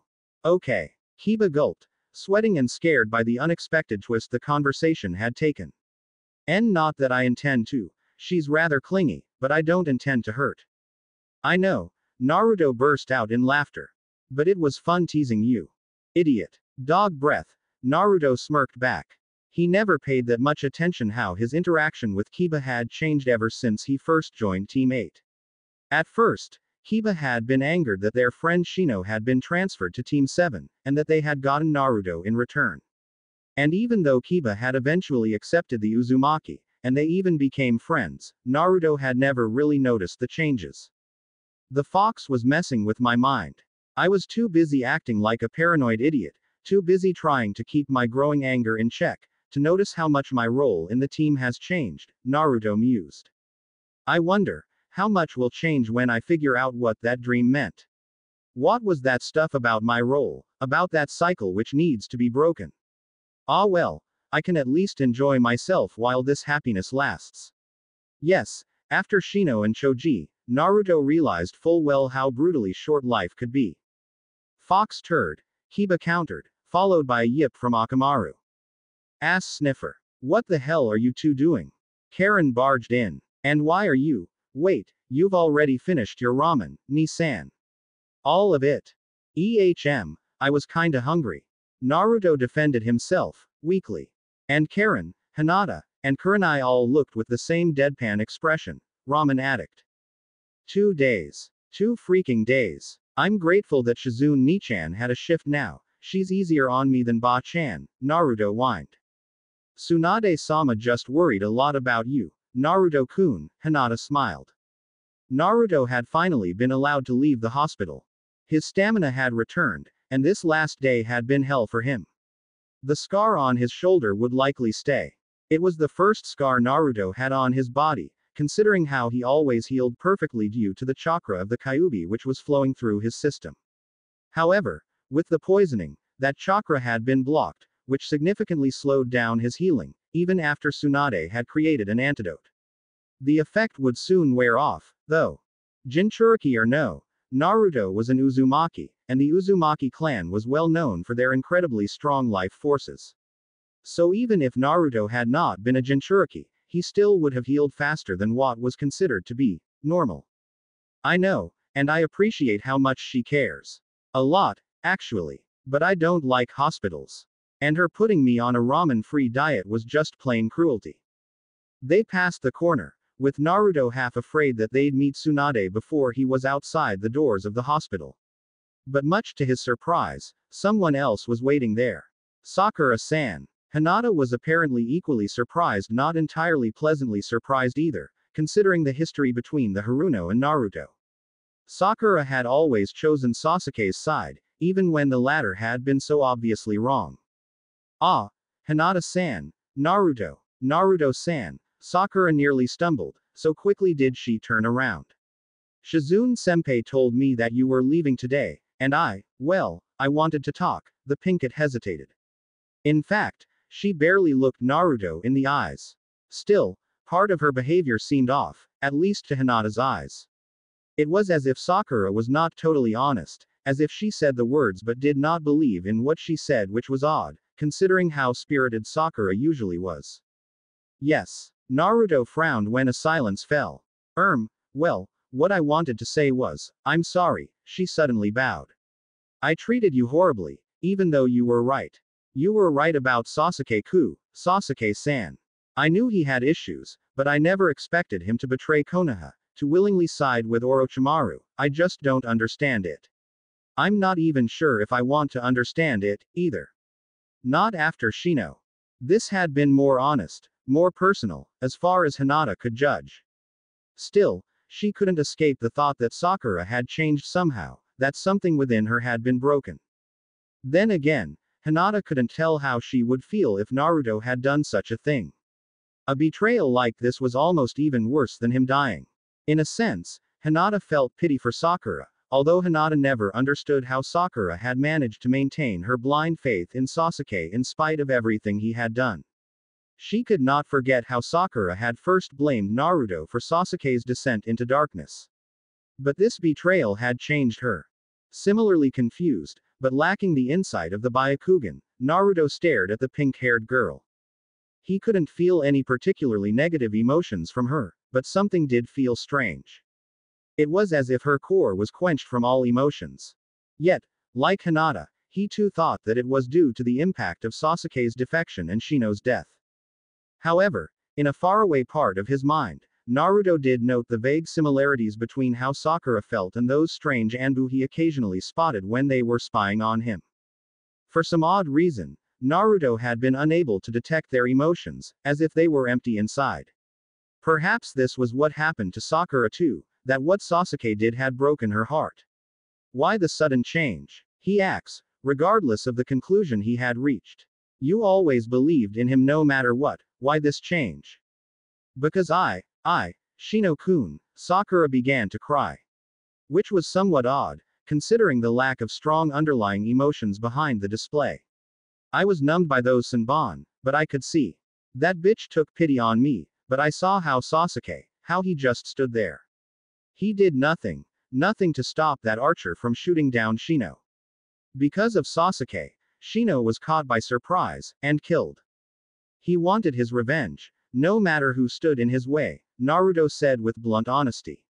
All that matters to Sasuke now is how to get to Itachi and avenge his clan. Though, he still felt rather conflicted. Naruto didn't feel like he was in a position to condemn Sasuke for his desire to avenge his precious people. I did too many bad things myself. And I now know it wasn't just the Kyuubi who caused my darkest emotions. Part of me is evil too. I was blind to who I was and perhaps still am. I know. Sakura surprised the others by simply accepting that fact. Perhaps things would have been different if Shino had survived, but it seemed like his death had broken Sakura's near-worshipful feelings regarding Sasuke. Then again, neither Naruto nor Hinata could know about Sakura's meeting with Danzo. No one knew. Perhaps without Danzo, Sakura still would have sought for some reason why Sasuke did it, look for excuses, find some way to redeem him, to get him back to Konoha, to return things to how they used to be. He had been the only one for her, the only one whom Sakura truly loved. How could she give up on him? Inner Sakura did not know. But inner Sakura, the manifestation of Sakura's emotions, had been trapped ever since Danzo cast his Koto Amatsukami on Sakura. The powerful yet subtle genjutsu had subjugated Sakura's mind to Danzo's will. She had become a loyal pawn in his game to gain control over the village. And inner Sakura was reduced to nothing but a spectator. And now Baka Sakura is wriggling her way into Naruto's heart again. Not that she's ever going to win him over, he's far too focused on Hinata for her to achieve that. But it would be dangerous if he decides to forgive her. I told her. Be honest with Naruto. Naruto is the good guy. But did she listen? No. Sasuke this, Sasuke that, and now she got us into this mess, the locked away inner persona thought bitterly. Even shouting her frustrations at her main personality was pointless. As a manifestation of her true emotions, inner Sakura had been isolated by Danzo, even if the man hadn't known about the split nature of her mind. But the fact remained that the voice of inner Sakura remained unheard. And now I'm powerless. Utterly beaten. The idiot me even accepted Danzo's crazy ideology. And like the loyal puppet she now is, she goes after Naruto when he orders her to do so. I suppose it was to be expected that Tsunade fell for the deceit, as she doesn't know the old me at all. And the position we're in, with losing both our teammates, was enough to get her sympathy. Perhaps I was foolish to think that Naruto would see through the facade. Ironically, if not for inner Sakura, Naruto would have sensed that something was fundamentally wrong with Sakura. But due to the hidden persona, he still felt some of her emotions swirling in all directions, even though it was distorted, instead of her being as blank as many of the root Anbu were to him. The pair had continued the path in silence, both consumed by the thoughts following the meeting with Sakura. It's odd, Naruto finally spoke up, as they walked over the dilapidated path through the range of trees which surrounded the Uzumaki compound. For Sakura to give up her faith in Sasuke, I mean. Why yes. Hinata hesitated. She did seem different. I cannot explain it, but she seemed, well, something was off. Perhaps she is traumatized by what happened, and that she reacts differently because of that. I will have to ask Okawa-sama, Hinata admitted. Though, she would ask Suzaku as well, but Hinata could not talk about the summon contract to others. She had made her vow. Maybe. But I couldn't feel anything particularly negative about her, Naruto shrugged. Still, she did feel odd. Perhaps Hinata was right, and it was caused by some sort of trauma. Sakura was never really that strong, mentally, so perhaps it is indeed the most logical explanation. She has lost so much now. Are you really healed, Naruto-kun? Yeah, pretty much, Naruto smiled. My shoulder and arm are a bit sore, but otherwise I'm doing well enough. I had to promise Shizune Nichan that I wouldn't train, though. You seem rather thoughtful, Hinata muttered. Did something happen? I mean, I know a lot happened, but, the stumbled over her words, not wanting to make it sound too obvious that she wanted to talk about that hug. But, it is not that, is it? The battle, I mean. I got a strange lesson about my purpose, Naruto sighed. He knew he couldn't talk about the Gekihoko, or how it had showed him the island. Naruto couldn't talk about the doors he had seen. He had sworn secrecy. No, if anything, he could ask Tsunade and Jiraiya about information about Uzushiogakure. They wouldn't connect that curiosity to the divine seal which rests on his right hand, but it wasn't anything he could ask Hinata about. She wouldn't know. Their generation was barely taught about Uzushio at all. Naruto wondered why. Because he did figure out that Konoha and Uzushio had been allied. Why were they practically erased from the history books which the academy provided? I need to become stronger, he eventually settled. Much stronger. By the way, do you know how Yuya is doing? Anko-san keeps her powerless, Hinata said, perfectly hiding her slight feelings of disappointment. She had been so close to the subject, yet he had remained oblivious. Although she never blamed him, she blamed herself for lacking the courage to talk about it. It is a bit unnerving, how eager Anko is to use poisons. Yuya-san doesn't seem to be very happy about that. Not very happy, Hinata said. What an understatement, Naruto grumbled inwardly. Rado and the oddly merry Anko had warned that nearly pinkish, red-haired girl was not really that happy about her captivity. Then again, he needed to talk to her. Jiraiya had agreed earlier that if there was a chance to gain the girl's allegiance, it would be worth the shot. Who knew what information one of Orochimaru's personal guard detail could provide? But Naruto found that the influence of the cursed seal was strong. It was far stronger than what Anko had to endure, and even the snake mistress admitted that she had a hard time controlling herself at times. And unlike Anko, Hyuga had tapped into its foul power for who knows how long. Naruto considered that Hyuga's seal was newer, so likely more effective as well. Then again, it is probably also because Anko always resented the power of the seal, and that Orochimaru discarded her as a failed experiment, Naruto thought, half-heartedly dodging the book that Hyuga threw at him. Perhaps it was a mistake to come in here, all on my own. Sure, I'm stronger, while she is unable to generate chakra, even though I have less than half of my usual reserves, but to start off like this, I'd rather gain her trust, rather than have to beat her down. Hyuga disagreed, though. When she lunged at him, aiming to break his nose with her fist, Naruto was forced to act. Catching her by the wrist, Naruto stopped the loudly cursing girl, and pushed her back. I suppose talking to you is pointless now, Naruto sighed. I suppose I could use a similar method to isolate the cursed seal's chakra as I did with Gaara. It seems unlikely that this seal would hoard chakra independently, like the Aikibi would have done. Still, I'd better make a similar insulating seal, but with a keyhole this time, before I screw up again, Naruto mused, ignoring the girl who was shouting some kind of profanity at him. The alert part of his mind registered something about him being the result of an elephant making love to a pig. Though, he had no idea what twisted mind would think of such cross-species breeding. Nor why a singing chef would be required to encourage the two animals to do the deed. Shut the hell up already. Just take off your shirt, I'll be right back, he grumbled absent-mindedly. He ignored her, and left the room, closing the door behind him. He would have to get some ink first, and his finest brush. Drawing that seal would take some time. With Gaara, he had prepared most of it in advance, as he knew the basics of his seal due to Temari. Now that I think about it, I've barely seen Gaara. He and Temari are staying with Baki right now, weren't they? Wrapping up the entire new peace treaty between Konoha and Suna was time-consuming work, especially because the council wanted more and more from Suna. Jiraiya had been rather frustrated by the short-sighted greed of the elders and the clan heads. It was as if they couldn't, or just did not want to, realize that Sunagaku attacked them due to their own financial troubles. The financial troubles were, in part, caused by Konoha taking many of Suna's missions.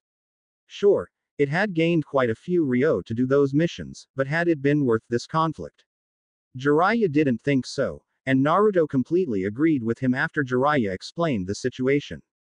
Then again, neither of them were clan head. And it seemed as if every head wanted more money, more power, more influence, more. There were petty rivalries between clans, childish reasoning because they were the strongest of Konoha, etc., etc. Idiots. They are never satisfied, always remaining jealous of others. Can't they just realize that we're all one big village, instead of a collection of clans? The door slammed shut, but Hyuga's mouth fell wide open. Take off my shirt, she muttered, disgusted by what the blonde had just said. That filthy little, take off my shirt. She stomped back to her bed. Truthfully, she had known that something was off. She had practically been smuggled into the village, according to what that meddlesome cat had said. After arriving, she had been locked into this room. It was spacious, well lit through some kind of strange ceiling array on the ceiling, and comfortably furnished. It was the best prison Hyuga had ever seen or heard of. So, naturally, she had expected there to be a catch. She was being kept like a rare bird in a golden cage, and now her captor had showed his true colors. But what choice did she have? She had been utterly beaten, and on top of everything he had even refused to kill her. If Orochimaru, when Orochimaru found out, she would be doomed.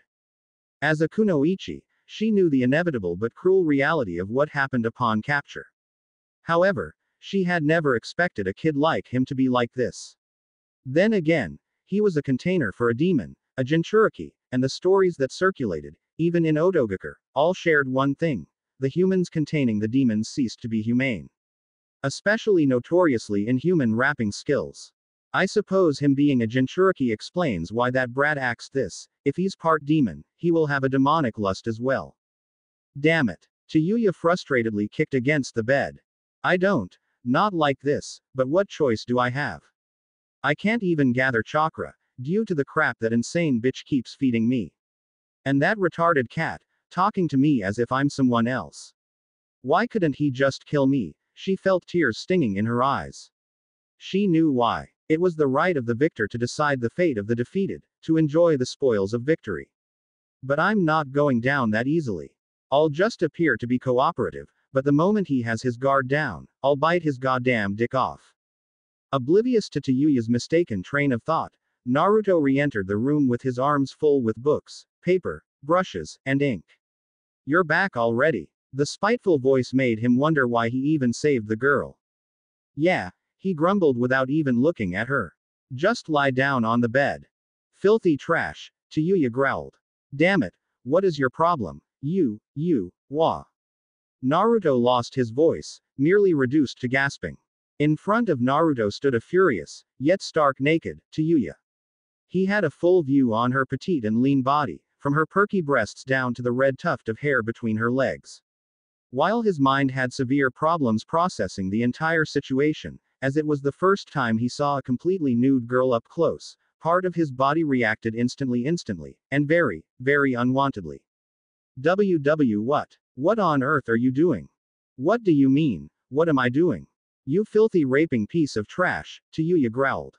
Rape. All the books, scrolls, brushes, and ink fell from his arms. What the hell do you think I am going to do to you? Idiot. I'm going to seal that freaking mark that Orochimaru left on you.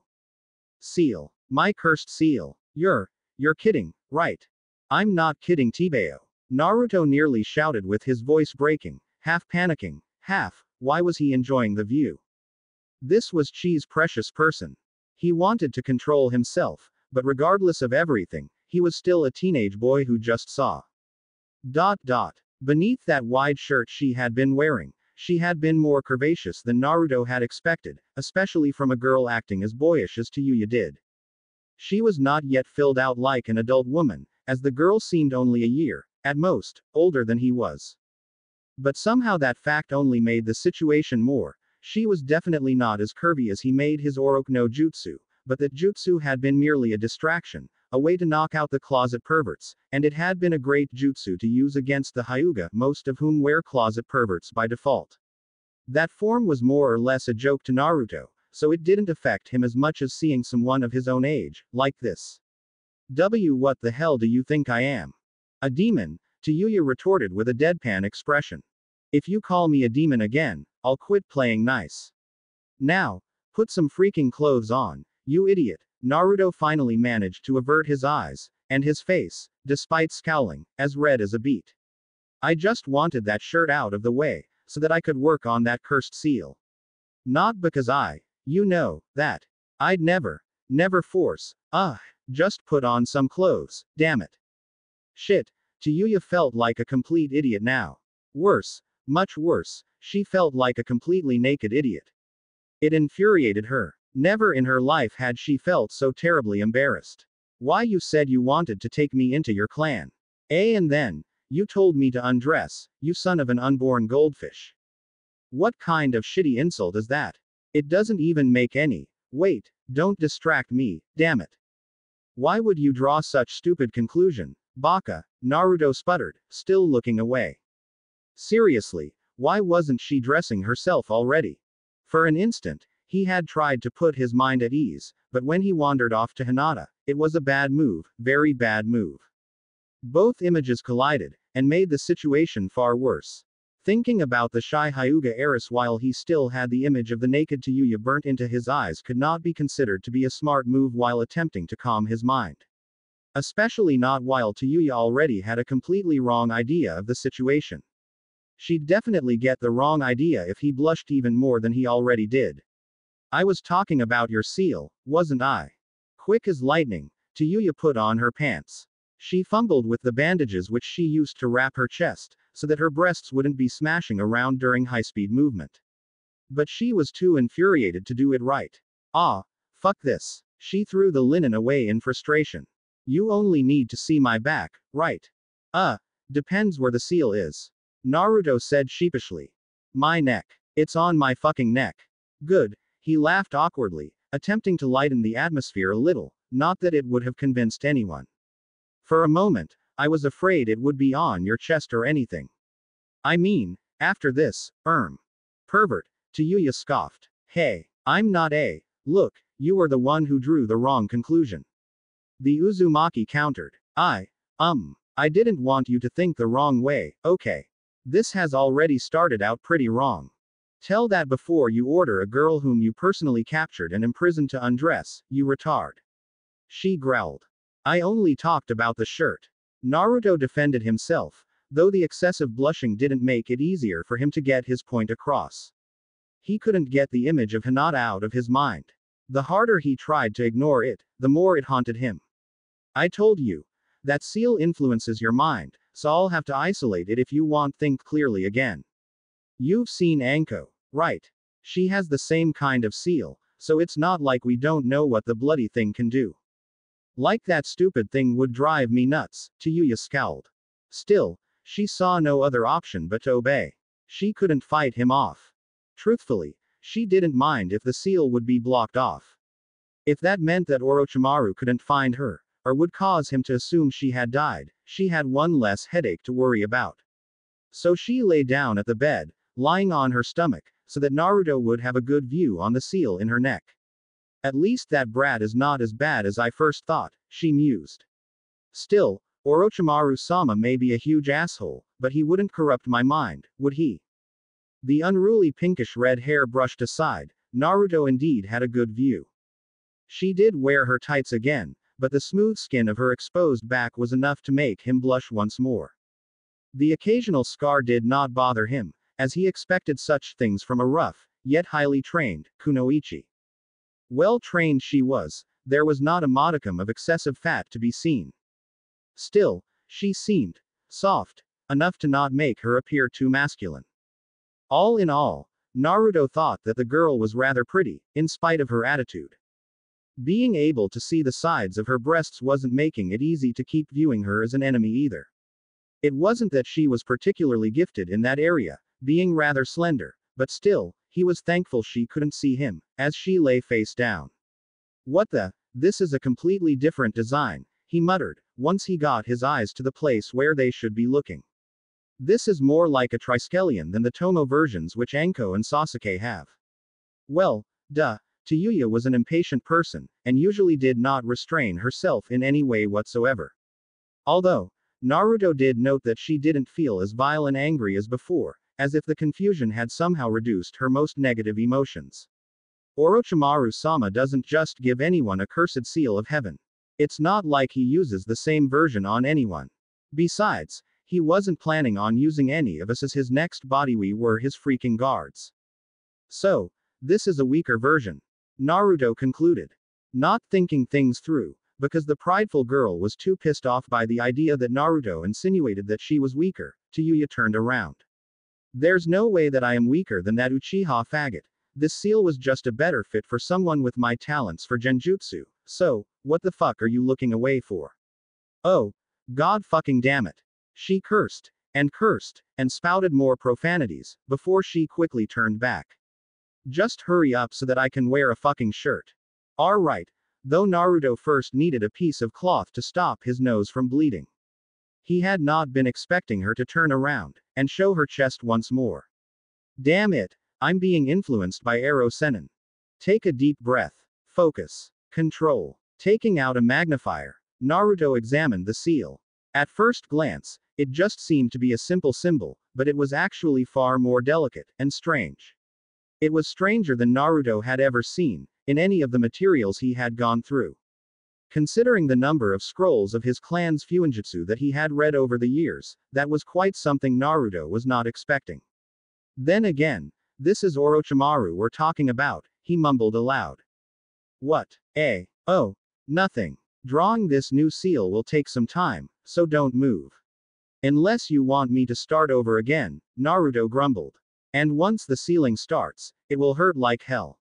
But try to remain still for as long as you can. I could knock you out, but this works better when you're still conscious. Like a bit of pain would meant shit to me, Hyuga scoffed arrogantly. And I repeat my earlier question. Why the fuck would someone like you do such a thing for me? You're precious to Chi, and therefore I will at least try to drag you out of the darkness that Orochimaru threw you in. In a tone of voice which held a surprising amount of determination, Naruto cut off her arguments. But why? Why for me? Why for that cat? She knows what it is to be outcast, therefore I was able to free her from her solitude. But how much better would it be to return her precious person to her? Naruto explained. You are corrupted by that seal, but you're not completely evil like the others. You are arrogant and prideful, yet you do not enjoy killing others. What do you know about? You left Sakura alive, the pink-haired girl, he clarified when he saw her look of confusion. You spared her when you could have easily killed her. Besides, it's rather pointless to lie about such things to me, Naruto added with a bitter tone. Seeing her shrug, not understanding the remark, Naruto decided to tell her. I'm the Jinchuriki of the Kyuubi no Kitsune, right? She nodded in response. Because of that bastard, I can sense negative emotions. Sounds like a rather broken ability. Must be rather useful. Nay, not really, he mumbled, while drawing the first lines which would form the basis for the eventual seal. Feeling how screwed up humans really are behind their little two-faced masks, is actually rather disturbing. I mean, whether it is that piece of crap of a snake, or a random civilian down here, both carry their own darkness. Hate, greed, envy, everyone has some of it. Trying to make sense out of it is rather annoying. And you're saying you didn't kill me because I didn't feel dark enough. The skepticism was something that somewhat amused Naruto. Do you even know what kind of shit I did? Oh, there is reason enough for me to kill you, he said calmly. Especially because Hinata was hurt because of you. But I spared you because Chi axed me. And because Hinata had taught me that even wrong people can change, if they have a chance to do so. But you wouldn't understand. Not yet. Anyway, Chi never really axed me for anything. For her to beg me to spare you, well, like I said, Chi and I share a bond. Aside from my unfortunate ability to sense another's dark emotions, which caused me to isolate myself, I was already shunned for what I am. Like you said, people see me as a demon. Though I have never been accused of being a rapist before, he added with a bitter chuckle. Why, that talking cat says she knows me. Suzume. She called me, Hyuga grunted. It doesn't make any sense. I bet this is all one big fucking lie. Once I'm out of this, I'm going to kick the crap out of all of you. Yeah, I know you're eager to break out. But without chakra, it would be pointless. Even with chakra you wouldn't stand much of a chance, as I'm your worst possible opponent. Must suck to be a genjutsu specialist, Naruto smirked, though the girl could not see. Now, stop moving. If I screw up this seal, you could end up dead, or worse. What's worse? Well, I suppose you'd be a pretty pet to keep in my bedroom in the event that your mind gets destroyed when the seal fails, the Uzumaki laughed devilishly. Relax. It was just a joke. Don't kill me because of a joke. You were the one who started this mess. Where did you hide that kunai? You're only wearing pants. Hey, cut it out. No, not literally. Cut. Damn it. Arg. Bonus. The marked man, 4. This is the place. Anko couldn't recall feeling this nervous in a long time. But this was the right address. The tiny sign also indicated that this really was the famous Takazawa restaurant. It was one of the few restaurants which could compete with the establishments at the capital, or so she had heard. Anko, being who she was, had never even considered entering the place. Someone like her wouldn't belong there. This was for the upper class, the clan heads, and wealthy merchants and such. It was not for the student of one of the worst traders that Konoha had ever produced. It was definitely not a place where she expected herself to be fitting in. Even though Kurenai and a certain meddlesome cat had put the Hyuga up to it, Akko had outdone herself in dressing Anko as elegantly as was possible. According to Akko, the snake mistress would even fit in a crowd of main house Hyuga. I'm still not sure whether that was a compliment or an insult. Why can't I read her expressions? The woman sighed, and stepped forward. She feared that this evening would end up as a disaster, and she didn't want it to. Let's just get it over with. If I screw up, then so be it. He has shown more understanding than I anticipated anyway, so who knows? Sitting alone at a table in the middle of the restaurant, seeing everyone else being cheerfully chatting with someone else, while you are the one waiting for your date, Genma was right when he said that this is the loneliest you can feel, Rado sighed. He didn't really know what to expect. He didn't even know whether he was ready for this. He had loved, truly loved, only once. But that girl had died a long time ago. Still, it made him doubt whether he could ever feel such a thing again. He didn't think it would be fair to compare a new love to the old one either, as it would be impossible for anyone to compete with a memory like that. Then what am I doing here? What am I even expecting? Sure, Anko was a woman who was far too good looking for a scarred and boring man like him. She might have her own little issues, but still, she was leagues above him, that was something of which he was convinced. He didn't deserve her. They didn't make a good match in terms of behavior either. Her volatile and excitable personality completely contrasted with his own restraint. And yet, I'm just going to end up boring her. He feared that this evening would end up as a disaster, and he didn't want it to. Let's just get it over with. If I screw up, then so be it. She has shown more understanding than I anticipated anyway, so who knows? To the astonishment of both, however, the dinner was going extremely well. Talking went a little awkwardly, especially after Rado made a somewhat clumsy compliment on Anko's looks, and she didn't know how to respond without sounding too unrefined. But after a little while, they found a subject that interested the both of them. It was not the most usual subject to discuss while eating, but both of them were very knowledgeable when it came to poisons. Anko preferred those which paralyzed and caused pain, using them for torture and interrogation, while Rado preferred those which killed without leaving a single trace. They were so engrossed in the conversation that they barely even noticed when their own waiter stood next to their table. Can I offer you any of our desserts, madam, monsieur? I can't go ordering dango here, can I? Anko mused. Do you have wiro? If dango was too ordinary, then perhaps the traditional steam cakes would be classier. Which flavors would you prefer? We have green tea, sakura, strawberry. Why don't you select a few of each flavor? Rado suggested. Although, considering the leverage that he had on the owner, Rado's suggestions were practically commands. The owner was far too anxious to risk endangering his supply to Konoha's finest sake label. He did not how Rado was connected to the marked man, though. I'd prefer it if you left out the chestnut, I'm not too fond of the taste. As you wish, the owner bowed and left. Did I make a mistake? Rado frowned, noticing that Anko sighed. Oh, no, nothing is wrong. It's perfect. Too perfect, I'd even say. She laughed awkwardly, not really sure how to hold herself. And on top of that, the damned blue dress was far too constricting. She'd rather have picked the revealing one, but Akko and Kurenai had insisted that this one looked better on her. But having her chest completely wrapped up was, after all this time, the trench coat had given her a feeling of freedom. Then again, I can't get into this sort of high-class restaurant while dressed like that, she frowned. No, I was just pondering. May I ask what about? It is just a stupid thought, but when I see that guy scurrying around in his own business, I wonder what it would feel like to own a place like this, my own shop. You wish to retire? Rado was surprised, thinking that the woman loved her job at the T&I department far too much to ever switch to something else. No, not while I'm still mobile, at least, she laughed. But to own a shop of my own, when I was a little girl, I dreamt of having that. It is kinda silly, I guess. Why would it be silly? Well, it would never work out anyway. If you don't intend to quit your job as a shinobi, then you would not intend to run the business yourself either. A bit like how I run the brewery together with my cousin.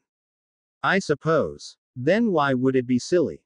I have the funds, but my reputation, I don't know anyone, setting up a thing like that, I just don't know. Not everything would need to be out in the open. You'd be surprised how incredibly stupid buyers can be.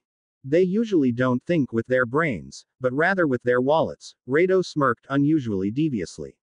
Then again, when it came to money, he could be a wholly different person. Perhaps I could help you out a little. I build up quite a few contacts throughout the village, even though barely anyone knows that I'm the one behind the marked man. Do you think he knows it? Rado pointed at the owner. No, he just got a message that I'm a good friend of the person behind the sake, and that he's supposed to treat me as best as he can. I even got a pretty hefty discount. The scars on Rado's face twisted a little when he began to chuckle. Although, I don't know what kind of business it is that you would like to start. You'd really. I was thinking of, she mumbled something so soft that it was inaudible, even to Rado's honed senses. Sorry. Lingerie. I was expecting a liquor shop, but this makes sense too, the Namiyashi smirked. With the trench coat and all, I mean. I knew that you were ogling me.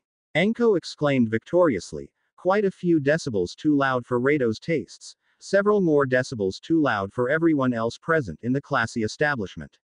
Enko was, however, oblivious to the fact that the remaining customers were all looking at her. So you're a closet pervert after all. Sweet. That's it for this part. If you enjoyed it, then like, share and subscribe for the next video as it's going to be more interesting, and also check out my other playlists. Hope you would like them too.